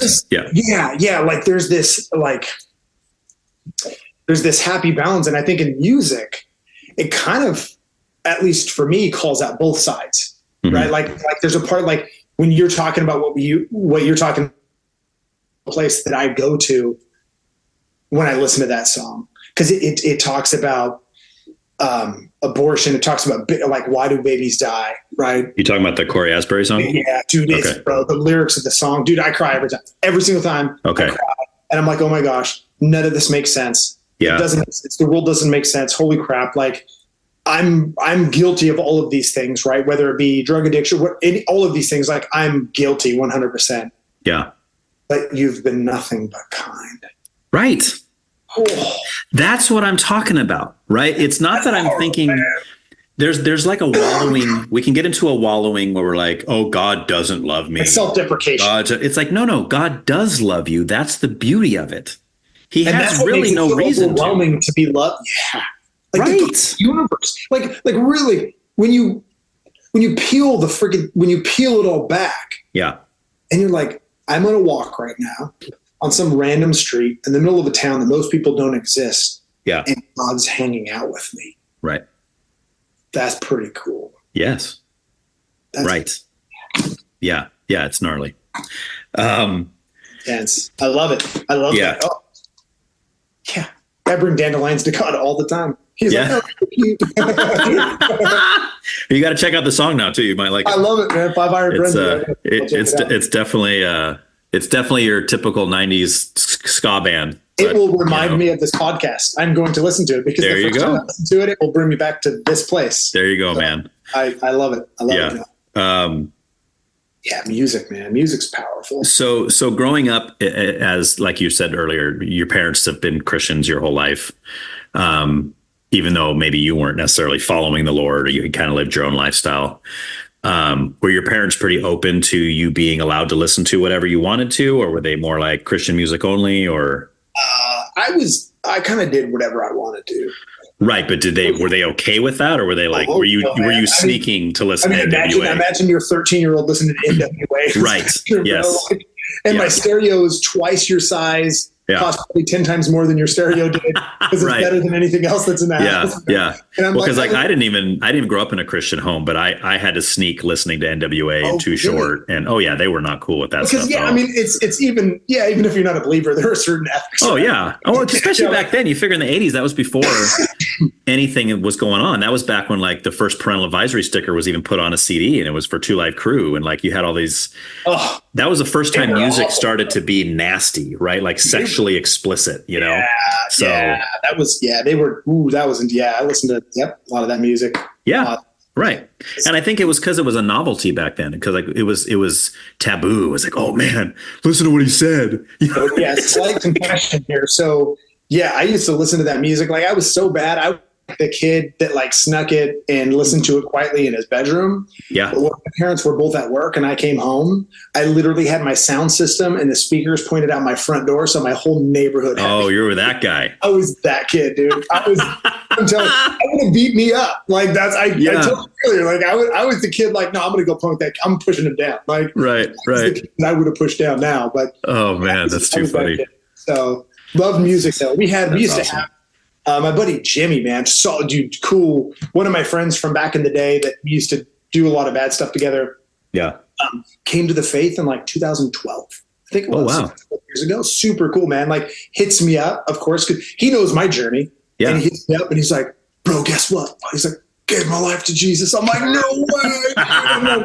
He was going, I think he was at like Calvary Chapel he was down in the LA area. Are you talking about Jimmy Wall? Yeah, dude.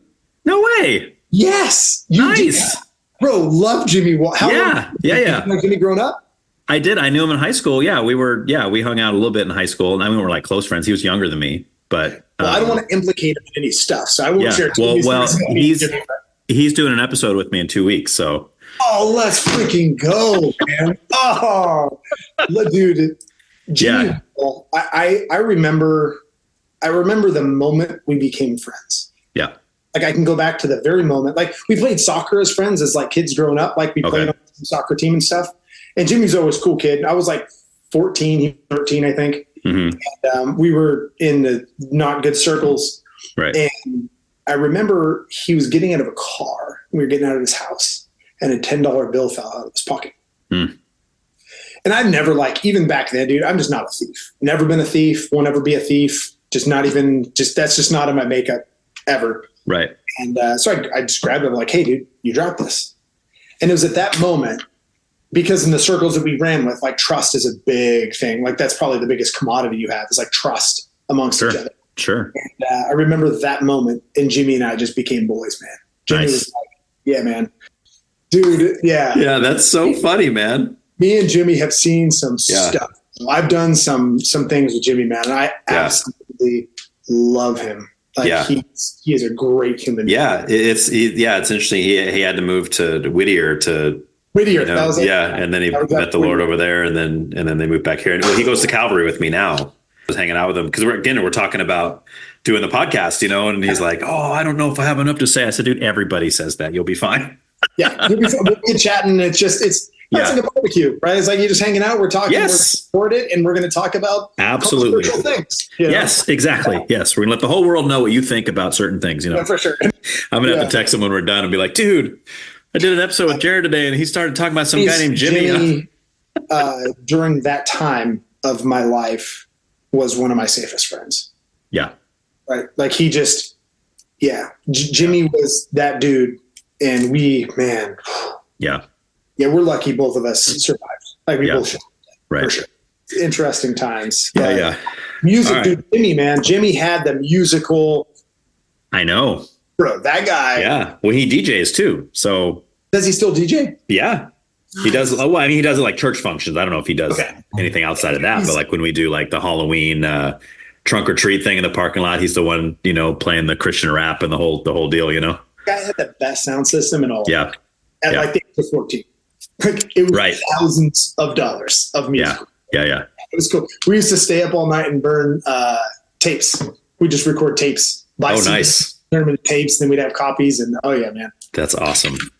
Good stuff. That's so awesome. All right. This will be the last thing. We'll end on this. I don't know how long this will take, but this will end on this. If you could give me, and this might be hard. This is hard for some, not so hard for others, but like a top 5 favorite musical artists of all time, whether it's a band or a singer or it's kind of hard because it has to, for me, these, my answer to these are like more, they're bands and artists that mean something more to me than just like, oh, I like that song or, I don't, it's hard. Like, cause I would put Dave in the 5, but I don't know. Like, that's the thing. It's like, I don't even really listen to Dave Matthews Band anymore. Like if I'm not listening to a podcast or listening to a book or studying for school, I'm listening to worship music most of the time. Right. I'm listening to something warm and fuzzy, something to make. Well, it doesn't have to be like right now something you actively listen to, but obviously if something was your favorite, just of all time, dude, Dave's in that category for sure. Dave Matthews Band, absolutely. Bob Marley, dude, hands down. Bob's a legend, dude. Bob, I will listen. I still listen to Bob. Yeah, me too.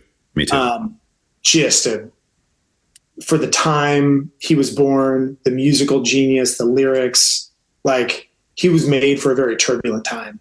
Yeah. And unfortunately his life was cut short. Right. Just amazing. Hey, let me ask you something, because I don't know if I just like had some weird like vision or something. There was a time, like, how long ago was it now? If I had to guess, maybe 7-8 years ago, there was some news report about how they found some homeless guy that had died, and they said it was him. Wait, what? Yes. I remember seeing this somewhere, and I can't find it now. And so again, I think it was either like some kind of like fake news thing, or it was like a joke, maybe. I thought he died of like cancer or something like that. Yeah, like in 1980 or something. Yeah, right? yeah, it was like late 80s or something. Yeah, but this was like mid 2000s, maybe. Yeah, no, late 2000s. Sounds to me like the Tupac sighting. Right. Yeah, but the story was saying that this homeless guy had died, and that was him, and then he had faked the death originally. And then, but he was homeless and he was like living or whatever. And I was like, dude, what? Like, but it sounded legit. Like it didn't sound fake. Like it sounded like the real deal. But then I never heard anything about it again. I'm thinking, if that was real, you would have heard about that more. Like that would have been a huge news story, right? So I'm guessing, no, you never heard that. Never heard that. No, Bob's been dead since when I found out Bob was dead. Yeah, I was gonna say Bob's been dead since I started listening to him. He was already dead at that point. Music wasn't even a thing for me, and Bob had already passed away. Yeah, yeah. Worship music, maybe go back to like Bethel. Okay. I feel like Bethel was kind of like the forerunner for your elevation worship, and then of course Jesus culture, Jesus culture. Maybe I can put Hillsong in that same category as Bethel, right? Because they're kind of like, you're picking all the controversial worship stuff, dude. Oh, yeah, for sure, dude. Just rock the boat, bro. Just because it does something bad doesn't, you know what I'm saying? Yeah. Dude, I like bucket list item, listen to Hillsong live worship. Okay. Like that's a bucket list item for me, for sure. Matty Crocker, loved worship. Is Matty Crocker still? I know one of them kind of like fell away from the faith. And I don't even know who that is. Oh, dude, amazing worship leader for Hillsong. Wrote a bunch of music. He's the Hillsong guy that wasn't the name of the guy from Hillsong that deconstructed. No. Yeah, there was a guy that like just Marty something. Yeah, that sounds familiar. I think. Yeah, because I heard him. He was on a podcast I was listening to, and he was talking about his deconstruction. Yeah. But I forgot his name. Yeah, Hillsong, absolutely love Bethel. Okay. Bethel, man. Like I think that, them, Jesus culture, kind of gave away elevation worship, kind of took their own, kind of sprung out of that. That's the Stephen Furtick. Yeah, Stephen Furtick. Right? Yeah, his music. I love Elevation, man. I really love Chris Brown's the main worship leader. Okay. There's another guy. What is his name? He went on his own. Anyways, phenomenal. Yeah, and then Maverick City probably now. I feel like Maverick City's kind of the ones that have. Yeah. That's another one that was controversial. That's great, dude. Hey, fill me in on any of them. I just listen to their worship music, so I listen to the music, and then the lyrics behind it, and I just vibe, man. To that stuff. So tell me the controversy. I don't even remember. I remember there was something with Hillsong. See, I don't remember any of these now. I shouldn't even be talking about it because I don't remember. But if you look it up, I know one of the guys from Maverick City. Oh, what was it he said? Oh my gosh, he said something very like. He held a belief that was very not biblical or something, it was pretty, if I remember correctly, it was pretty bad. Okay. But I don't remember what it was, dude. All right. Yeah. That's some research for you. You can look into it. Yep. Yeah. But I know like Hillsong, I know Bethel Music was another one. Like there was something either to do with a individual person involved with that or the group itself. I don't remember, but. And the departure of Dante Bowe. Dante Bowe announced that the singer Dante Bowe on pause. The group said that Bowe's behavior was inconsistent with their core values and beliefs. There you go. Some fans speculated that split was due to Bowe's social media posts and interviews, including praising rappers Bad Bunny and Lil Nas. Those guys are a little sus. Yeah. And dancing to songs with sexual lyrics. Well, I mean. Okay. Bowe later said that a nude photo he posted on Instagram was an accident. Ooh. So not doing that. I know you asked for it, but I'm not doing it here on this podcast. Hey, I don't know about you, but I've never accidentally posted a nude picture of myself. No, bro. Every time I've done that, it's been on purpose. I mean, for sure. There's nothing accidental about any of those things, man. For sure. My Pirates Cove experiences, dude, I went there for a reason. Yes. Exactly. Yeah, interesting. Dante Bowe. Okay, because I remember him.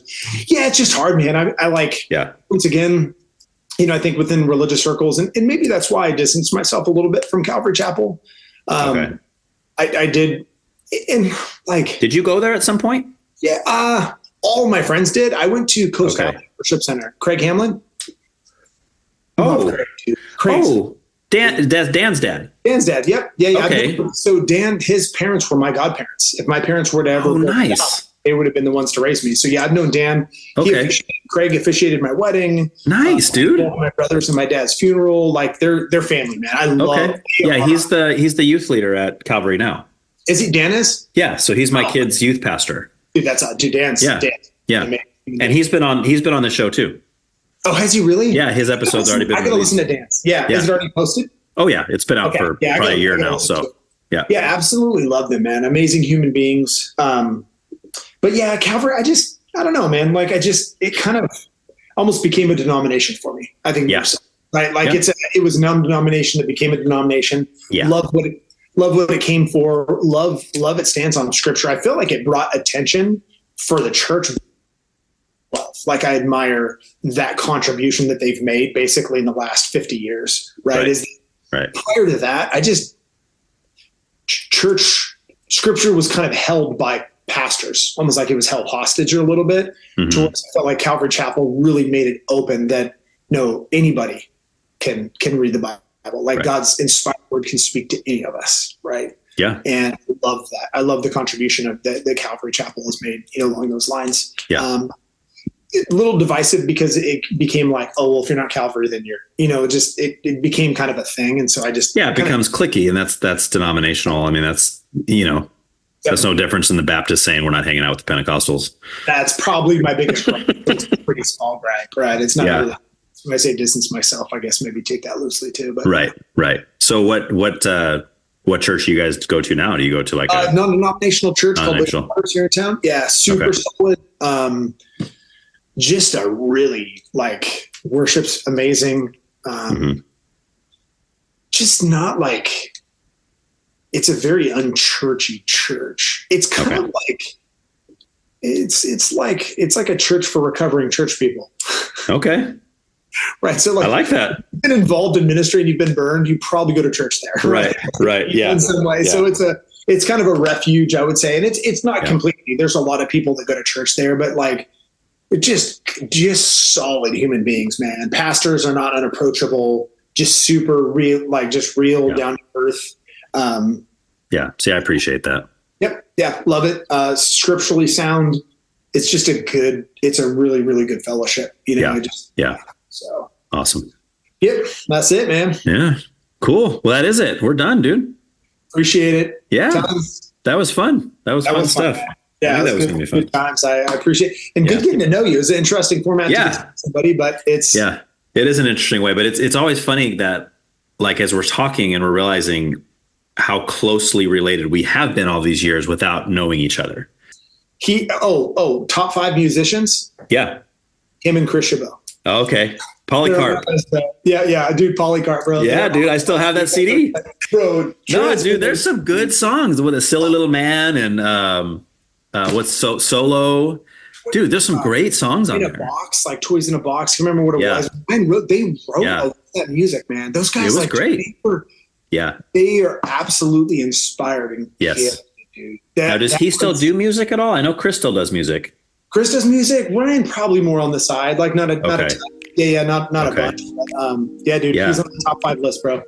Okay, 100%. I'll have to let him know, man. All right, dude. Sounds good, man. All right, dude. Thanks, man. Appreciate it. Yeah, right. You too, man. Take care. All right. We'll talk to you later. Bye. Thanks again for giving this podcast a listen. Please share it with everyone you know, since this is really the only way that people will hear about it. Please let me know what you think of this episode, or just the podcast in general, by contacting me at whycan'twetalkaboutthat@proton.me. Thanks. Until next time.